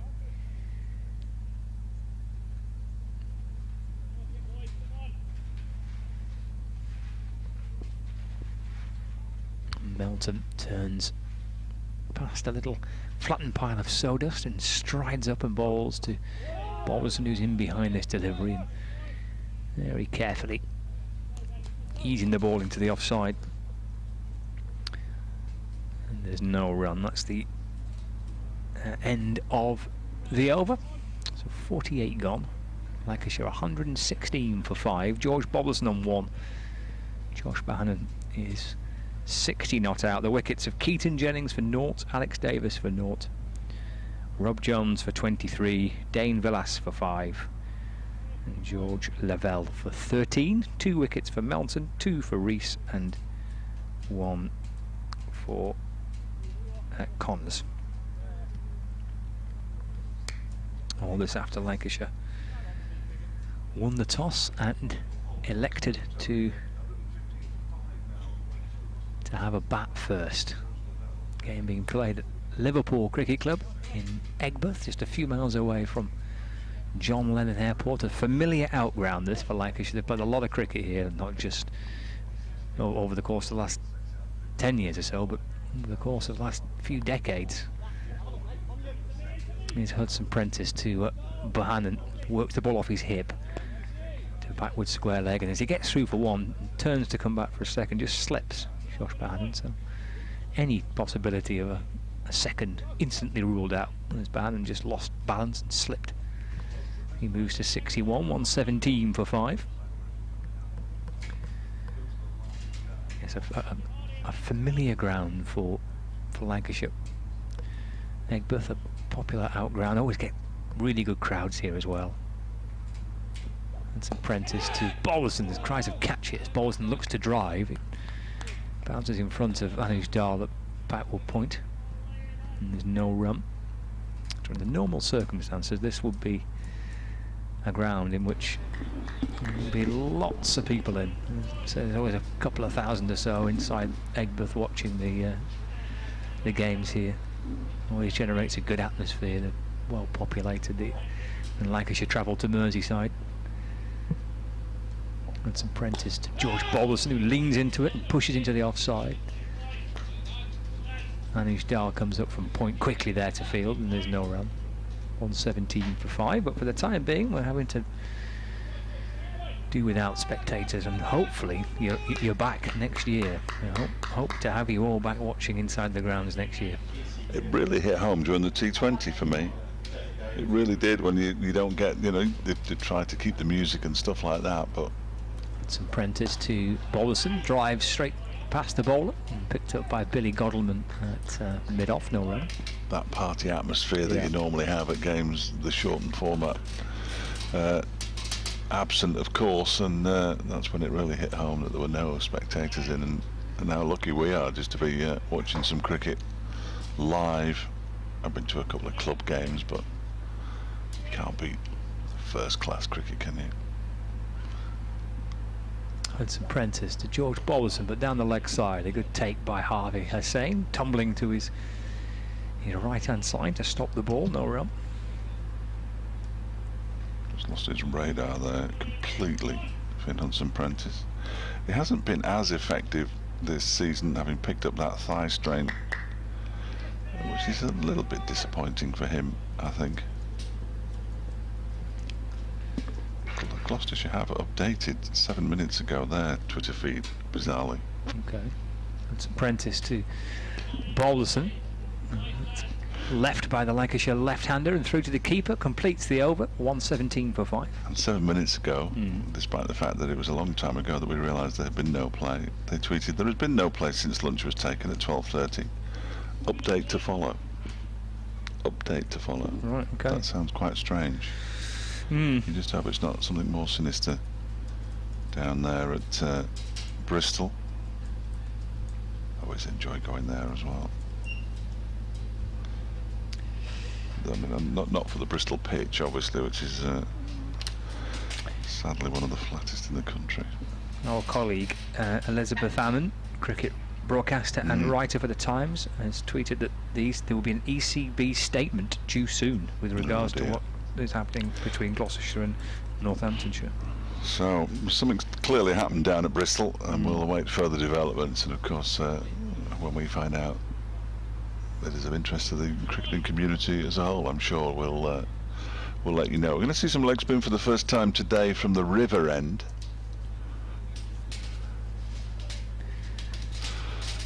Nice wave from Dustin. Oh, he's got a smile on his face now. Yes, it's the first time I've seen him smile today.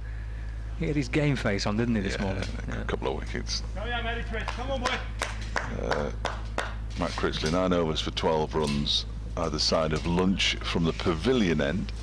He's going to be bowling he's got a right-hander and a left-hander to bowl to. Left-handers are not ideal generally for leg spinners, but you can't only bowl when there's right-handers out there. So get on with it.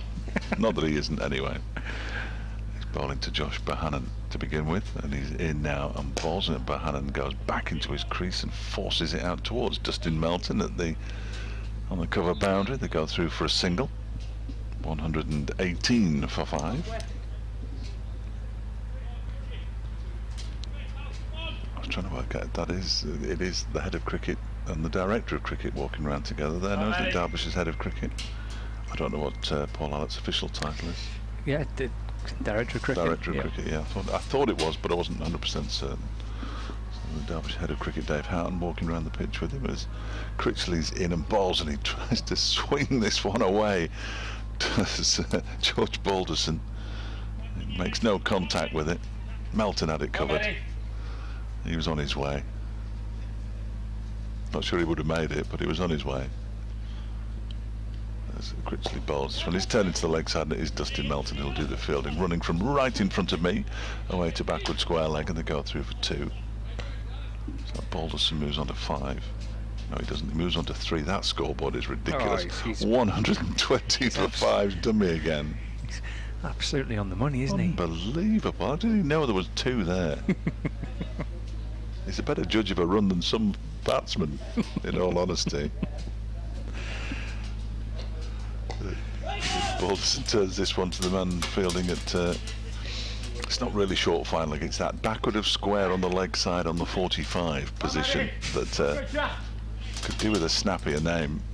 It's Matty McKiernan, which is slightly snappier. This next one is defended by the left-handed bowlers and out into the offside. And there's no run. Billy Godleman, who isn't at mid-off now, he's at extra cover. The man at mid-off is quite deep. That's Finn Hudson-Prentice. Lewis Rees at mid-on. Critchley bowls, defended backward of square on the offside. Picked up by Lears to Ploy. There are so many fielders out there without the caps on now, it's ridiculous. I mean, I don't mind seeing a fielder without a cap, but Lears to Ploy's taken his off because he would have been close in on for the right-hander but not the left-hander, and it's a hand sanitisation break incidentally. 120 for 5. Yes, good. Yes, I'm telling everybody what to do and I'm not doing it myself. That's it's poor from me, that. It's the sound of 2020, isn't it? The sound of people rubbing their hands together and slowly turning into prunes. It does dry your skin out now, doesn't it? A bit of moisturiser on there, Fletch. Well, you see, I'm not really the moisturiser generation. Doesn't surprise me. No, I didn't think you'd be surprised. Quite often when I've shaved my head, I pop a bit of Vaseline on just to shine it up. But moisturisers pass me by, really. I reckon Hudson-Prentice moisturises. You can't have bleached blonde hair like that, can you? And no, he will. Yeah, he will. Not have the full regime going. He'll use as much product as he can get his hands on. He's going to continue from the pavilion end. Captain Billy Godleman there to his left-hand side as he comes leaning in, straightens up as he approaches the stumps, and that's cut by Bohannon. And Anuj Dal is scampering after that, but I suspect he'll just be escorting the ball towards the boundary. He is. It's 4 runs. He's tried to play that cut shot a few times today, Josh Bohannon. Quite timed it on quite a few occasions, but on that one he did. And it moves to 66, and the score moves on to 124 for 5. Yes, Vinny boy! Yes, Vinny! Come on there, lads! Come on, fellas! That's Sam Connors you can hear in the effects microphone with that familiar Nottingham twang. Plenty of encouragement for his teammate. He's having a natter here with his captain, Billy Godleman, and Hudson-Prentice in conversation. He's got a couple of slips, 2 slips, backward point, short mid-wicket, short extra curve. Bohannon plays the ball back down the pitch, rolls up towards Lewis Rees at mid-on, and there's no run.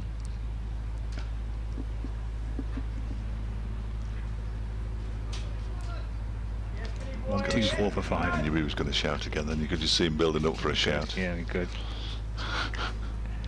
That's one of the glories of outgrounds as well. When you, same at Chesterfield, because you're at ground level, you almost feel part of it, don't you? Whereas if you're stuck away on the 5th floor at Headingley or something, you feel completely out of it. That's apprentice to Josh Bohannon. Pressed into the offside, no run. You can never complain of being too high off the ground here. I like this. I do like it. We've been lucky over the last few years with the outgrounds that Lancashire played out. They went to Sedbergh last year, which certainly caused lots of discussion. But it was a brilliant week. It was a fantastic week. It was well supported. There were loads of Lancashire supporters up there watching the game. But again, Ford in defence and there's no run. It was a beautiful venue. I mean, it was a stunning location for cricket. Pitch was good, game was good. It was a great week. Yeah, you were supposed to go to Scarborough this year, weren't you? Yeah, yeah. For the Roses match. I was really looking forward to that. That would have been excellent. That's a great venue for cricket as well. The word that we're getting from our colleagues in Yorkshire is that let's assume everything's back to normal and next season. It's Hudson Prentice bolstered Ban and clips it off his pads, and Connors at square leg into the game here to field. Bohannon gets a single. He moves to 67. The score moves on to 125 for 5. I think Yorkshire are keen for that fixture next year to be back at Scarborough. It's a nice reward for the supporters who live in that part of the world, isn't it? Because they're a long way from Headingley. It's a huge county.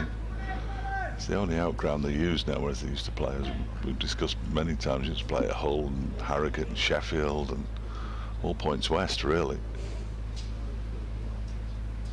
Hudson Prentice to Balderson, the left-handers, who bowls around the wicket to him, and it's angled down toward backward point, and there's no run. That's the end of the over, so 51 overs gone now. Lancashire 125 for 5. Bohannon on 67. Balderson on 3. Among the many disappointments from the season that was scrapped was Derbyshire was supposed to play at Arundel, and I've never been. That'd been lovely. Yeah. So that was disappointing. They were also in the 50 over competition, which wasn't regionalised when the draw was made, supposed to go to Taunton for a white ball game, but I've never been to Taunton, so it was going to be a nice change. It's always good when you go somewhere different, isn't it? We've been to Colwyn Bay and Swansea in recent times. Critchley begins a new over, and he's driven out into the offside by Bohannon, fielded by Dustin Melton. Just a single take, and 126 for 5. Bohannon moves on to 68.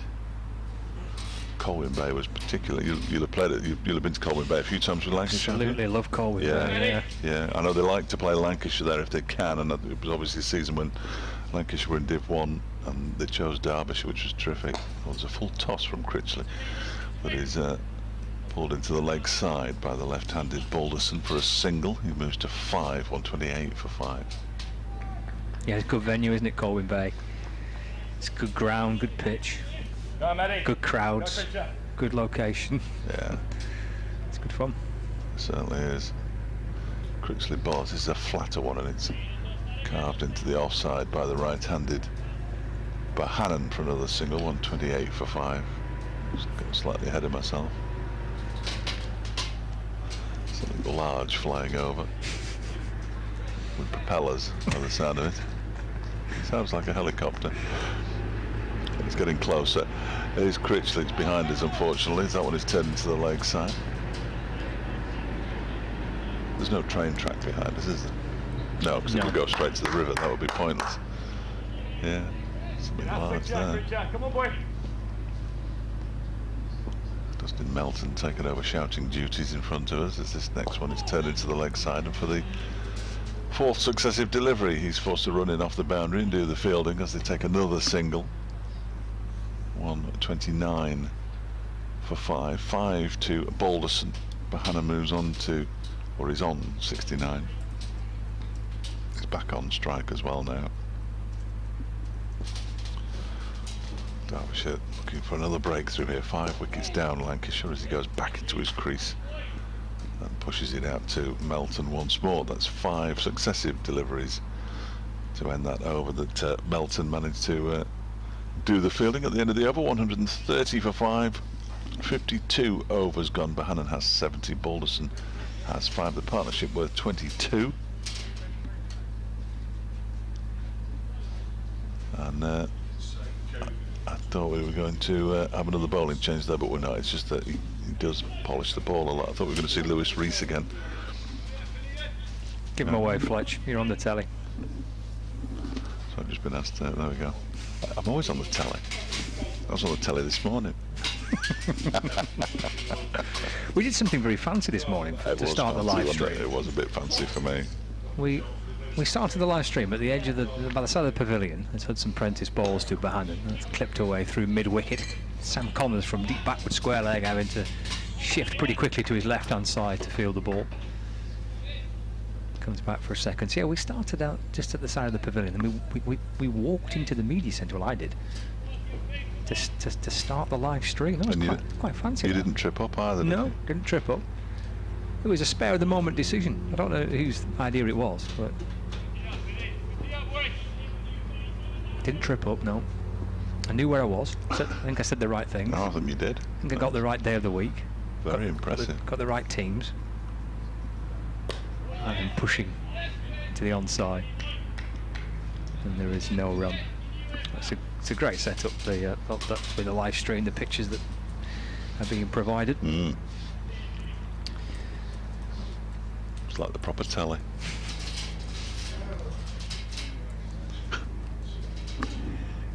Except for that leg before wicket this morning when it was obscured by the umpire's hat.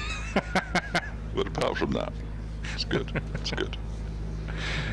It's Apprentice to Bohannon. It's hopping back into his crease, playing it into the offside. No run. That's such a boon having a monitor, because it's a luxury that we're not normally afforded at county level.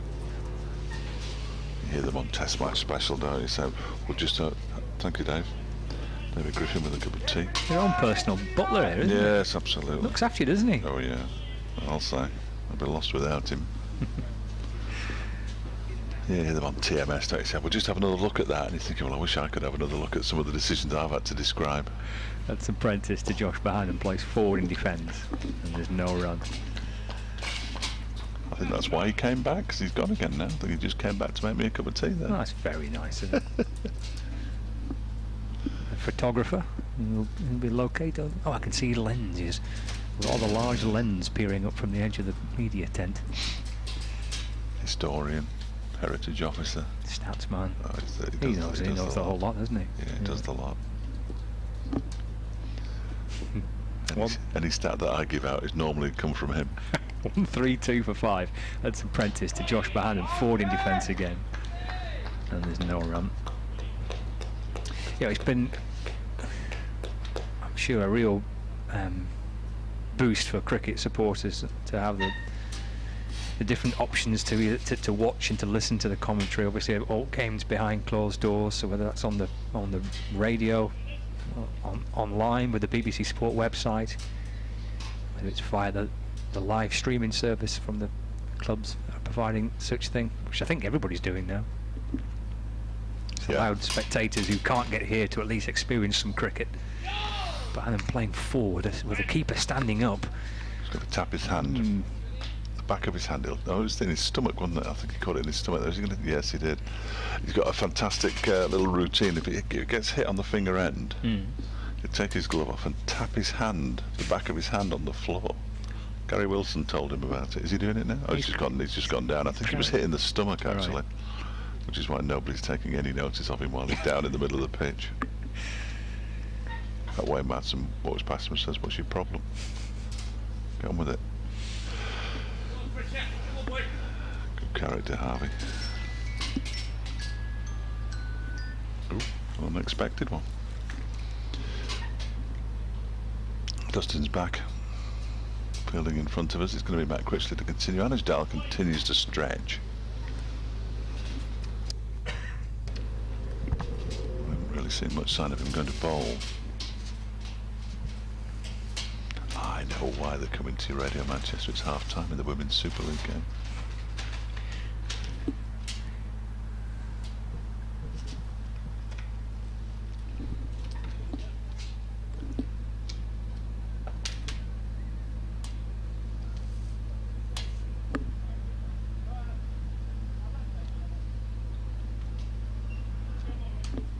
Start of this over is just taking a little while because the pads were going on for Lias to ploy, and instead of Matt Critchley, they've decided it's been a while since we saw Lewis Rees bowling from the river, and must be all of half an hour. So he's going to come back. Why not? Matt Critchley, 2 overs for 8 runs. Perhaps we're going to see Critchley bowl again from the pavilion end, where he bowled with some success either side of lunch, and as a result we're going to see the removal of some pads and that kind of thing from by Lias to ploy. So that's why there's been a lengthy-ish delay. I think that's the only explanation I've got anyway. And here comes Lewis Rees bowling to Balderson, the left-hander, and he drives it a little uppishly. Critchley half stops it and then scampers after it out in the covers. And the upshot is there's no run. 132 for 5. These two have added 24 so far for the 6th wicket, and Balderson's got 5 of them. Bohannon got to his half century off his 5th boundary. He's now on 72 and he's got 6 boundaries as Rees is in and bowls to him, and that's pushed out towards Critchley. A far simpler attempt to field it on this occasion for the leg spinner. Again, there's no run. Well, Lewis Rees at the Rees end then? Yes, well, it had been a while, hadn't it? It has, hasn't been it? a while. I think I get the impression, judging by Matt Critchley's the way he's acting out in the field, that he may well be coming on at the pavilion end, where he had a bit more success. Rees is in, bowls outside the off stump, left alone by Balderson, goes through to the keeper, and there's no run. I always panic when I hear Scott's phone going like that, because I must think it must be either past or on the hour, but it was neither. It's a little dropout for so those that were listening on the BBC Sport website and medium wave as well. Right. Just okay. dropped out for a few moments. Where Excellent, but we can use that material again then. we is your finest work that? Rees bowls and it's pushed into the onside by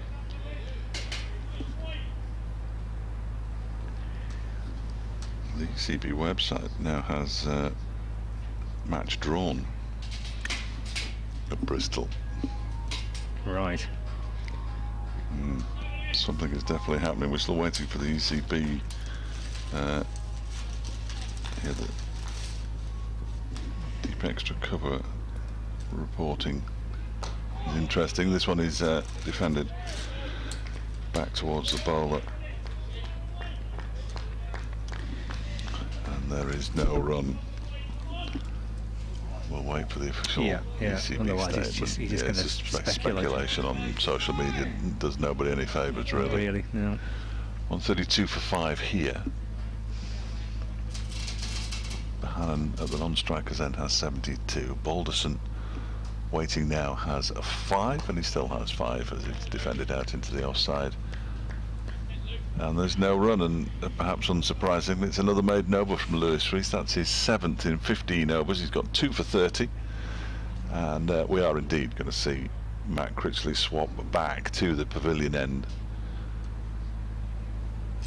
Now, whether or not that means that Finn Hudson-Prentice will bowl from the Lewis Rees end remains to be seen, but we'll, as and when, we'll let you know. He's looked quite threatening, I think, Critchley, from this end.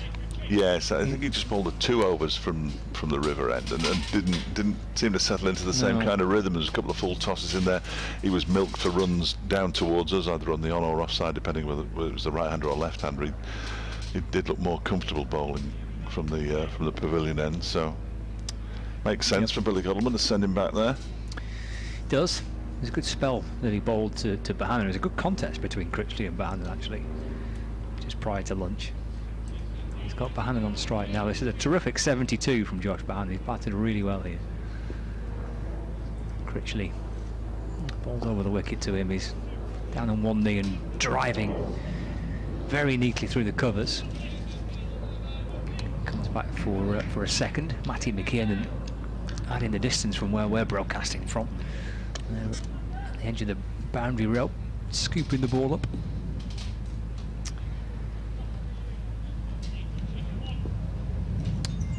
Critchley bouncing his way up and bringing Bohannon onto the front foot again, playing a forward press, squeezing the ball down into the offside.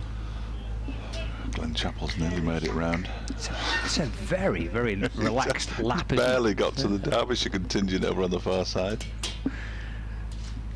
Critchley to Bohannon again forward and dropping it into the offside. And Paul Allett in those sensational blue trainers that he's been wearing for both today and he wore on Friday. They're very, very snazzy, aren't they? They are, yeah, they are. Top of the range, I'd have thought. Bohannon onto the front foot once more. Just dropping it into the offside, no run. I'm not sure about men of a certain age wearing trainers, though. Okay. I don't own a pair. Right. Well, what are them?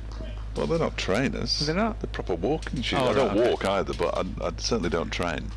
Bohannon off the back foot this time, chopping into the offside through cover. He gets a run for it. These are a bit like yours. Yeah, the walking Yeah, shoe. a bit waterproof, bit of protection. I think they're ideal for outgrounds. Sensible shoes. I agree. When you get to 58, sensible shoes, comfortable shoes. Actually, that's more important. 135 Sure for about 5. trainers, though. It's the only pair of shoes I've got. Left-hander George Boberson's on strike, and you can see Matt Critcher there just moving his men around, making sure everyone's in the right position. And again, there's Critchley and Boberson off the back foot, defending into the offside, and that completes the over. 135 for 5. Radio Lancashire will join us for an update. With Lancashire 135 for 5 in their first innings, with Josh Bohannon 75 not out. He has batted superbly for Lancashire today. A really good effort from Bohannon, where it's been tricky for the batsmen to score runs.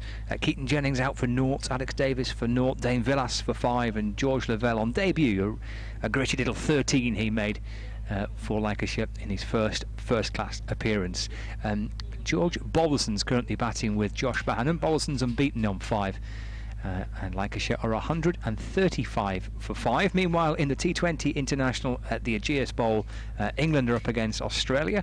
Australia are batting first in the 16th over, and they're 104 for 5. There's Rees in. And, Bohannon drives up to mid-off, where Billy Godleman, well, he stops the ball, but doesn't stop the run. Got down low to make sure that the ball didn't go underneath his body and through towards the boundary, but it's allowed Josh Bohannon to get a single. Takes him to 76 not out. 136 for 5. The young left-hander George Boberson with 3 slips behind him waits for Rees, who's in and bowling, and forward goes Boberson in defence. Nice solid front foot defensive shot, which he pushes back towards the bowler.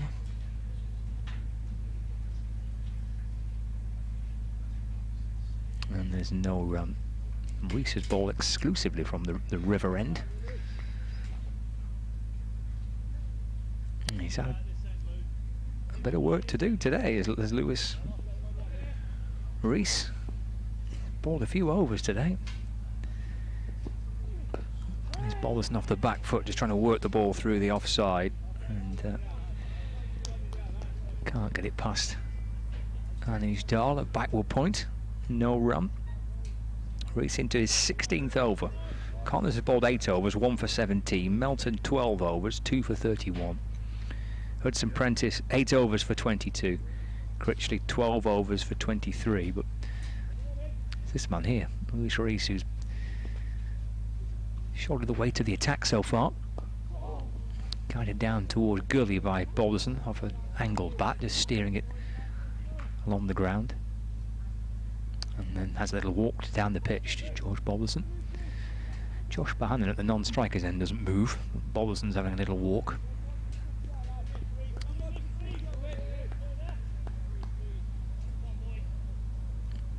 Reese back towards his mark. 1-3-6 for 5. Back into Boberson. A leaping Harvey Hussain, the keeper to his right, trying to stop the ball, but a little flick off the hip by George Boberson brings him 4 runs. And towards the fine leg boundary. Ball disappears behind the sight screen.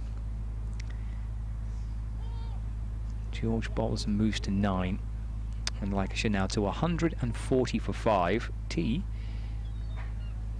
will be in 7 minutes. I'm told it will be at 3:40, and that would be kind of regardless of overs remaining in the day. Fixed at 3:40 is the information we were provided with before play started. And Reese beating the outside edge of Boberson's bat this time. Bowling the left arm over the wicket to the left-hander. Bring him onto the front foot, nipping past the edge of the bat into the gloves of Harvey Hussain. He's bowled nicely. You can see why the captain keeps going to Lewis Reese. 16 overs, 2 for 34, I think his figures. It's very good work for his team by Lewis Reese. End of that over. It's a 56 gone in the Lancashire first innings.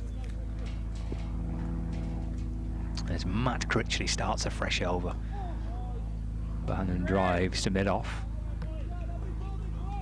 But there is no run. Take a look at the scores elsewhere, with a keen eye in particular on the Essex-Middlesex match. Critchley to Bohannon, skewered out through the offside, just behind square. Comes back for 2 more. 78 not out, 142 for 5. So Middlesex eventually all out for 138. So 138 all out Middlesex. Sam Cook finishing with 4 wickets, 3 for Harmer and 3 for Porter. Bohannon allows this ball from Critchley to go past the off stump. And Essex have just started their reply. And Alistair Cook, the first wicket out for 6. 22 for 1 Essex in reply to Middlesex 138. Bohannon going back and chopping the ball through the offside. And right back into his crease there, Bohannon. Comes back for 2 more. He's up to 80 now. This is a terrific innings by Bohannon. Lancashire move to 144 for 5. So that's the Essex-Middlesex game. And the top 2 in the central group are Worcestershire and Somerset. This game being played at New Road. Critchley back into Bohannon, who's forward in defence again. No run. Somerset are 178 for 6. The irony of that being that Somerset have been bemoaning the fact that it looks like a result pitch, because you don't get those at Taunton.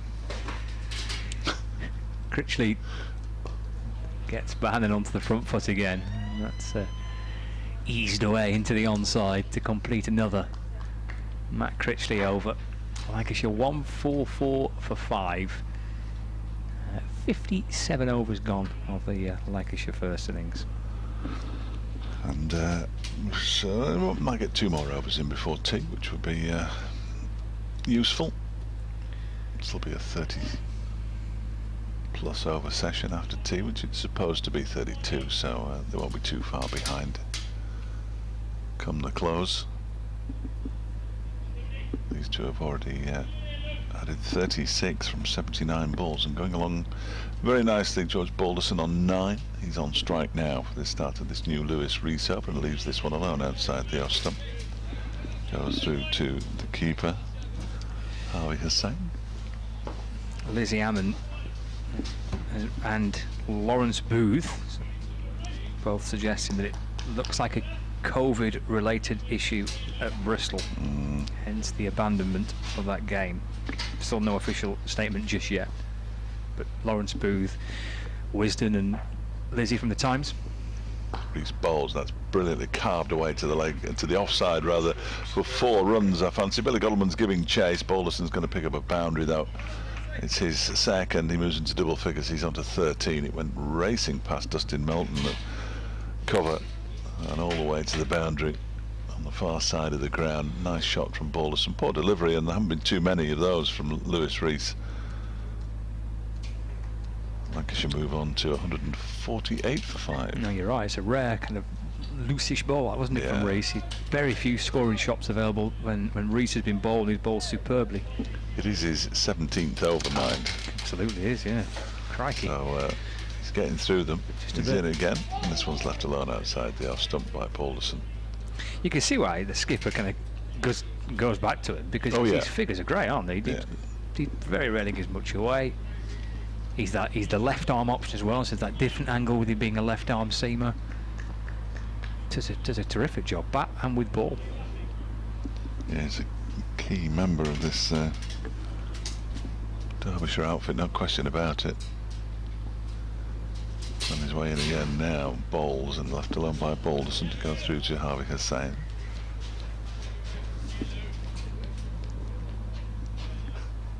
Bit of a commotion to our left. Somebody suddenly realised he needed to be somewhere else. In a hurry. A gull has landed on the outfield, on the far side of the ground to us. First gull I've seen landing today. But there aren't many gulls, full stop. They don't fly south for the winter, do they? Reese is in, left alone by Balderson. Once more, goes through to the keeper. 148 for 5. Lancashire. I'm sure Derbyshire would like another one if they can eke one out, but it's going to be tight now between this over finishing and tea beginning. Boundary at the start of the over. Almost put paid to another over, you would have thought. Here's Reese then, final delivery of his over. Flicked away, is it? No, he made no contact with it. It's well taken by Harvey Hussain. I think we are going to get one more over. And of that one, the 58th of the day, 148 for 5. Lancashire, Josh Bohannon has 80. George Balderson has 13. The men out since lunch in the afternoon session. Dane Villas for 5 and George Lavelle for 13. Intriguing contest, hasn't it, so far? Yeah, it's been good. Bowling's been good by Derbyshire, backed up largely in the field. It's an excellent knock from Bohannon. It's Critchley balls to him. He's forward in defending, and there's no run. Yeah, it's been a good contest so far. That drop when he was on 29 looks fairly important now, doesn't it? It was to McKeon and got both hands to it. Critchley to Bohannon going back and pushing into the offside. Anuj Dal's been busy in the field. He's at extra cover now. He was he's been a backward point for most of the game, and the ball seems to have been following him. And striding into this delivery and dropping it into the offside, no run. I mean, it would have been a spectacular catch for Matty McKinnon, but as you say, he got both hands on it, didn't he? It would have been a great catch. Forward again goes Bohannon. Pushed away into the offside, no run. 148 for 5. Which legends are going to appear on the stream at tea? I don't think there's a legends. I think it's just a lunchtime thing. Yeah, I think it's a lunchtime legends. Oh, of course, Tea Time Legends doesn't quite have the same ring to it. It's not as long a break. No, that's true. And you never know when it's going to be either, so they'll be scrambling around for a tape. Like they use tape anymore.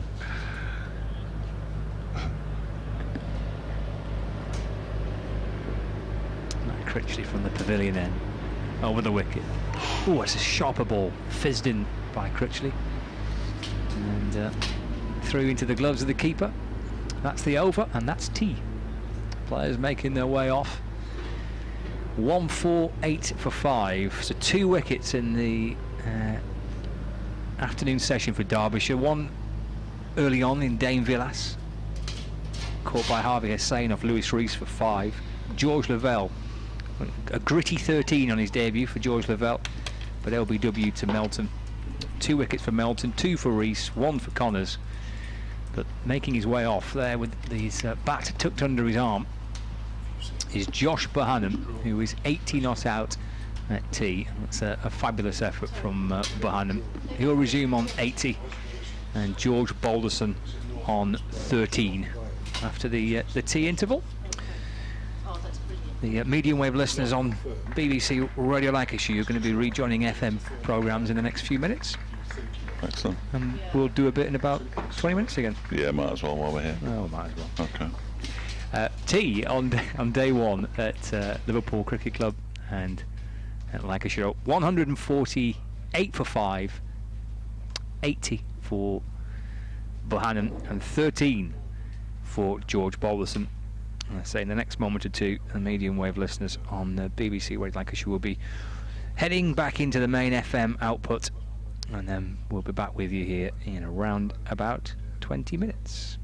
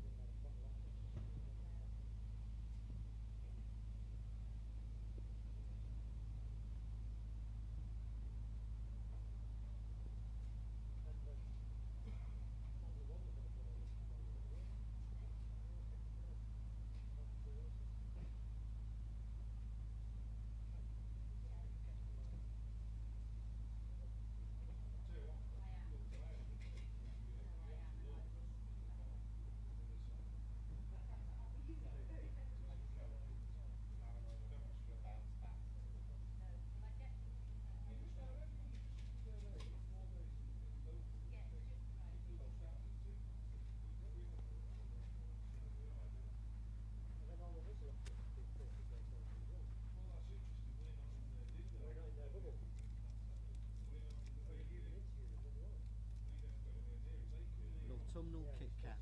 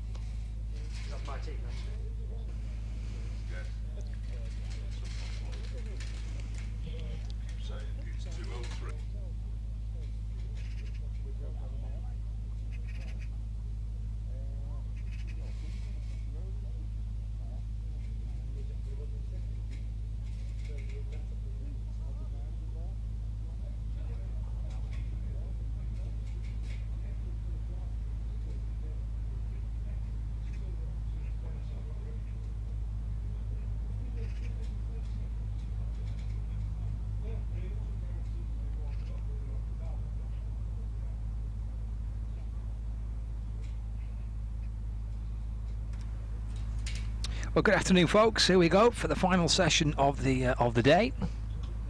Players making their way back out to the middle. That's Josh Bohannon walking side by side with George Balderson. He's 80 not out, is Josh Bohannon, and that is a fabulous knock so far for the Lancashire number 3. And Derbyshire have got 5 wickets. One more gets them an extra bowling bonus point. Bearing in mind Essex have picked up maximum bowling points in their game. I'm pretty certain that Derbyshire were pretty confident of picking up a maximum bowling points themselves, but another wicket gets them nearer to that. And Lancashire, who decided to have a bat first, which is not an unusual tactic here in Liverpool, to bat first with the view of not batting last. Pick a couple of frontline spinners, you're expecting the pitch to turn. That tends to be the way that games are played here. They've had to really grit it out for their runs. 148 for 5. And the standout knock is that man on your screen now. Josh Bohannon at the non-striker's end. Balderson's on strike for the first over after tea, which will be bowled, of course, by Lewis Rees. Starts off with a slower ball. And Balderson brings his bat down and keeps that one out. He's unbeaten on 13, but the wickets to fall today. Keaton Jennings for 0, Alex Davis for 0, Rob Jones for 23, Dane Villas for 5, and George Lavelle for 13. I'll tell you that it's been a tricky old pitch to score runs on so far, with the exception of this man, Lewis Rees. Pretty young attack as well that Derbyshire have got, similar to Lancashire. His ball's left by Balderson, and Harvey is saying just took it a fraction to his right-hand side. They may have just slanted back in as it went past Bolderson's off stump. Straight away, Lewis Rees running his fingers through his hair, and the slips were doing something similar. Wasn't perhaps too far away from the off stump.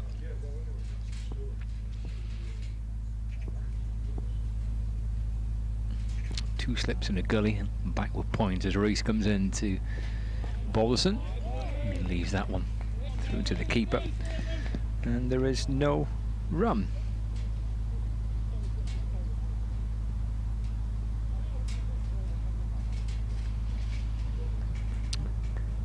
It's been a mark of the early part of George Balderson's first-class career is his patience, his defence, his willingness to leave the ball as well. His judgment has been impressive. Does defend this one off the inner edge of the bat. It disappear down towards backward square leg, and he gets through for the first run of the afternoon session. But he has played at different age groups and for England at different levels, higher up the batting order. Speaking to him actually after he made his debut at Worcestershire, he said to me that he has played a lot of his time as a youngster towards the top of the order, and you could tell by the way he batted actually. Rees to Bohannon. It's tucked away into the onside, and throw comes in towards the keeper's end, trying to run George Balderson out.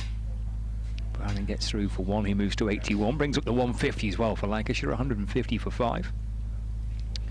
But it looks an impressive character, George Balderson. And it's been that type of competition for so many teams this year, the chance to see some new names, some younger players being given their opportunity for various different reasons. The number of games in such a short period of time, lack of overseas players.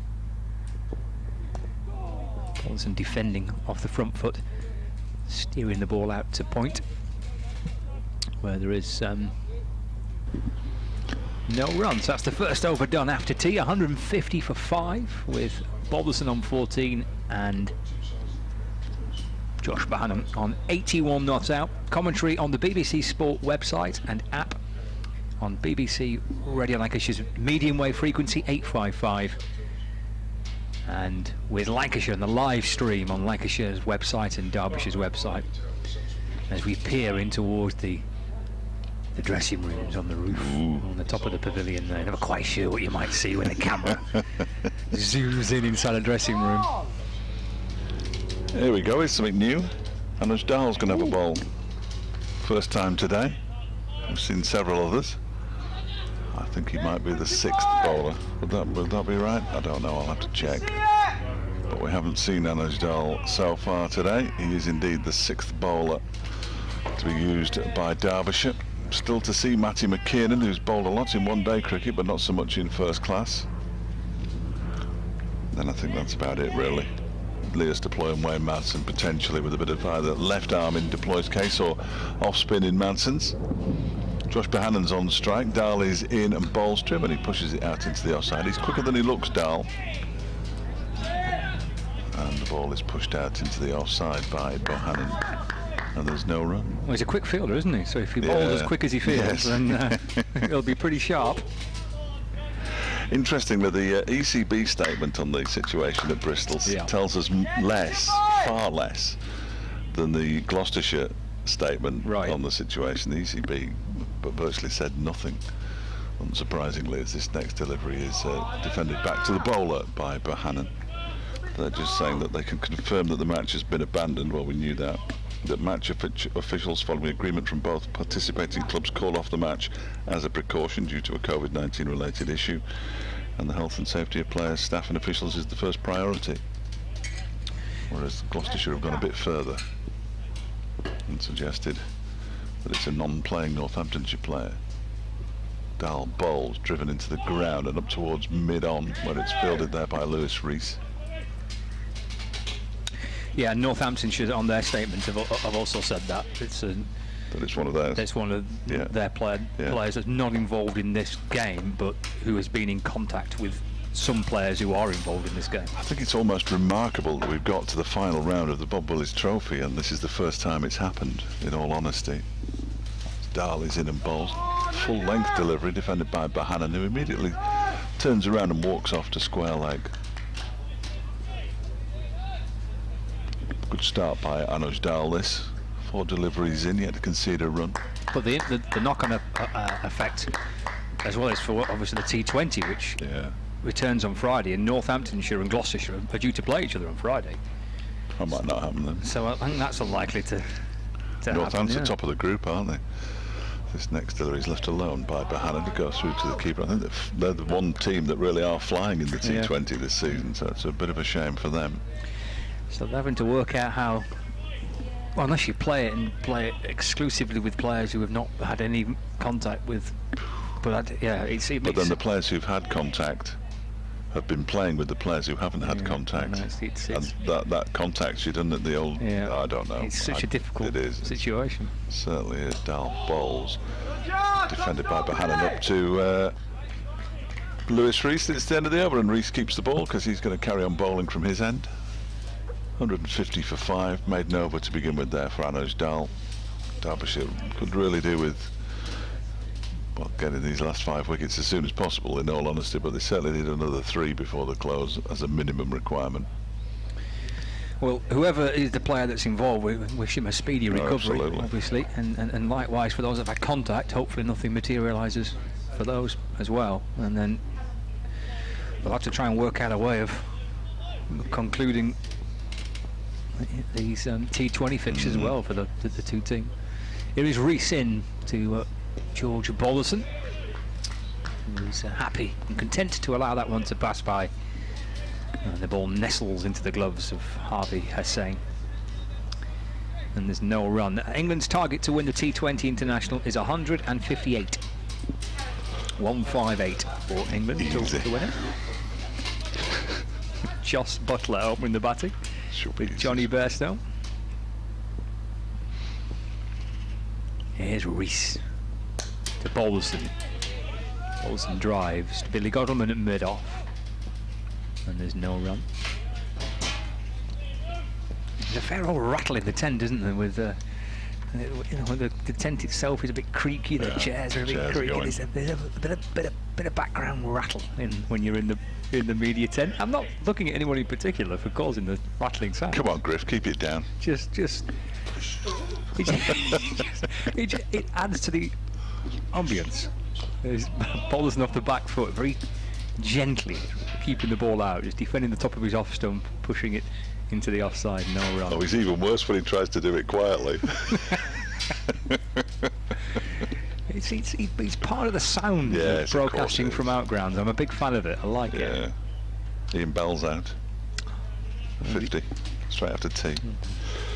So he's got 1 more innings to go in first-class cricket. Should they bat again? It's the ideal way, I guess, isn't it? As Rees bowls to Balderson, who drives, and that's a good stop at mid-wicket. Excellent. To deny a run. That you want to go out on your own terms, don't you? So Ian Bell's been able to kind of call it time in his career, and nice to get a 50, and who knows, he might go and get a bigger score second time round. But if you're going to have a situation, any career, and you want to go out on your own terms, don't you? Which is the reason why I felt a bit sorry for Graham Onions on Friday when he was told he had to stop, and we've seen that many players having to be told to stop. Rees left arm of the wicket, balls clipped by Balderson down towards long leg. Connors fields. Balderson gets a run. Play down at Sussex. Was it Stuart Whittingham? He's had to retire, hasn't he? He's only quite young. Okay. I'm sure I saw that somebody commiserating with him on social media, another professional cricketer. Apologies, Stuart, if you're listening and it's not you, but I just popped into my head. Short careers, aren't they? Make the most of it. Rees to Bohannon. It's pushed across the Lancashire batsman. With Rees bowling left arm over the wicket to a right-hand batsman, just angled it across him and through to the keeper. No run, end of the over, 151 for 5. Bohannon's 81, is as good of 81 runs as I've seen scored by a batsman this season, bearing in mind the tricky, slow nature of the pitch. These are excellent runs. He's batted really well, and Balderson has 15. Yes, you do. It's an interesting scoreline. Sorry, I've been distracted by a scoreline. You do wonder about those drop chances, though, don't you? Especially the McKinnon one early on when he was on 29, which he got 2 hands to and couldn't hold on. Middlesex were bowled out for 138 at Chelmsford. Essex are currently 45 for 4. So it's not nailed on by any manner of means that Essex are going to win that game at this stage. Here's Anuj Dal, top of the Southern Group, of course. Oh, there's a big wild swing at that one from Balderson. It goes through to Harvey Hussain. As I say, you can be lulled by Anuj Dal a little bit. You probably wouldn't imagine that a bowler who's coming on for his first bowl of the day immediately after tea is going to be up to much. But he's a canny operator, a little quicker than you might expect. And has got first-class wickets this season and last for Derbyshire. He's in now and bowls. That is driven but not really timed by Balderson up towards mid-off where Godalming does the fielding. So interesting scoreline coming in from Chelmsford, and on the result pitch down at Worcester, Somerset have picked up a batting bonus point, but they're 203 for 8. It's raining in Leeds. There's a surprise. I've seen plenty of that this season. Rain in Leeds. We had 1 over as Dal bowls, and it's defended by Balderson out into the offside. On the 4-day game that Derbyshire played at Leeds, they had 1 over on the Sunday at 3 o'clock. They came out, bowled an over, and then went off, and that was the only over we saw all day. Which was one of the more remarkable days of first-class cricket I've seen in my time doing this. 1 over at 3 o'clock. Bizarre. Dal bowls is left alone by Balderson to go through to Hussain. Goes through at a decent rate as well. Please tell me that was for rain, not bad light or anything like that. I think they went off for bad light. They came on after it had rained, and then the lights were on. It had been bright when they walked out, but then it suddenly got very dark. The lights were on, and they went off for bad light, and they never came back. Oh dear. Yeah. It's grim over there, though, isn't it? As we all know. Dal in, and Balderson leaves this one alone. Oh, and it's not taken cleanly by Harvey Hussain, but they can't get through for a bye because Hussain recovers quite nicely to get the ball at the second attempt. He's just indicating there to Wayne Madsen that it's very up and down out there now. Doesn't look very up and down, but the odd ball has done something unusual, but you'd want that in a cricket pitch. The last thing you want in a cricket pitch is every ball to do what it's supposed to do. Dal bowls, that's pushed square on the onside to Dustin Melton at square leg by Balderson. That's at 2 overs, 2 maidens for Anuj Dal after tea. Lancashire remain on 151 for 5. Well, you do tend to get results here at Liverpool as well. There's not over the last decade or so, Lancashire won a lot of cricket matches. Egberton, of course, famously in 2011 won the title, playing almost exclusively home games here. Turning the square at Old Trafford. That's right. Yeah, they rotated the square to take that ground out of the equation, so they kind of decamped to Liverpool for a season. Rees to Bohannon, punched into the offside. Matt Critchley crossed the ground pretty sharply. He's a tall lad and got down low to his right to stop the ball. No run. We'd have been on the front row of the main stand here, wouldn't we? They put a stand in this car park? They did, yeah. There's normally a stand here for games, yeah. Probably, I don't know, maybe 6 or 7 rows deep. And there's normally a couple of stands either side of the sight screen at the tennis court end of the ground. Rees to Bohannon. He runs just in front of square on the leg side, clips the ball very neatly off his pads and settles for 2. Takes him to 83, and the score moves on to 153 for 5. Yeah, good numbers too as well, Fletch, here. They normally get a couple of thousand watching games. Yeah, it's always a good atmosphere. Chesterfield's always good when they play a championship match there. Obviously they usually play Yorkshire in the T20 and it's a sellout. about 3,500, something like that. Again, the atmosphere is crackling. Left arm around the wicket this time, Lewis Rees to Bohannon. Helped enormously the atmosphere by the fact that for the last 3 years at Chesterfield up until this year, Derbyshire won all 3 games. Oh, that helps. Yeah. They'd also won the previous 3 games before the one that played at Headingley this time. Derbyshire had won them as well. They'd won 6 in a row against Yorkshire. Ooh, that's quite enjoyable, isn't it? Absolutely. Rees in the sunshine, bowls, and playing and missing. And through to the keeper, no run. Just a little sign of exasperation from Lewis Rees on that occasion. Hasn't shown, as you said earlier, doesn't show much emotion when he's bowling, but just turn round and look skywards. Yeah, he's got a good poker face, hasn't he, Lewis Rees? Doesn't give much away. His rugged good looks. Aye.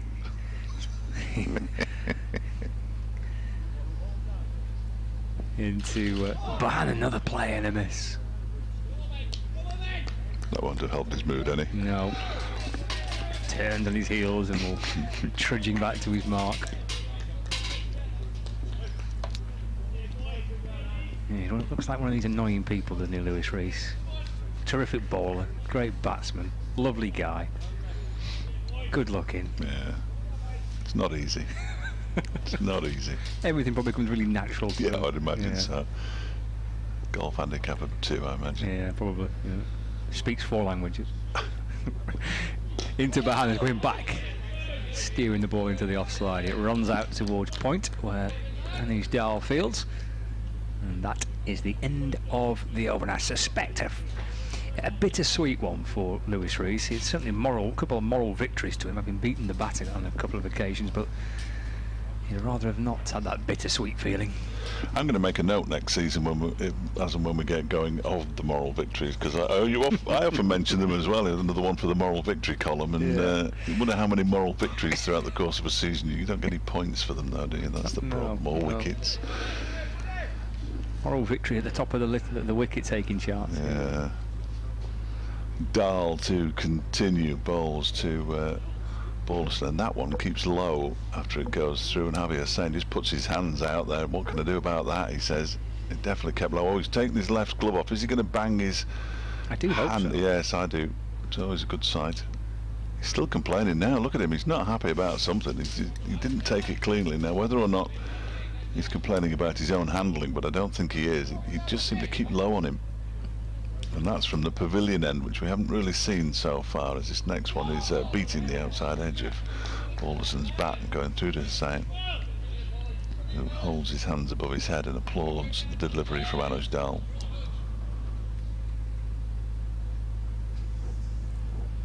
Dal, who I think has been promoted to the PCA rep for Derbyshire.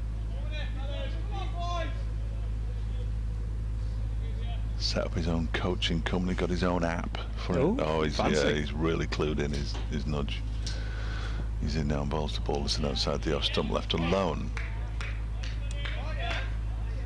Goes through to the keeper. Barely, I was going to say barely a breath of wind, but 1 or 2 of the trees on the far side are just moving around a bit, but none of the leaves on the playing surface seem to be moving. The odd butterfly has come out, which always suggests that it's slightly less windy than it has been. Few cabbage whites, nothing exotic. As Balderson waits and drives very pleasantly, but straight to Billy Godleman, who gets everything behind that, stops it with his chest, and then hurls the ball to Hussain. Loath to say the words, but here we go. He's yet to concede a run, Anuj Dal. 153 for 5, that should do for him. Lancashire 150 coming up in the 60th over. It's been tough going for the batsman as Dahl bowls outside the off stump, doesn't concede a run off that one either, because it's left alone by Balderson, allowed to go through to Harvey Hussain.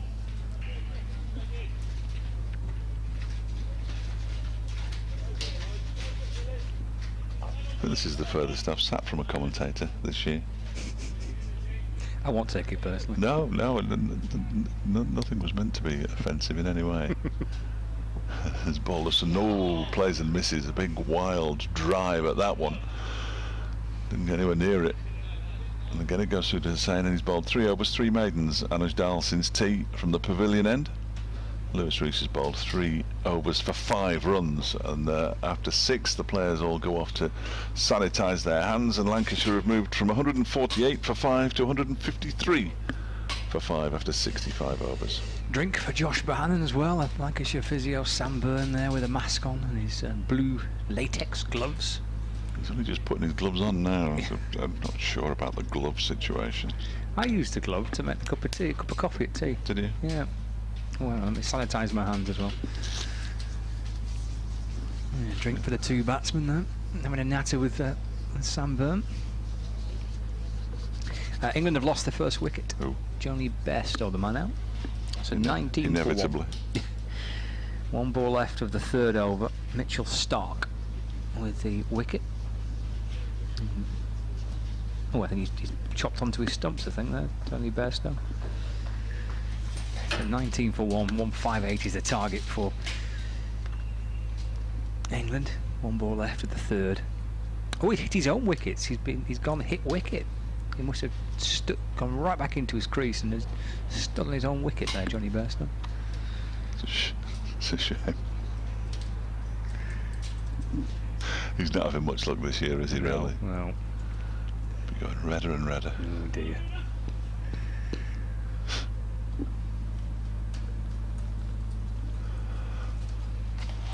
So we've had 64 overs, I reckon that means we've got 26 left. But we've had 65, haven't we? 65, yeah. 25 overs to go. I'm supposed to finish at 5:30. That's not going to happen. Rule that one out, yeah. But we can rule that one out immediately. That's pretty emphatic. Yeah. I'm not sure whether we'll get through them all. Rees left arm around the wicket, Bohannon going back and slicing the ball out towards point where Anuj Dal fields.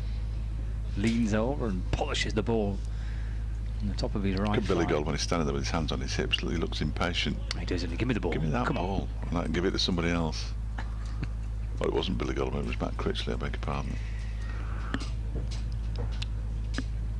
Patient look on his face.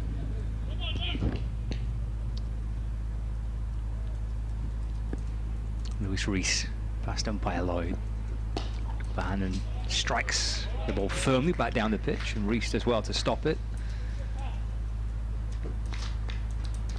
153 for 5. Bohannon on 83 not out.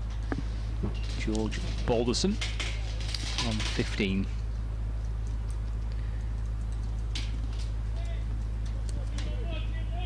And Rees, who was carried the attack really today, he's bowled significantly more overs than anybody else.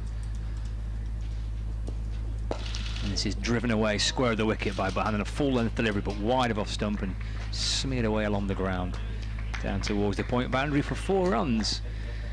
And moves on to 87. There's Josh Bohannon. Squad moves on to 157 for 5. His scores this season in the Bob Willis Trophy, Bohannon got 5 against Yorkshire in the last game, just batted in the 1 innings. 1 against Nottinghamshire at Trent Bridge.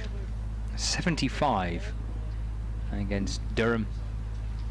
And the 2 innings against Leicestershire he made 44 and 3. So he had a couple of good scores. His 75, his top score this season. Got a lost ball there. Has it come into our media? No, no.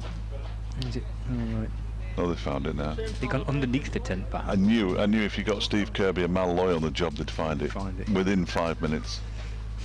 Sure enough, Anuj Dal found it.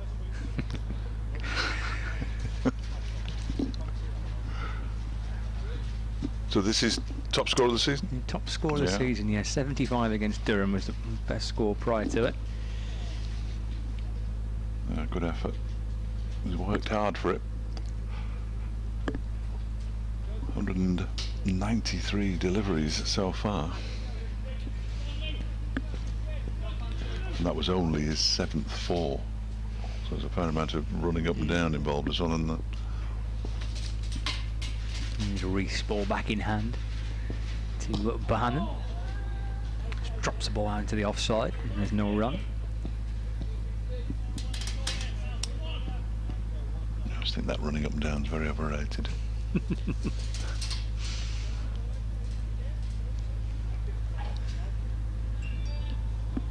157 for 5. It's not the same pitch that was played on for the T20 game, but it feels like a similar type of wicket. It does, doesn't it? Yeah. Every run seems almost worth twice as many, doesn't it? 2 slips and a gully. Reese to Bohannon. It's punched up to mid-off where Godalman fields. And that is the end of the over. Oh, no, it's not. Correction. I thought it was the end of the over. It's not. Not like the players were starting to change positions.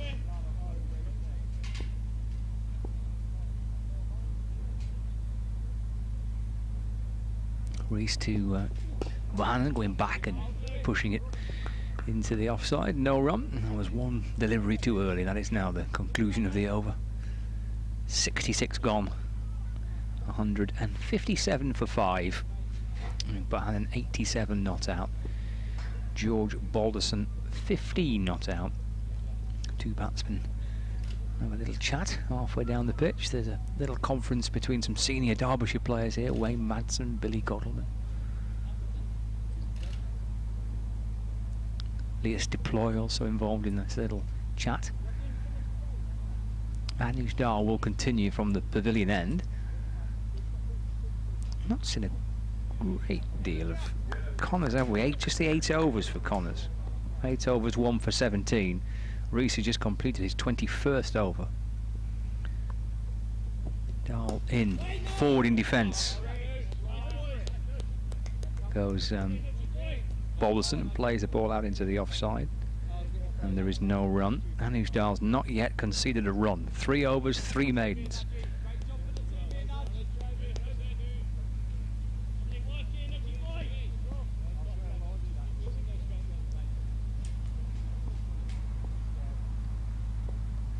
Lancashire 157 for 5 in their first innings. Josh Bohannon 87 not out. His top score of the season for Lancashire in the Bob Willis Trophy. He's batted superbly. These are really good runs and what looks like a pretty tricky wicket to score on. Rob Jones with 23 involved in a good partnership with Bohannon today after Lancashire lost a couple of early wickets. Keaton Jennings out in the first ball of the game, out for naught, and Davis also out for naught. The other 2 wickets to fall, Dane Villas for 5 and George Lavelle for 13. So George Balderson's batting with Josh Bohannon. Balderson's unbeaten on 15, Bohannon on 87, and we're into the final session of the day on the first day here at Liverpool Cricket Club. Lancashire 157 for 5. Meanwhile, in the T20 International in Southampton, England are chasing a target of 158 to beat Australia, and they're into the 5th over, and England are 27 for 1.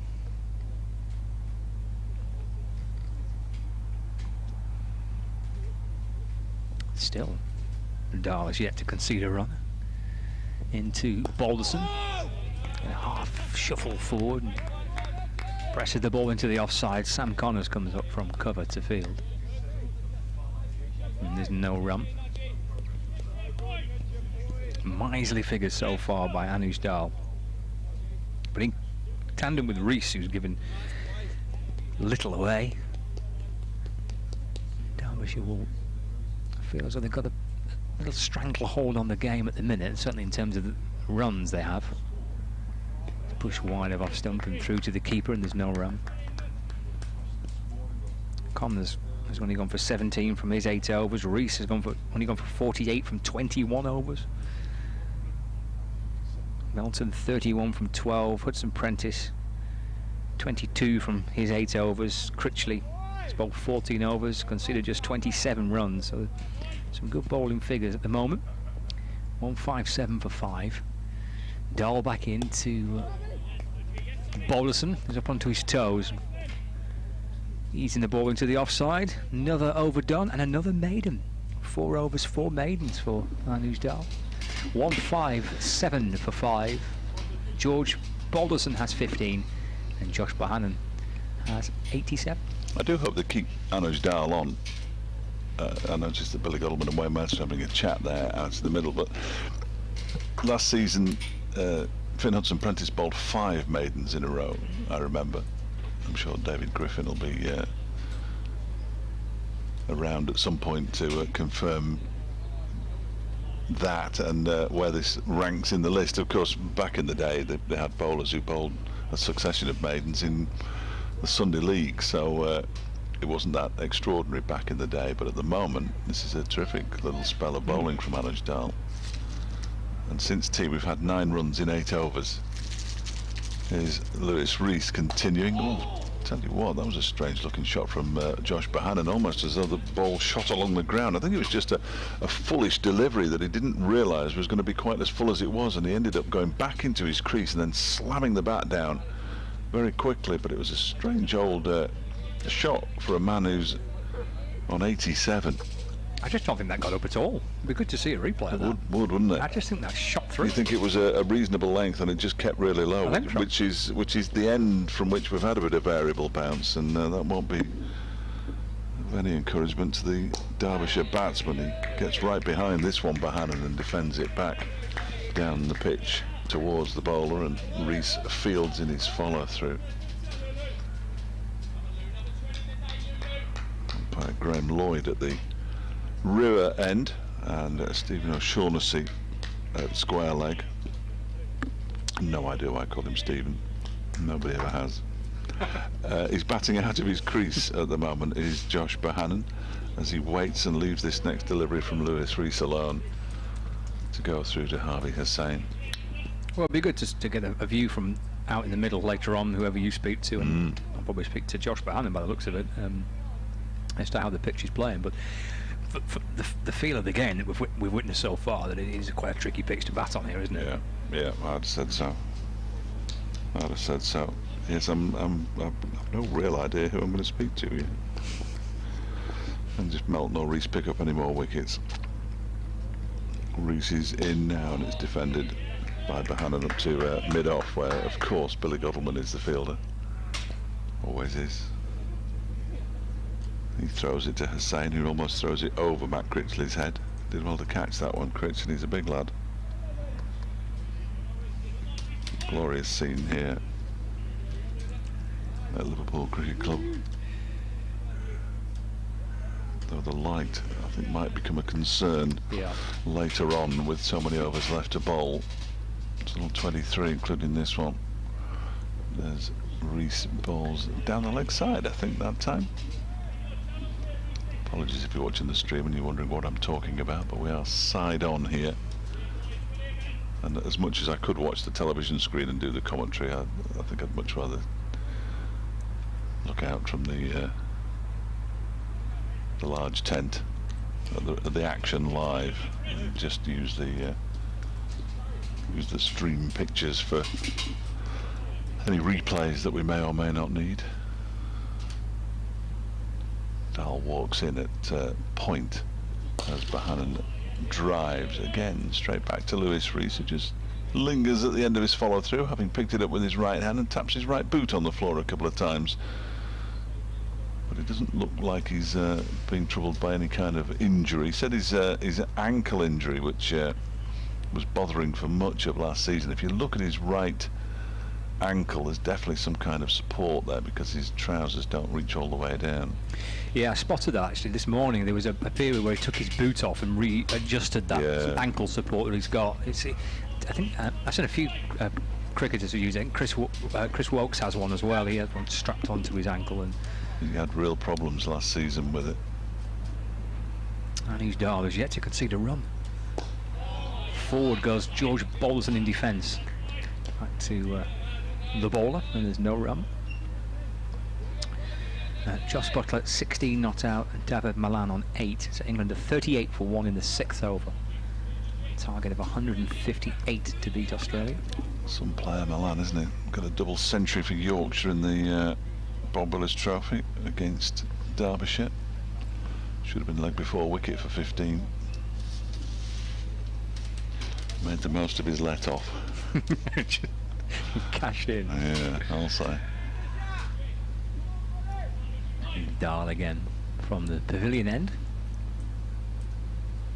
to George Balderson. Well, has this one to go through to the keeper.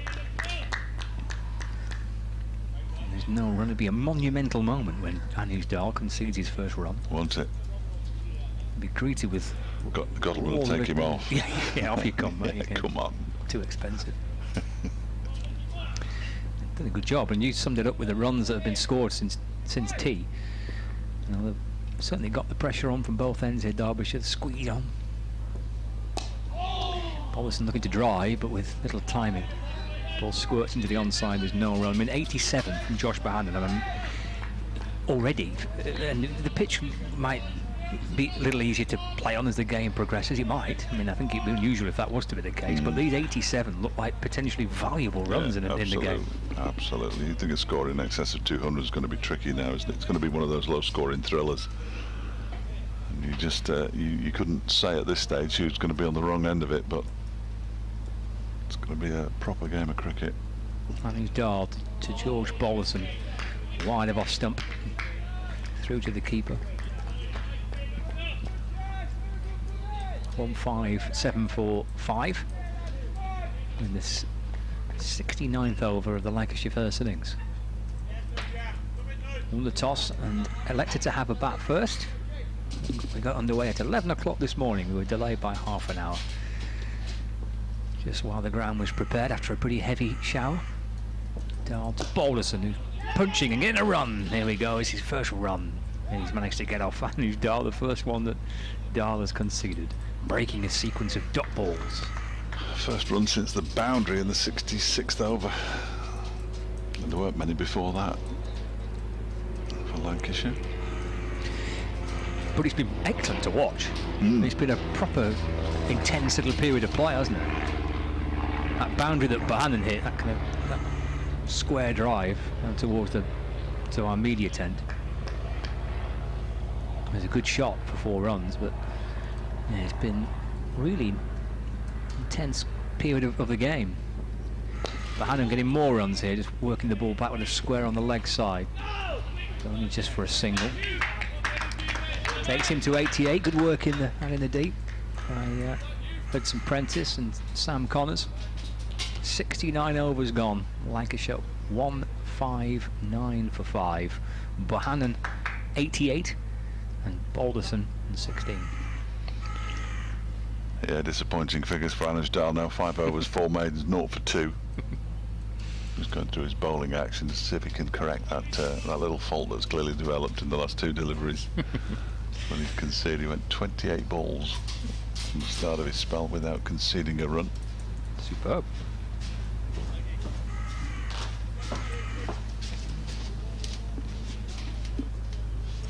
Lewis Rees to continue from the river end here at Liverpool Cricket Club.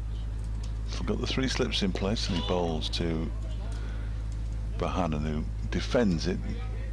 Ball dribbles back in the vague direction of the stumps but wide of them. And there's no run. 159 for 5 with 20 overs after this one left in the day's play. Just started to cloud over a little bit. We can see plenty of blue sky up above. Derbyshire will be as keen as possible to get all the 90 in as Rees bowls and is driven but straight to Matt Critchley, because of course you can't take the new ball until 90 overs these days. So if they can get all their overs in today, they'd have a new ball tomorrow morning to bowl with. We saw what the new ball this morning did, getting rid of Keaton Jennings and Alex Davis in the first 4 overs. As Rees is in again and bowls off the back foot, forced into the offside. Davis plays it to Matt Critchley. And there's no run. Poor old Anuj Dahl. Well, usually the bowlers, as Sam Connors is doing now down at long leg, they can go and graze and have a drink get their breath back. But Dahl's such a key fielder that not only is he bowling his current spell from the pavilion, and he's fielding at backward point.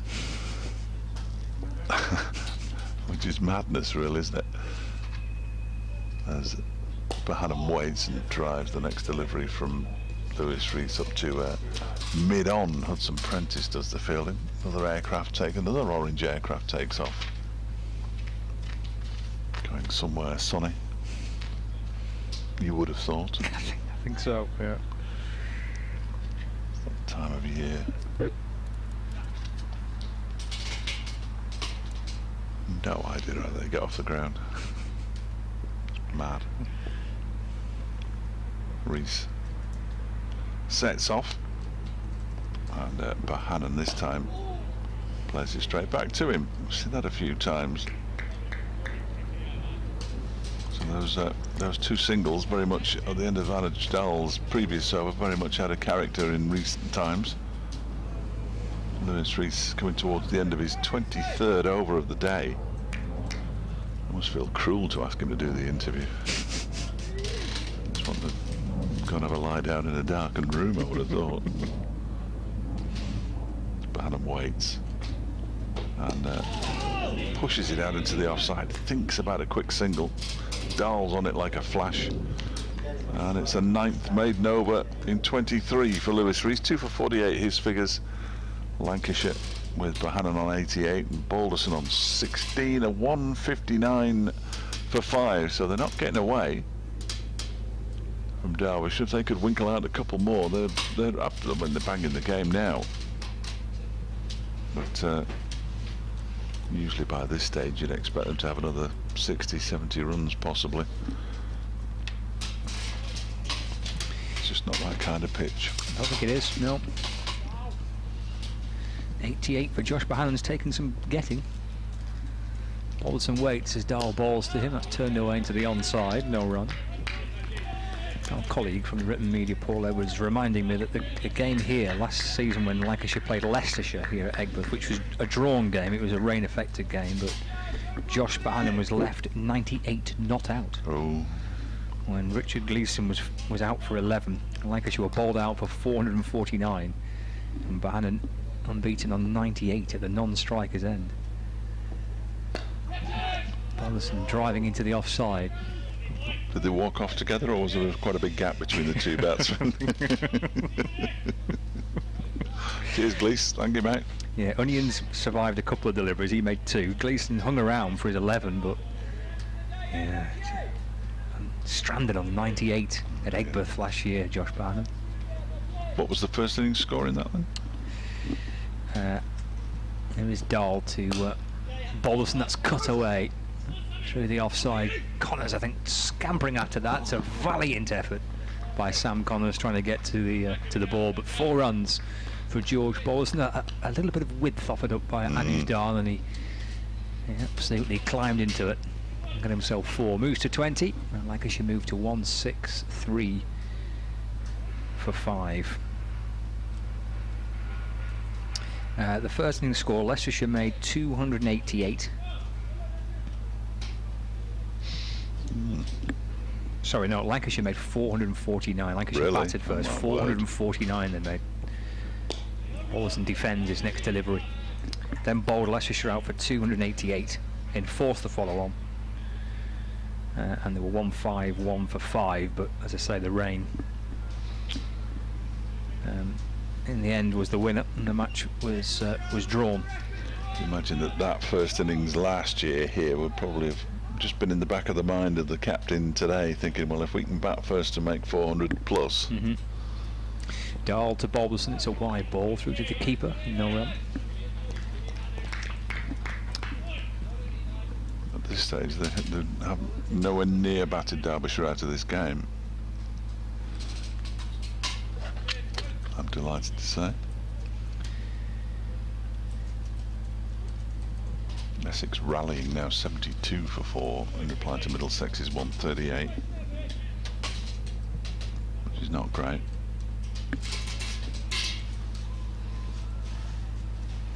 Dahl from the pavilion end balls to George Balderson. content with his work from that over, having cut one through the offside for 4 from a wideish delivery. He's happy to defend and leave for the remainder of the over. 163 for 5. George Balderson has 20. Josh Bohannon unbeaten on 88. Another 6 overs ticks by. Oh dear, they soon come and go, don't they? Get through some hand gel, don't you? With the, some of that aloe vera again. Somerset 238 for 8 now, so they're moving towards a second batting bonus point at New Road against Worcestershire in the battle between the top 2 in the central group. One of those 2 teams will be hoping to get through to Lords. If Worcestershire win, then Derbyshire have to, all Derbyshire have to do is match. Well, they've got to win this game essentially, Derbyshire, but they have to match either Worcestershire or Essex, and they will be through. See, that's a curveball. I just got match Essex from my original. So they're going to match either Essex or Worcestershire. Yeah, Worcestershire have got Worcestershire have gone into this with 71 with 70 points, right, like Essex. Somerset wouldn't gain enough points with a defeat, so Worcestershire would finish top of the group. So it's a good game for Derbyshire, that, because both teams know if they win they'll almost certainly finish top of the group. A draw there, which seems unlikely, although you never know. They've only got 10 overs to go today at 238 for 8. A draw there suits Derbyshire very nicely indeed. So a draw at New Road would be ideal. I think so. Yeah. A draw there and Derbyshire winning would see Derbyshire through to play Essex, I think. Okay. But I'm not sure. It's Lewis Rees continuing inevitably, and he's driven out towards a wide mid-on. The ball is fumbled initially by Finn Hudson-Prentice, but he manages to keep him down to a single. It was Josh Bohannon on strike. He moves on to 88. I think you tell he's going to switch off, isn't it? Oh no, got a little message there. Didn't he? Yeah, flashed up with some. I was just listening to some football matches on 5 Live, notably when we were somewhere on the road and it was the Champions League, and there were studio-based commentaries. As Balderson waits and drives up to Billy Godleman at mid-off, no run. On a couple of occasions there was a note of panic in the commentator's voice because the television told them it would switch itself off in 10 minutes if they didn't find the remote control. As they were doing it off screen, which tickled me. I can just imagine the panic.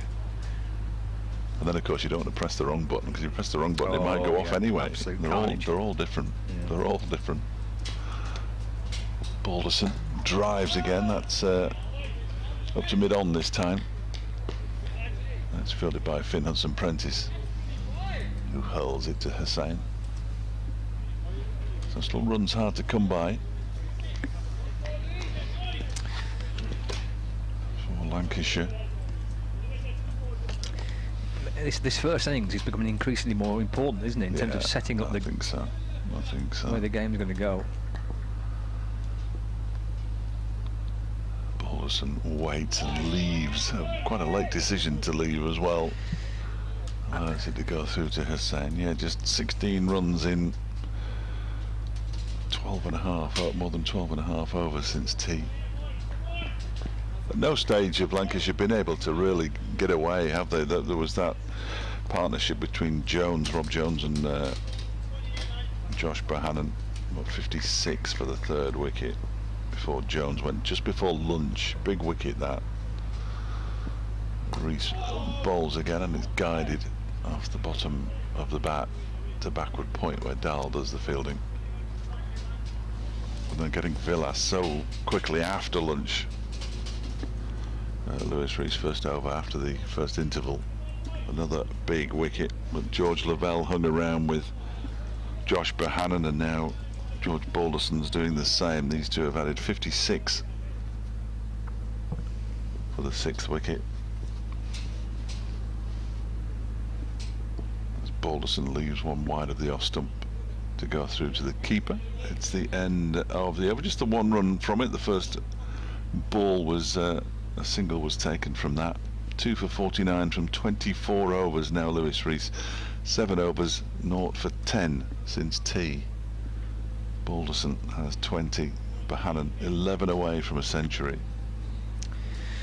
Yes, it will be his, if he gets there, his second first-class century for Lancashire. His first came against Derbyshire. There we are. At Emirates Old Trafford last year, made 174 in that game that Lancashire won by an innings and 45 runs. It was fairly comprehensive, wasn't it? That win at Old Trafford towards the back end of the season. Yeah. I think it was towards the back end. It was, yeah. They were flying all season really, but I think they were almost there, weren't they, with that win in terms of winning promotion. There's Dahl back into Bohannon. He's off the back foot, jabbing it up towards mid-off, and there's no run. Coming in, man! Come on, 1, 6, 4 for 5. So good, Dahl! No idea. Sam Connors offering encouragement to Anuj Dahl. Exactly what he was saying. Not clear. But he's enthusiastic, the boy. Oh, you can't beat that. That's what you want. Dahl to Bohannon, and shuffling back and playing it back to the ball and no run. Good old nudger. Just noticed that Dustin Melton's warming up again. Far side. He's at cover. So is Connors. Keeping his shoulders loose. He's only bowled 8 overs, hasn't he, Sam Connors? Yeah, very underused. In comes Anuj Dahl, and then Bohannon works the ball along the ground through mid-wicket. Here's Connors coming up from square leg. And a loopy throw into the gloves of Harvey Hussain, the wicket-keeper. It's a shame that Sam wasn't staying with us, and I was just going to suggest it's more likely we'll see Melton than Connors there. I think it probably is, in all honesty, the way he's warming up. I think Sam just did it because he heard me say it. Turned around with a big smile on his face.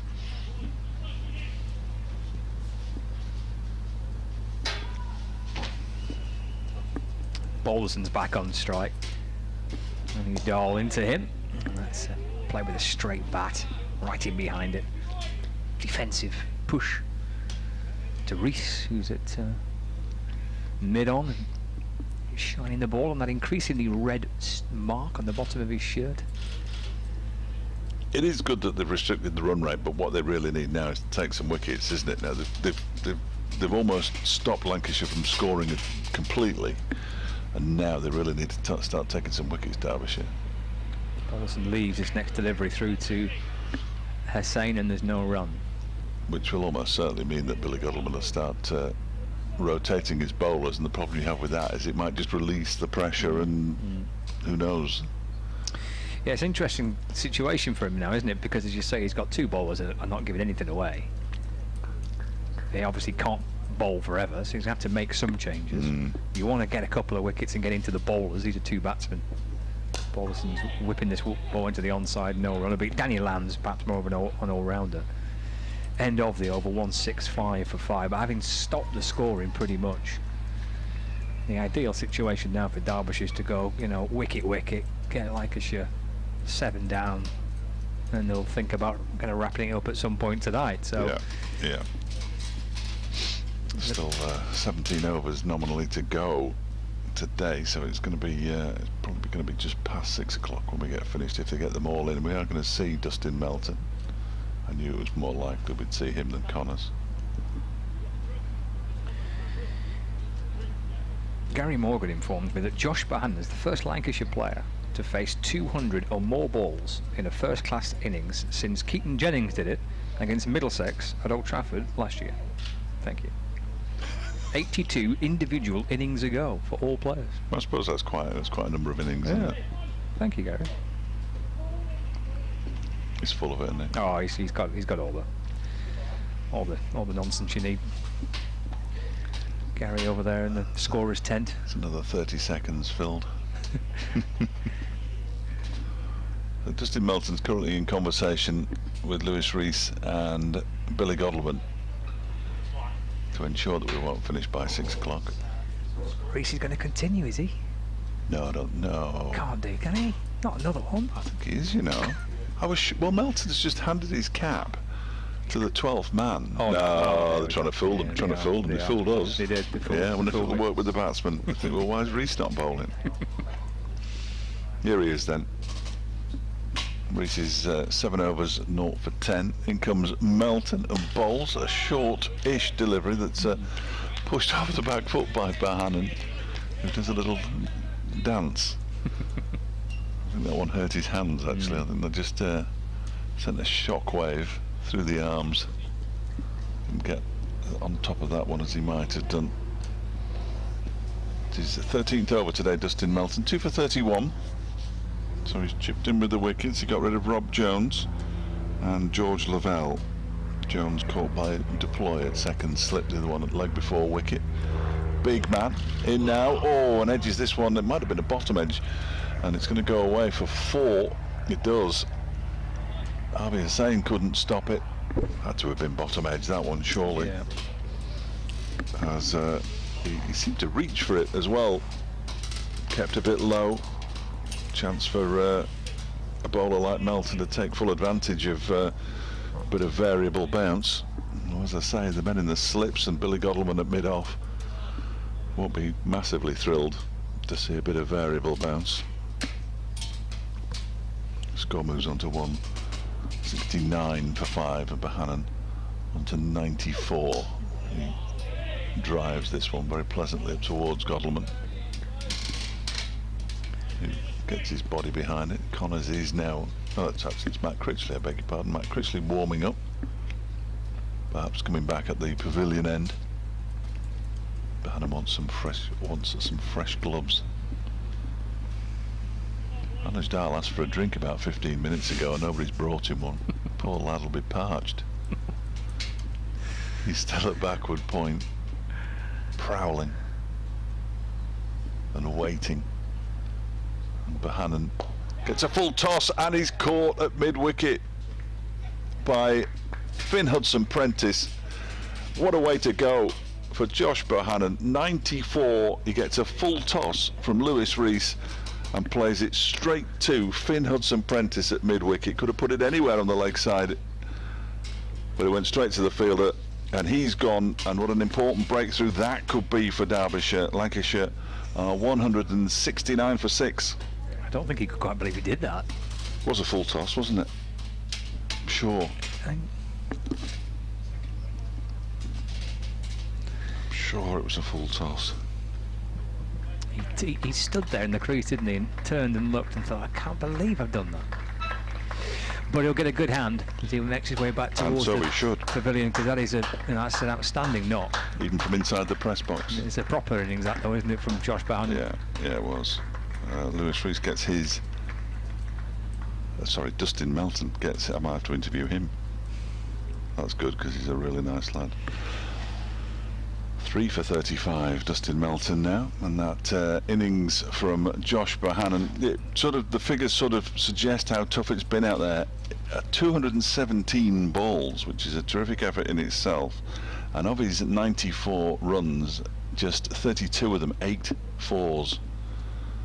So that's how hard he's worked to get within striking distance of his second first-class century. And he's fallen 6 short, and you've got a feel for him. Just a reminder, he was left 98 not out in a game here last season against Leicestershire. So when you interview him later, you'll be mentioning that, won't you? So last time it was 98 not out, this time it's 94. Do you not like Liverpool or something? Probably loves playing here, but just can't quite get over the line. That's a real shame. Danny Lamb, the new batsman, incidentally. It's a good partnership between Bohannon and Bowles. It's a really good individual innings by Josh Bohannon, an important partnership between Bohannon and Bowleson. But now Derbyshire do have a chance. We mentioned about how they slowed the scoring rate down, but can they now capitalise and try and take some wickets as well? And they've got an opportunity now with Daniel Lamb. What they had to do, really, wasn't it? I'll just send a message to say we'll speak to Dustin.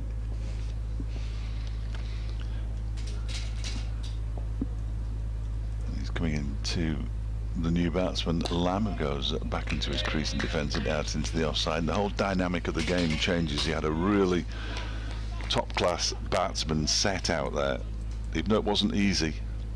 I know you've got a new man who's got to get used to the pitch and been waiting with his pads on for a good while. 61 they added for the 6th wicket for Hannon and Balderson. Balderson made 20 of those, so he's perhaps got to take a little bit more of a charge of this partnership. So the next delivery is defended out into the offside. That made no sense whatsoever. He's got a certain. He's sort of got to become the senior partner now. I think that's what I'm trying to say, Balderson, as the batsman who's been out there for a while. And these are relatively young kids. Yeah, Daniel Lamb's played a little bit more than George Balderson, but not a great deal more. He might have played maybe a game or two more in first-class cricket. So yeah, they're both young lads, albeit George Balderson, I think he's only 19. Daniel Lamb might be in his early 20s. But yeah, he's out there and he's seen a little bit of it, hasn't he, George Balderson? So I suppose for that reason, you expect him to try and take the lead.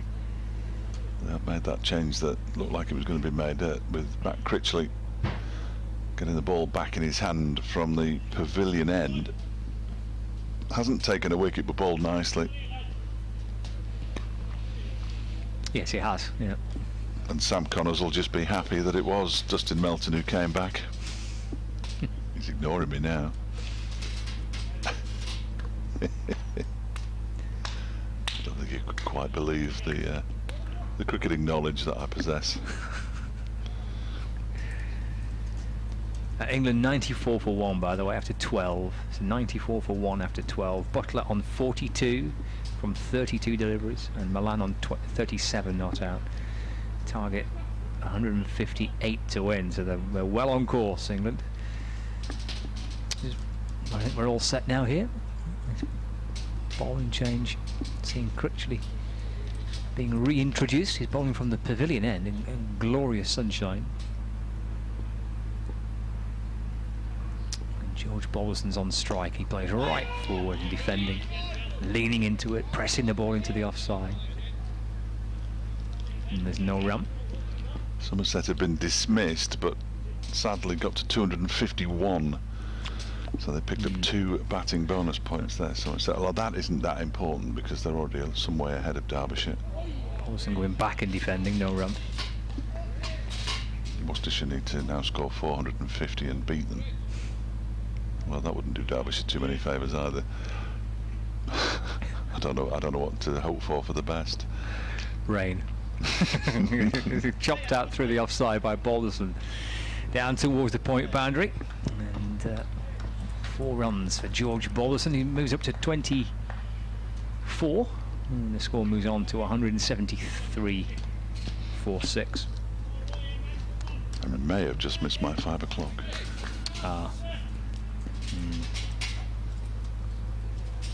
Still, there we go. First one I've missed this year. Well, today. I got all excited about the wicket. Critchley to Balderson, tickled away through the onside, and Lewis Rees is at mid-on to field, no run. Essex at 87 for 4, replying to that Middlesex total of 138 all outs.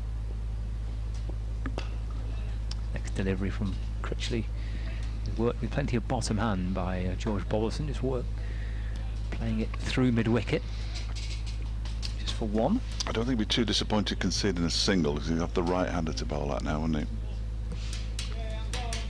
Which is clearly what he'd prefer. We've got Finn Hudson-Prentice for company now. For the first time down in Yeah, I front think of so, it, yeah. Good to see him moving around the field. Can't work out how much they can here. One slip in place with Lamb on strike as Critchley bowls to him. He runs that front foot and drop the ball into the onside, which he does so pretty safely. End of the over. 174 for 6. George Balderson on 25. Daniel Lamb's yet to get himself a run. 75 overs gone of the Lancashire first innings. And only 15 to go today.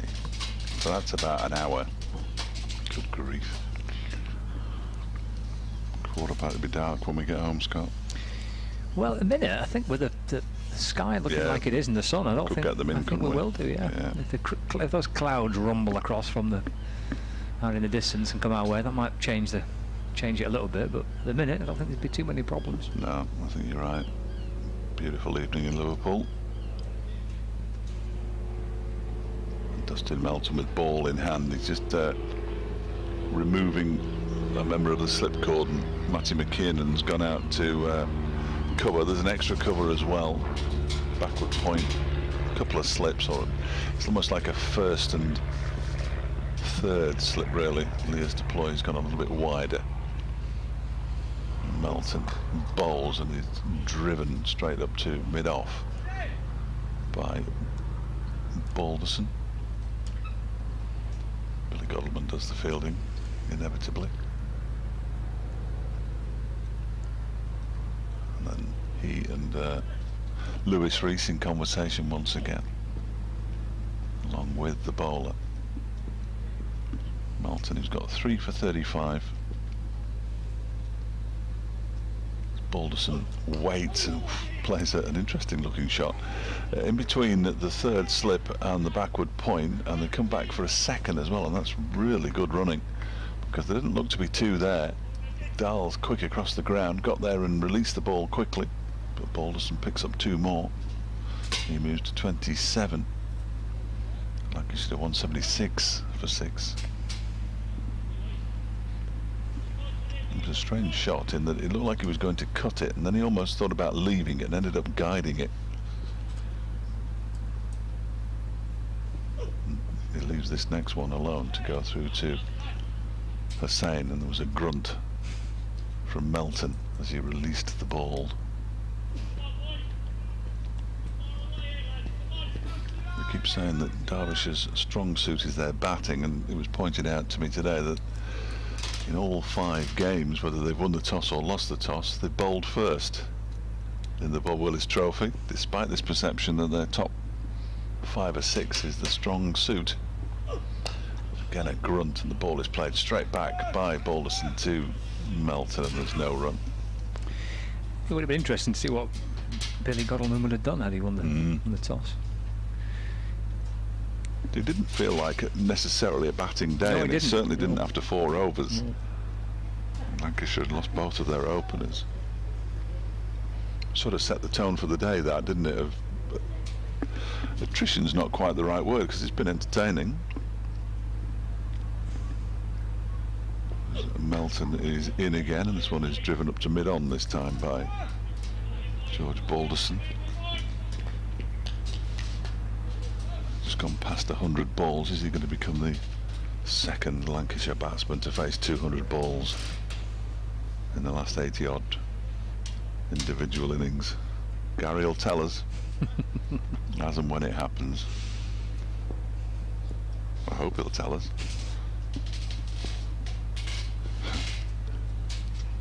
Balderson waits and leaves this one from Melton alone outside the off stump. Not playing anything that he doesn't have to play. I may have said earlier, and thanks Andy, that Harvey Hussain plays at Chesterfield. He's from Chesterfield, but he plays at Swarkston. Thanks Andy for correcting me. Quite right too. Butler's got to his half century, I'm led to believe.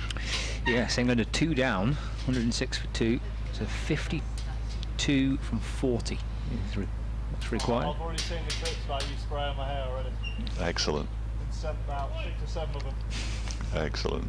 All his mates send every clip that we criticise his hair. That's Finhut's apprentice. You could almost do an interview into the effects microphone there. Critchley bowling, Lamb Ford in defence is no run. I'm a big fan of it. Well, 90s boy band look is what I reckon he's gone for. I'm quite a fan of it.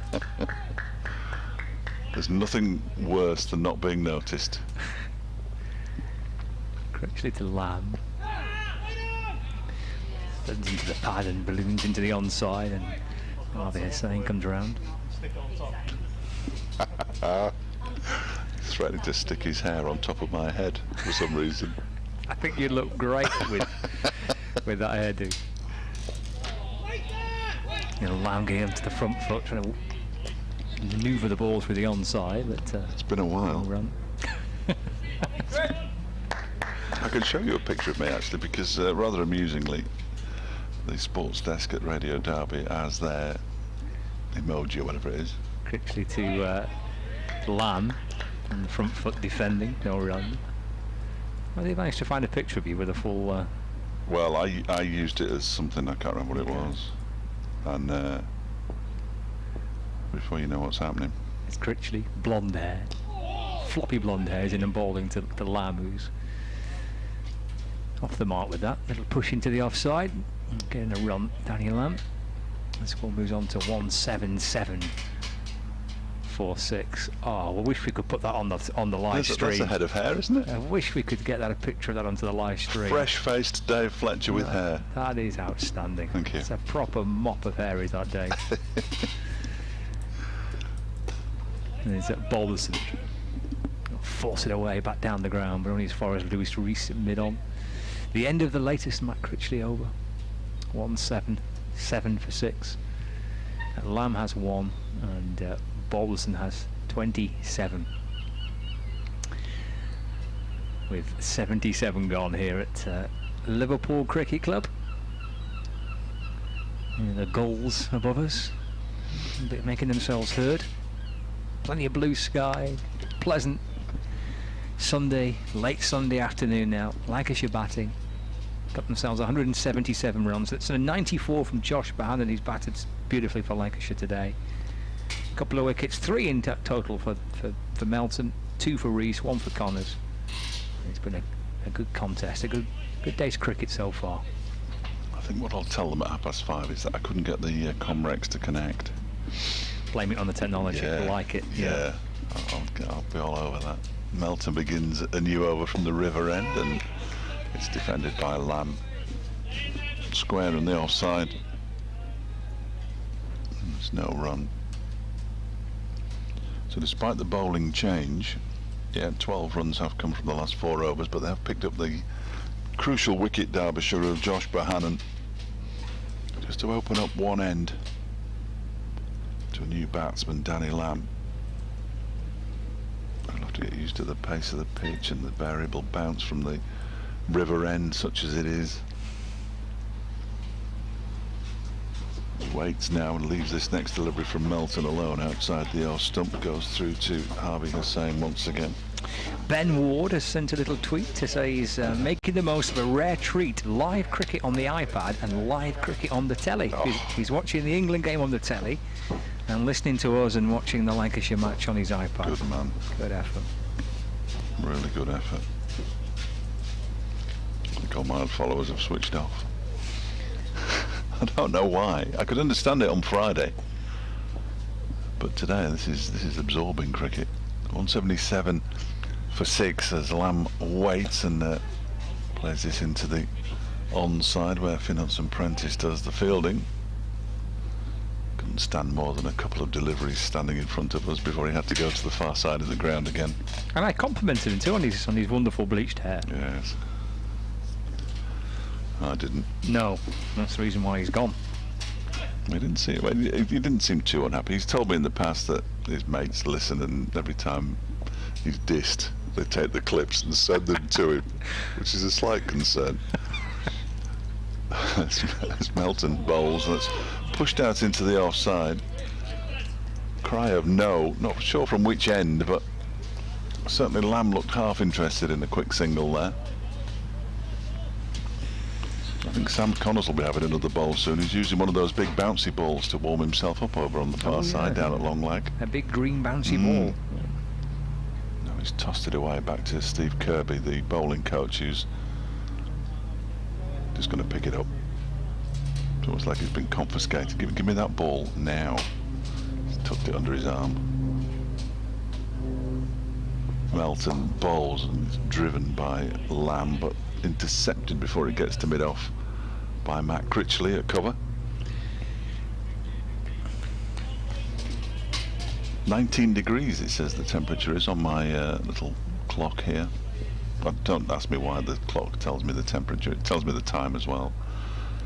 So you've even got a clock in front of you and you miss your 5 o'clock update. Yes. That's not good. Well, that's why I have the clock, right? I need something to remind me to look at the clock. Lamb waits and goes on the back foot to push this one out into the offside from Melton. Yeah. What I need really is for your phone to go to remind me, but that's not really practical, is it?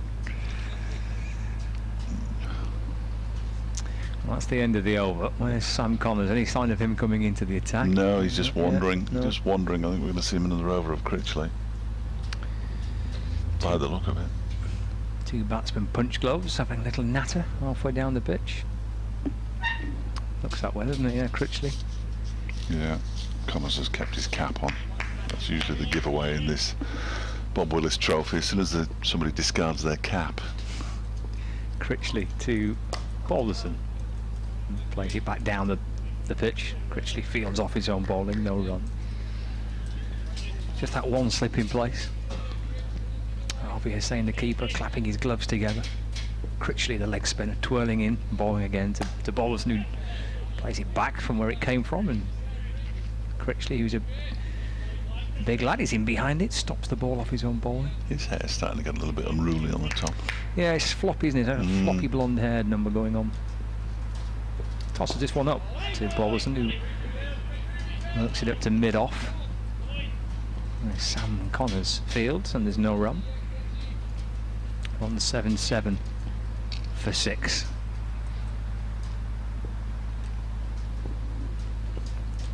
Critchley to Balderson.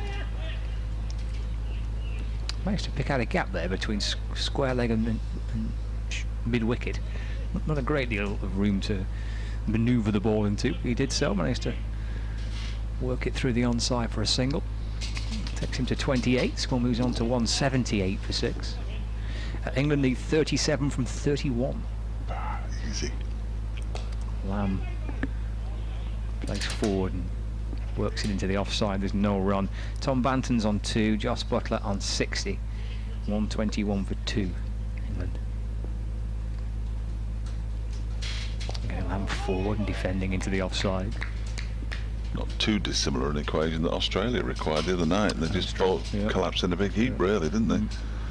Marcus Stoinis came out, swung at everything, connected with a couple, but if he'd have just nicked the 1s and 2s, I think he'd have got Australia over the line, in all honesty.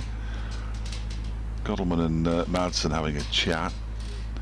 Melton's convinced he's bowling this over because he's already at the top of his mark. Connors is warmed up, but surplus currently to requirements, down at long leg. Harvey Hussain has removed the helmet. I think he's quite pleased to have done so. It looks warm out there for him. He's put his cap back on. And the meeting has finished, so we can get on with it. Matty McKinnon's come back in, and there are now 3 slips. There's quite a distance between the 3 of them. So 2 slips in a gully possibly, and a backward point as this one is pushed out by Balderson out towards that man at backward point. Bellows Dahl, no run. He comes in to do the fielding and then starts polishing the ball and chatting to Matt Critchley at the same time. Because they're staying in Liverpool, so they're all right. They're about 5 minutes down the road, back towards the airport, somewhere around there. Yeah. 1 or 2 of them overtook me as I was leaving last night and then turned right. Melton bowls, driven but straight to Critchley in the covers. Not only can he bat and bowl, but he can also field Matt Critchley. Good pair of hands. I think most cricketers can do the fielding bit. Very pointedly, Hudson Prentice removes his cap and runs his fingers through his lustrous hair at mid-wicket. Just leave a gap so that can be clipped. Balderson pushes this one out again to the offside. Decent start to the Melton over. Oh, well, hasn't he today, Melton? Yeah, he has. The perfect victim at 3 for 37 for the post-match or the post-day's play interview. And the fact he's a good talker, which helps enormously. I think most of this 11 are. Melton in again, bowls, and this one's pushed out into the offside, up towards Billy Goldman at mid-off, who juggles with it, and then throws it in. Does he throw it into Harvey Hussain? I don't think he did. He held on to it. Yeah, he held on to it. And then throws it into the ground. England have lost a third wicket. Tom Banton, the man out, 122 for 3. Joss will see them home. Every chance. Yeah. Balderson waits and drives with some ferocity, but straight at Matt Critchley in the covers. And as a result, there's no run. The equation is 36 from 28. Butler 61 not out. Owen Morgan, the new batsman. Could be tight. Could be tight. I suspect, I mean, they've played that much cricket at Southampton and in Manchester. These pitches will be quite warm. Quite warm, aren't they? Yeah, they will. Melton bowls. It strikes the pad. There's an appeal. It was probably going down leg, given the shot that was played and the fact that they're going to pick up 2 leg byes for that as it goes down towards fine leg. The signal from Graham Lloyd. 180. No. 180. Oh dear. 180 for 6 after 80 overs. Well, ordinarily they would be collecting a new ball. They're going to have their hands sanitised instead and wait till tomorrow morning for a new ball. Yeah, that's one of the rules, isn't it, of the Bob Willis Trophy?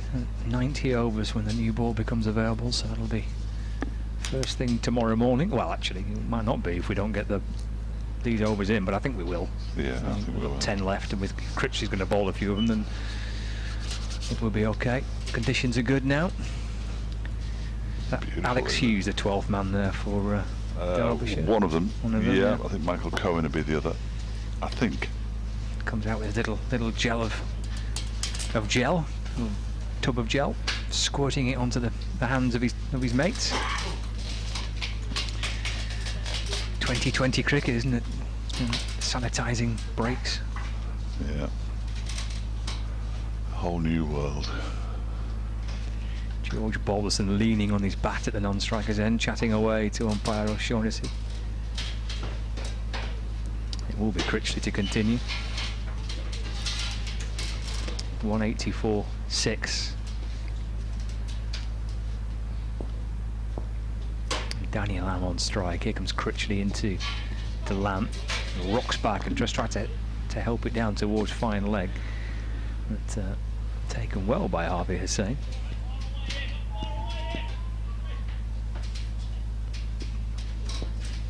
Critchley off 7 or 8 paces in again, bowling to Lamb.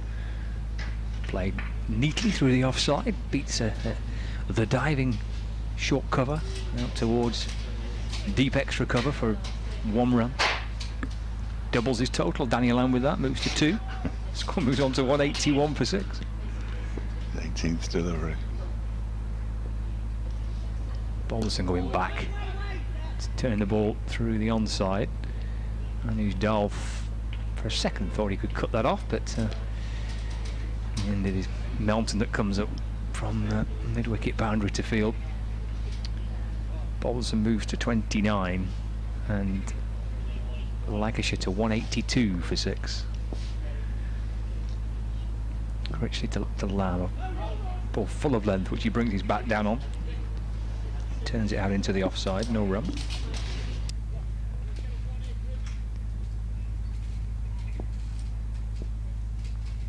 Keeper crouches down as Critchley bowls forward with a good stride from Lamb. Back towards the bowler.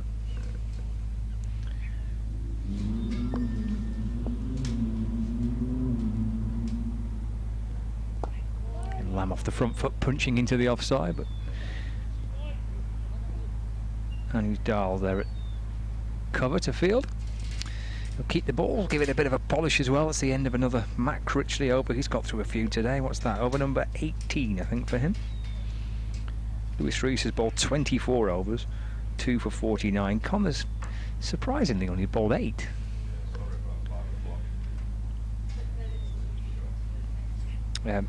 Melton's bowled 16 overs, 3 for 37. Hudson Prentice 8 overs for 22. And Dahl 7 overs for 7. What have we got left? 9 overs remaining in the day's allocation. That is Melton on your screen if you're watching on the live stream. He's coming in to start a fresh over. And there's George Bobbleson up onto his toes, going back into his crease, angling the ball down into the offside. And there is no run. A couple of slips and a gully. Yeah, 2 slips and then that gap to gully for the young left-hand batsman, George Balderson. I think he's made an impressive start to his first-class career. And a number of debutants in the opening round of Bob Willis fixture games at New Road. He's got runs here as well, driven away, squared the wicket. And Dahl will chase after it. Balderson's already come back for a second. And no need to run for a third. That's beaten Dahl, and that's gone out towards the boundary for 4 runs. The ball hits the advertising board, and then Dahl having to dart to one side of the board, otherwise he'd have clattered into the advertising boards himself as he was building up momentum, chasing after the ball. Balderson to 33 not out. Won't be too far away from his highest score of the season. In fact, I think it might be.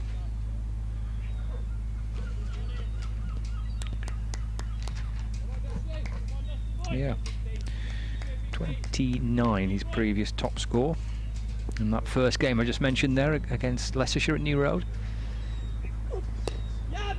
Tucking away this next delivery through the onside, just in front of square. Hudson Prentice comes round to field. Balderson moves on to 34 not out, and Lancashire to 187 for 6. England need 23 from 19 deliveries to beat Australia.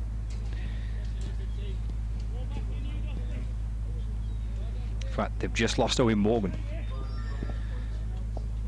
Caught at cover by Glenn Maxwell off the bowling of Adam Zampa, so Morgan's gone. Melton into Danny Lamb, that's 4 runs. Drilled away through the offside by Danny Lamb. Been not too many scoring opportunities for the batsman in this day's play so far, but there was one which Lamb made the most of. And that ball's disappeared near towards our satellite van, just at the edge of the media tent. Matt Critchley having to hurdle the advertising boards to fetch the ball. Could be Dustin Melton's last over this one, couldn't it?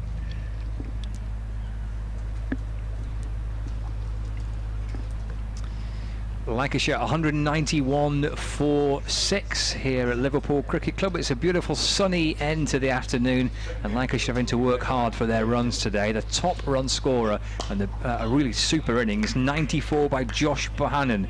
Unfortunately for him, 6 short of what would have been a spectacular century on what has been a pretty difficult day to bat on. There's been wickets, 3 of them for Melton, 2 for Rees and 1 for Connors. Rob Jones has made 23, George Lavelle 13. And alongside George Balderson, who's unbeaten on 34, the only players to reach double figures so far today. Danny Lamb is unbeaten on 6. So Lancashire 191 for 6. We've got 9 overs remaining in the day's allocation. Meanwhile, England are chasing 158 runs to beat Australia in the T20 International in Southampton. They need 23 from their remaining 18 balls. Lancashire's Joss Butler is 67 not out. That was the end of the over here, so 8 remain in the day's allocation. Yeah, just 8 to go, which is generally half an hour, but in these times it'll probably be about 5 past 10 past 6 by the time we finish. And as Scott said, the weather is pleasant enough, so it looks like we're going to get the full allocation in, which is good news. Plenty of blue sky up above now. It is starting to cool down a touch though, but I'm not complaining. It's going to be Sam Connors from the pavilion end, where hours and hours ago, with the first delivery of the match, he dismissed Keaton Jennings leg before wicket. Can he come back late in the day and pick up another wicket or 2 just to turn the game possibly in Derbyshire's favour? Matty McKiernan's with us now. He's not been with us all day. He's on the cover boundary to the left-handed Balderson. He's on 34. Lamb on 6. Lancashire 191 for 6 as Connors begins a new over from the pavilion end outside the off stump, left alone by Balderson, and goes through to Harvey Hussain.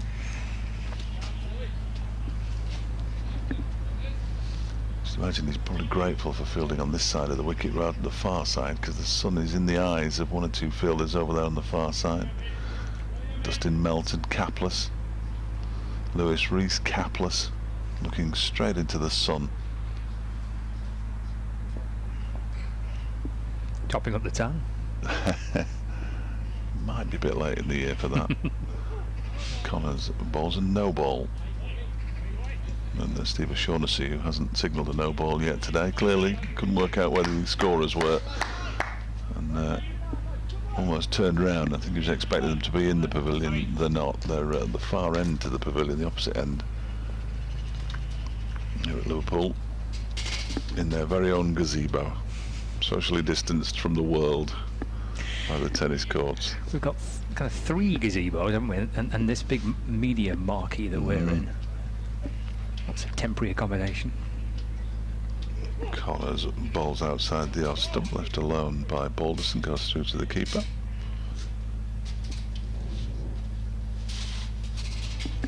That wind appears to have died pretty much now. No fresh leaves off the trees in recent times. And if Friday's anything to go by, they'll soon be chopped into tiny bits. The moment the umpires remove the bails, the big mower will be out there doing its worst. It'll take them any time at all, the ground staff, on Friday. This one is a drive, and well, I thought he might have edged it, but he hadn't. There was a half catch it from Wayne Madsen at slip. Harvey Hussain did catch it. The batsman hadn't hit it. The only piece missing from that particular jigsaw. Fairly crucial piece. Madsen's a big shouter of catch it. Likes a shout of catch it, does Wayne. He crouches down now at first slip as that one is left alone by Balderson outside the off stump to go through to Hussain once more. These two batsmen possibly already thinking about the close of play, coming back tomorrow morning.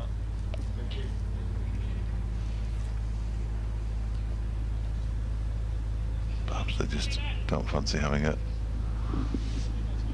dart at a ball outside the off stump with the 2 slips and the backward point.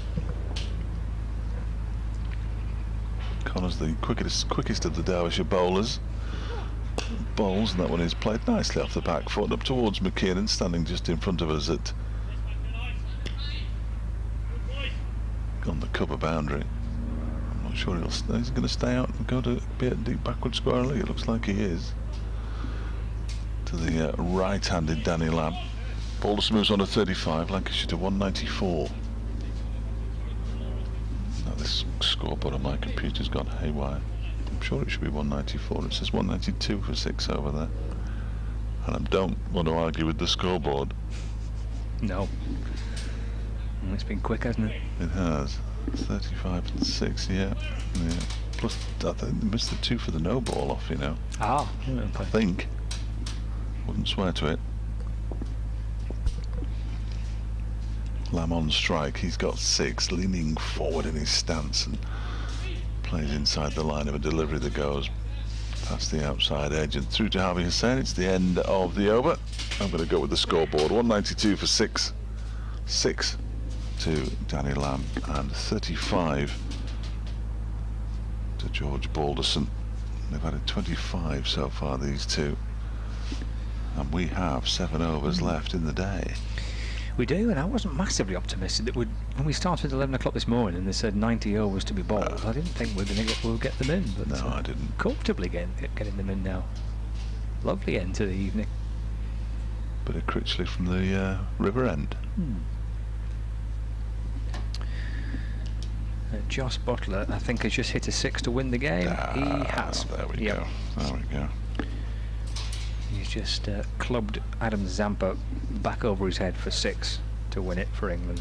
So that's a series win in the T20 for England. 2-0 up in the 3-match series.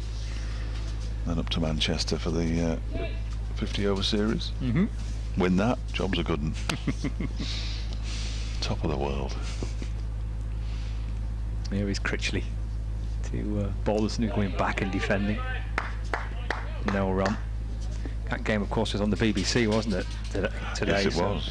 Quite nice for Butler to do his bit on the BBC.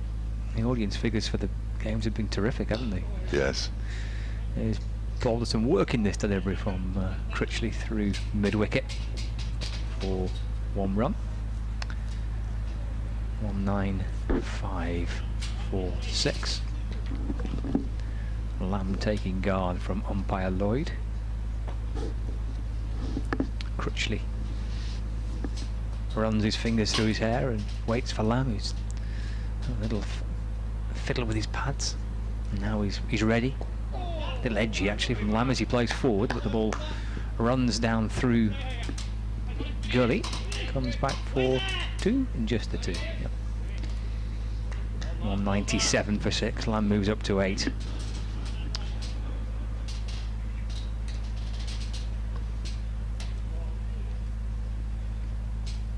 They had missed off those 2 for the no ball, you know, because they've added them on.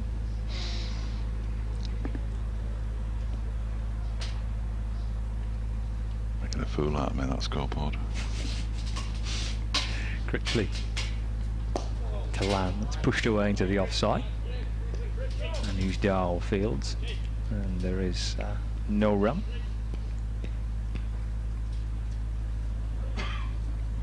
There's 6 overs left after this one from Critchley. He's back in again. 4 goes Lamb.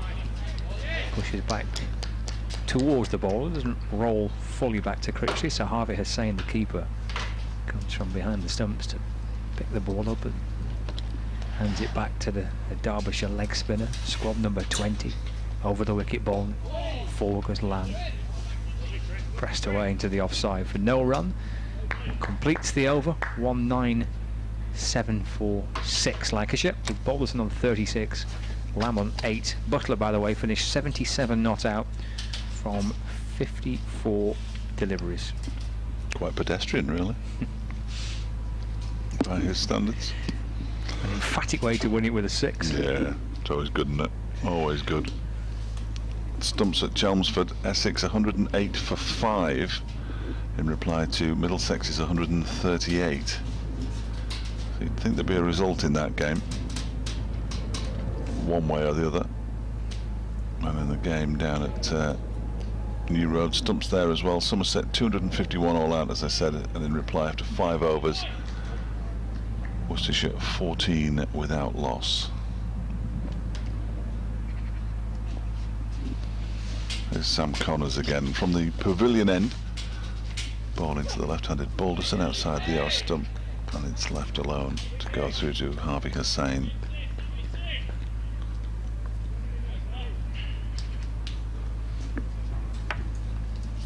Game at Yorkshire, who's the only other team who could finish top of the North Group.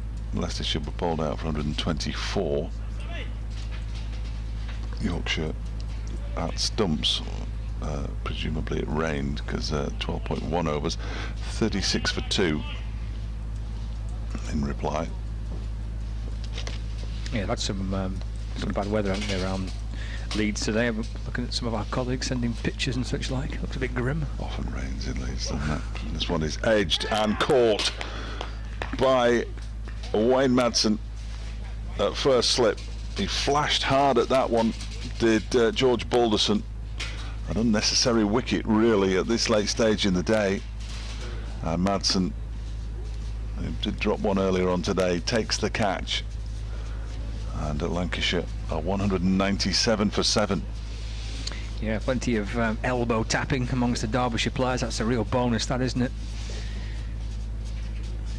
Went to about waist height, that delivery.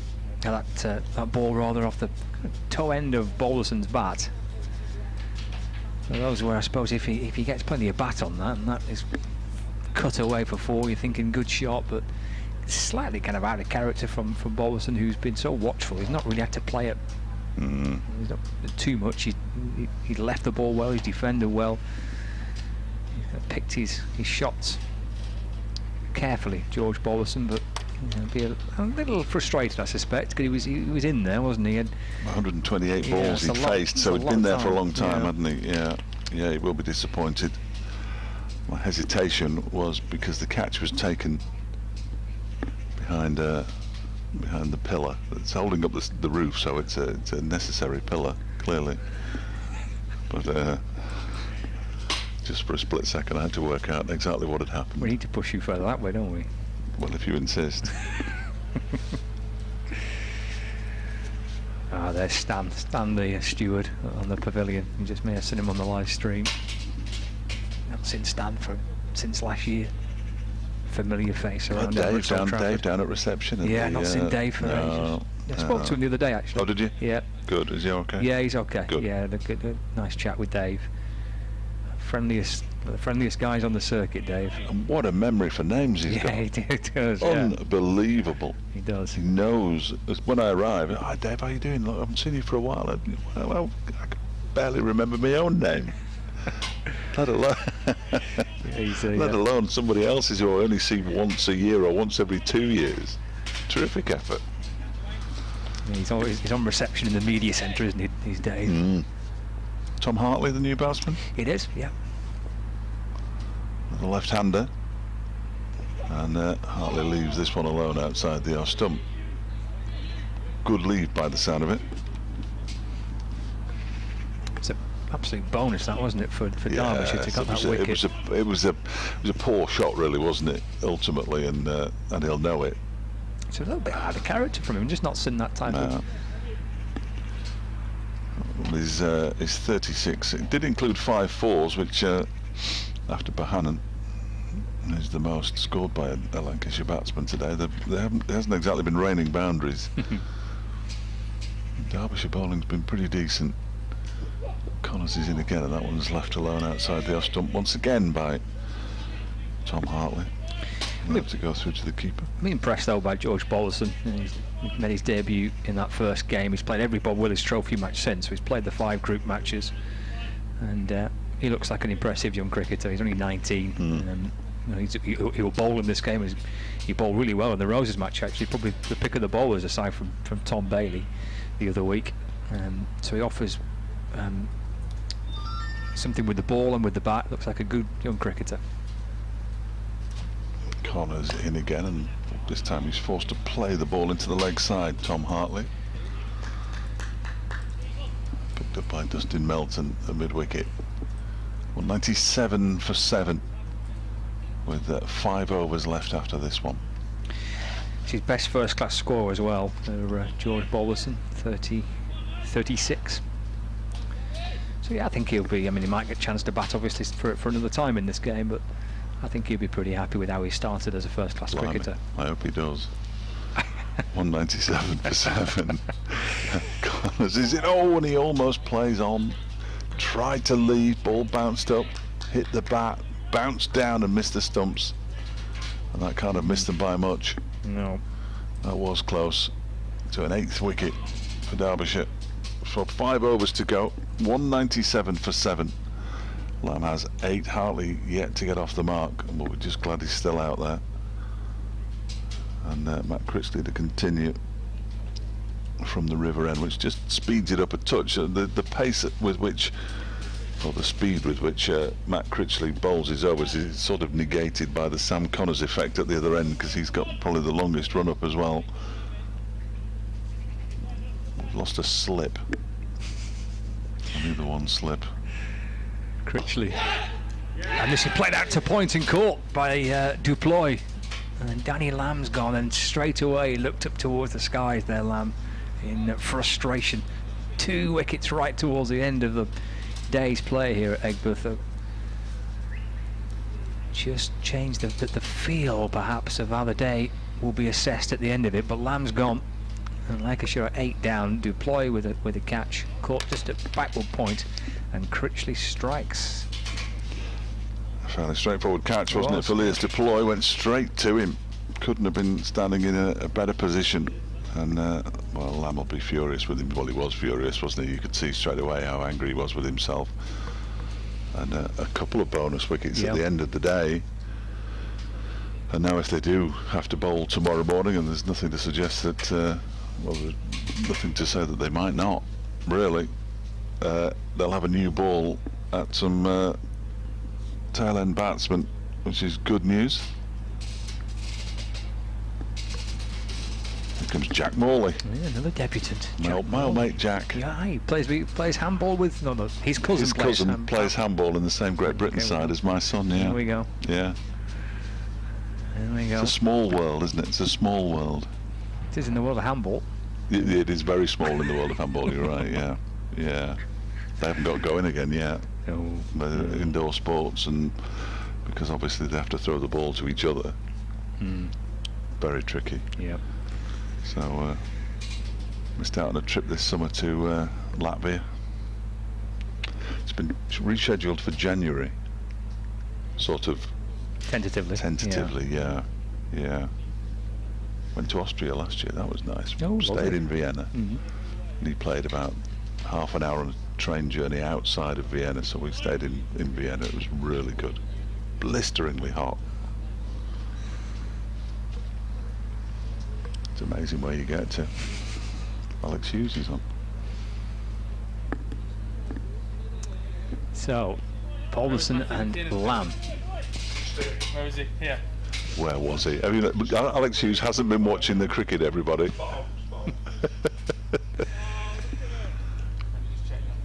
He's positioned himself in front of our tent. Am I okay here? In front of our FX microphone, unfortunately, because he likes to chat, Alex. No, I think you're right. Keep going. Oh, he's hopelessly out of position. He's gone miles away now. He's keen though. It's Critchley to the new batsman on debut, Jack Morley.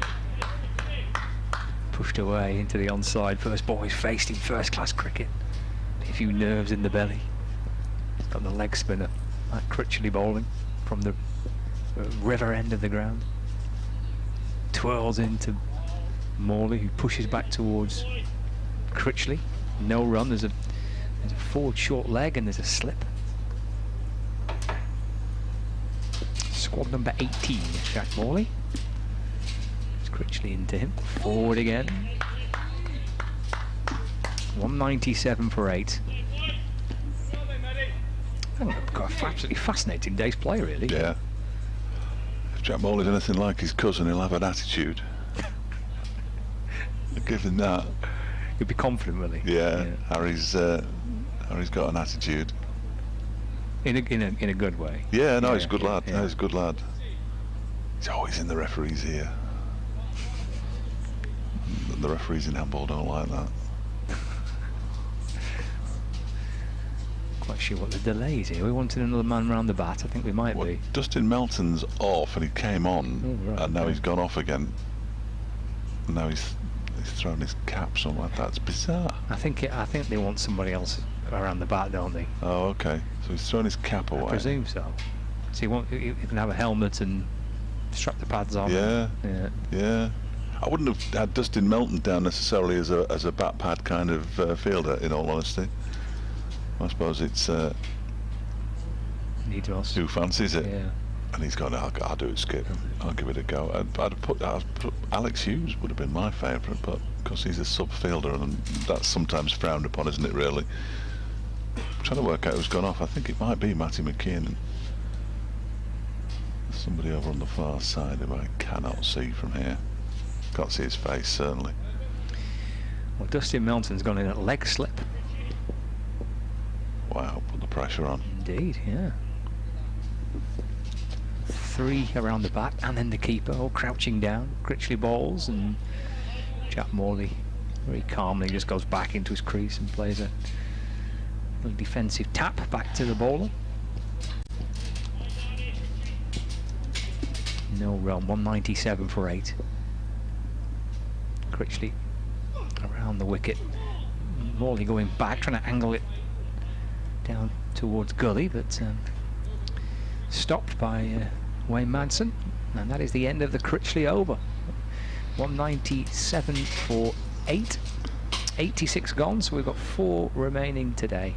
Successive wicket maidens. Good end to the day for Derbyshire. Yeah, it has been. It has been. It'll send them into tomorrow with a bit of confidence. Definitely.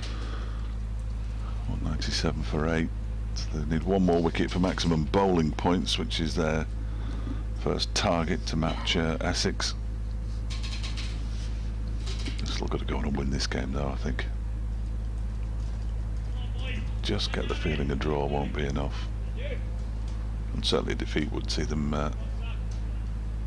knocked out of the competition, which would be a shame after the efforts they've put in so far. But it's been a really good effort today. Sam Connors, who picked up his 2nd wicket, picked up the 1st of the day, and the wicket of George Balderson is in and bowls to Hartley outside the off stump, and that one leaps and goes away for 4 byes, I fancy. Yeah, 4 byes. That one leapt, and Harvey Hussain couldn't get anywhere near it. Very peculiar. Whether it was a bit too wide, and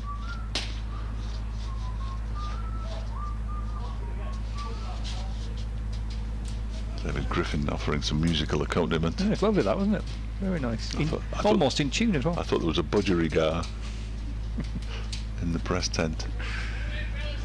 200 up with that, with those 4 byes, incidentally. 201 for 8.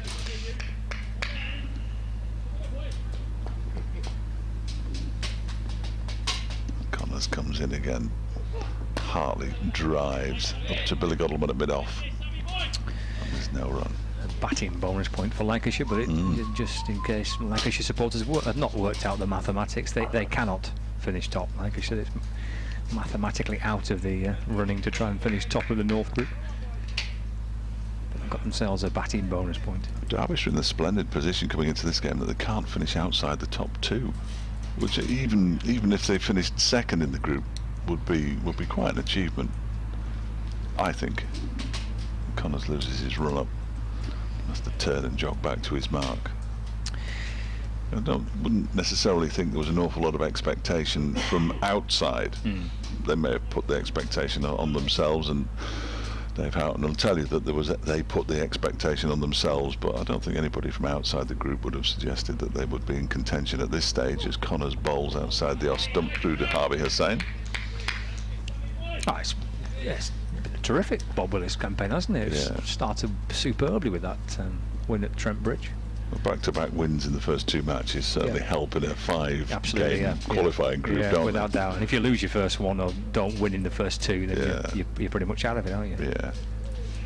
So they put themselves in a good position. Then there was a bit of rain around at Headingley, although they replied to a score of 400 with a score of, or 450 with a score of 350. Connors is in again, and this one is edged into the ground. Good stop by McKinnon, diving to his left-hand side at Gully. It was down into the ground off a combination of what sounded like bat and pad. Just a little heads up, by the way. There's when people are accessing coverage of this game via lots of different ways, but if you're listening to it via medium wave on BBC Radio Lancashire, with a time approaching 5 to 6, at 6 o'clock you will be leaving us. But you can watch the pictures and listen to the commentary with Lancashire's live stream. Connors bowls and his toe end of the bat that just keeps that one out by Hartley.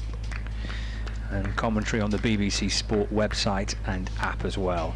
But if you're listening on the radio in the northwest on medium wave 855 at 6 o'clock, we'll be leaving you.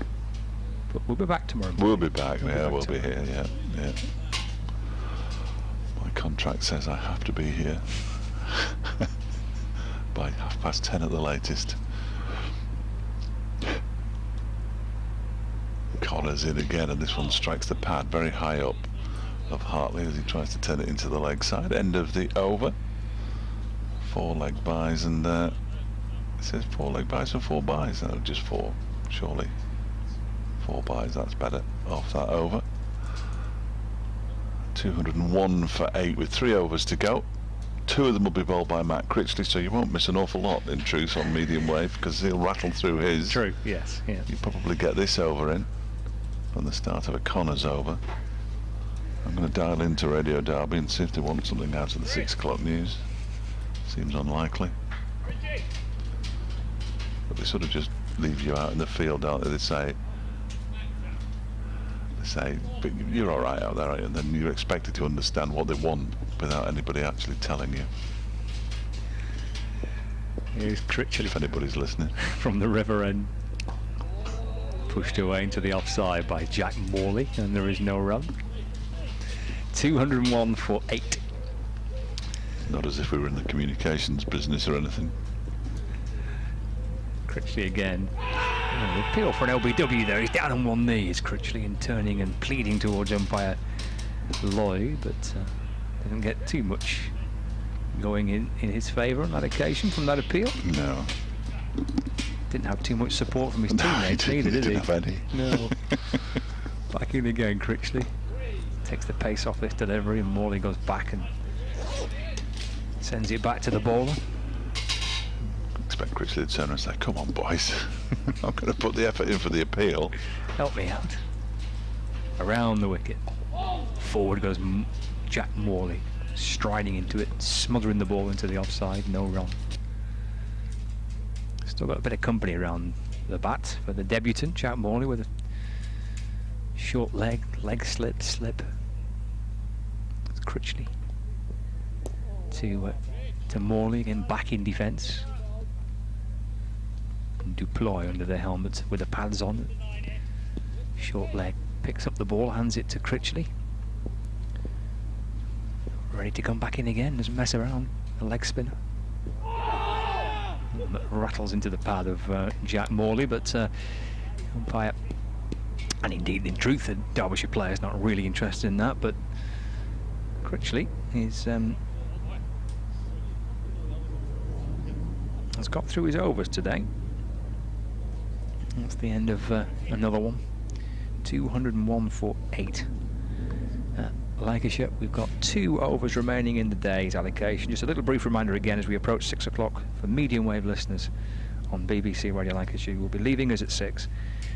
We'll be back with you for a 10:30 start tomorrow, but coverage continuing with Lancashire Cricket TV, the live stream, or you can access it via the BBC Sport website and app as well. Critchley's just completed his 21st over, 1 for 39. Rees has bowled 24 overs, 2 for 49. Connors 11 overs, 2 for 20. Melton 17 overs, 3 for 46. Hudson Prentice 8 overs for 22. And Dahl 7 overs for just those 7 runs. Here's Connors to Hartley. That'll run through the slips down towards the boundary.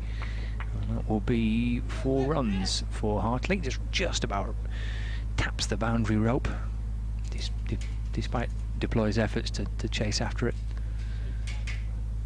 And that's the first runs for Hartley. A little edgy down into the ground, through the slips and down towards the boundary. He's up and running though. 205 for 8.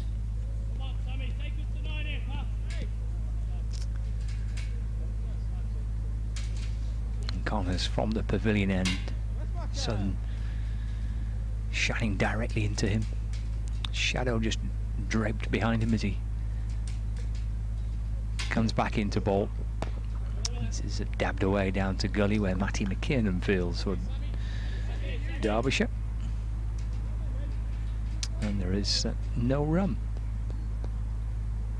Ball will eventually loop its way back round towards the bowler via Matt Critchley and Lewis Rees. Billy Godalman down on the ground at mid-on doing a few stretches. And Derbyshire skipper pleased with the way his side have gone about things. 1 more wicket gets the maximum bowling bonus points. It's Hartley. It's another run here. Brings the bat down, it comes off the inner half of the bat and rolls down towards short fine leg and jolts through for a single. Moves to 5, 206 for 8. just a little reminder elsewhere. Certainly the games which we're keeping a very close eye on, the Essex-Middlesex match and the Worcestershire-Somerset game as well. Worcestershire have started their reply to Somerset's 2-5-1 all out. There's 7 without loss. And Essex are 5 down, 97 for 5. Connors is into Morley. Squeezed up towards Bidley Godalman at mid-off, and there's no run.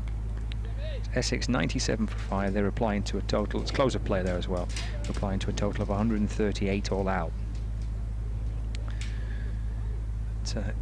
Derbyshire supporters keeping a very close eye on what's happening in the games involving Essex and Middlesex and Worcestershire and Somerset.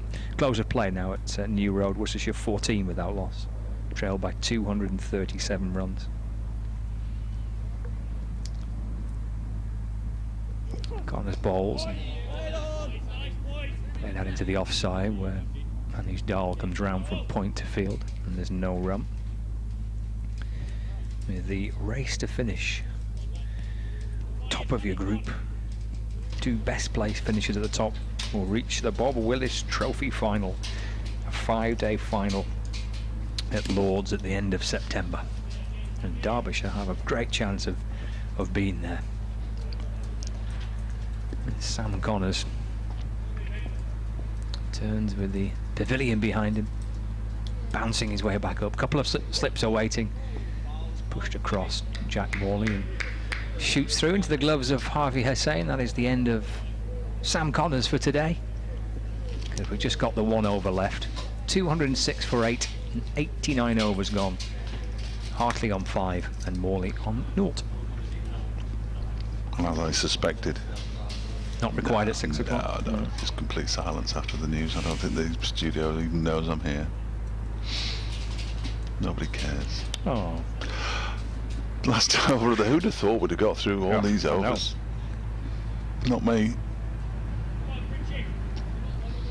But we have. Matt Critchley's going to bowl the final over. 1 for 39 from 21 overs, Matt Critchley. Sam Connors finishes with 2 for 25 today. They've all chipped in. 3 for Dustin Melton. Earns him the plaudits of victim of the day. Critchley begins a new over, bowling to Hartley, who pushes this one out into the offside, and there's no run. Dustin Melton now goes into silly mid-off. There's a short leg as well and a slip, and this one is played into the ground well by Hartley. He's got to make sure he plays every one of these last 4 deliveries with soft hands. They won't be dismissed completely, Lancashire, today, because as soon as a wicket falls, they'll all walk off, if indeed a wicket falls.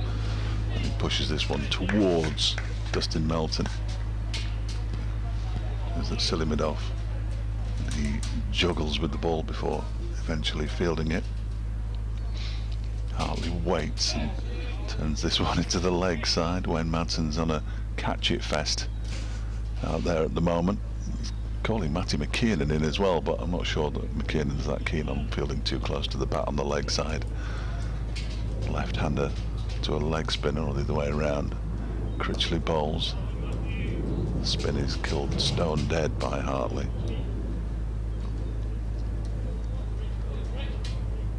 Two to go, I think.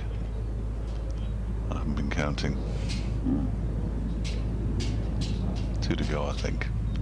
Critchley's in, and that one is turned into the leg side as well. It was on the floor. I don't know why Dustin Melton's got his hands on his head. In fact, there was 1 to go, because that was the last delivery of the day. And Lancashire closed day 1 of this Bob Willis Trophy match on 206 for 8, having won the toss and decided to bat first. I think Derbyshire will be relatively pleased, especially with those 2 bonus wickets towards the end of the day. And here comes the mower. They don't mess around, do they? He doesn't waste any time, does he? Here he is. Here he comes. There we are. Watch your toes. Blimey. Good day's cricket, that, though. It was, yeah, thoroughly enjoyable. As you say, Derbyshire, I think, will be pretty happy with their day's work. Stuck at it. Absolutely. Josh Bohannon batted really well. It's a proper good innings that from Bohannon. He'll be delighted with that. Derbyshire, I think, having been asked to bowl first, to have reduced Lancashire to 206 for 8 at the close of play on the first day. Yeah, I think they'll all in all they'll be pretty chuffed themselves with a day's work. And the Lancashire players on the balcony there applauding the two young lads off as they make their way back up towards the pavilion.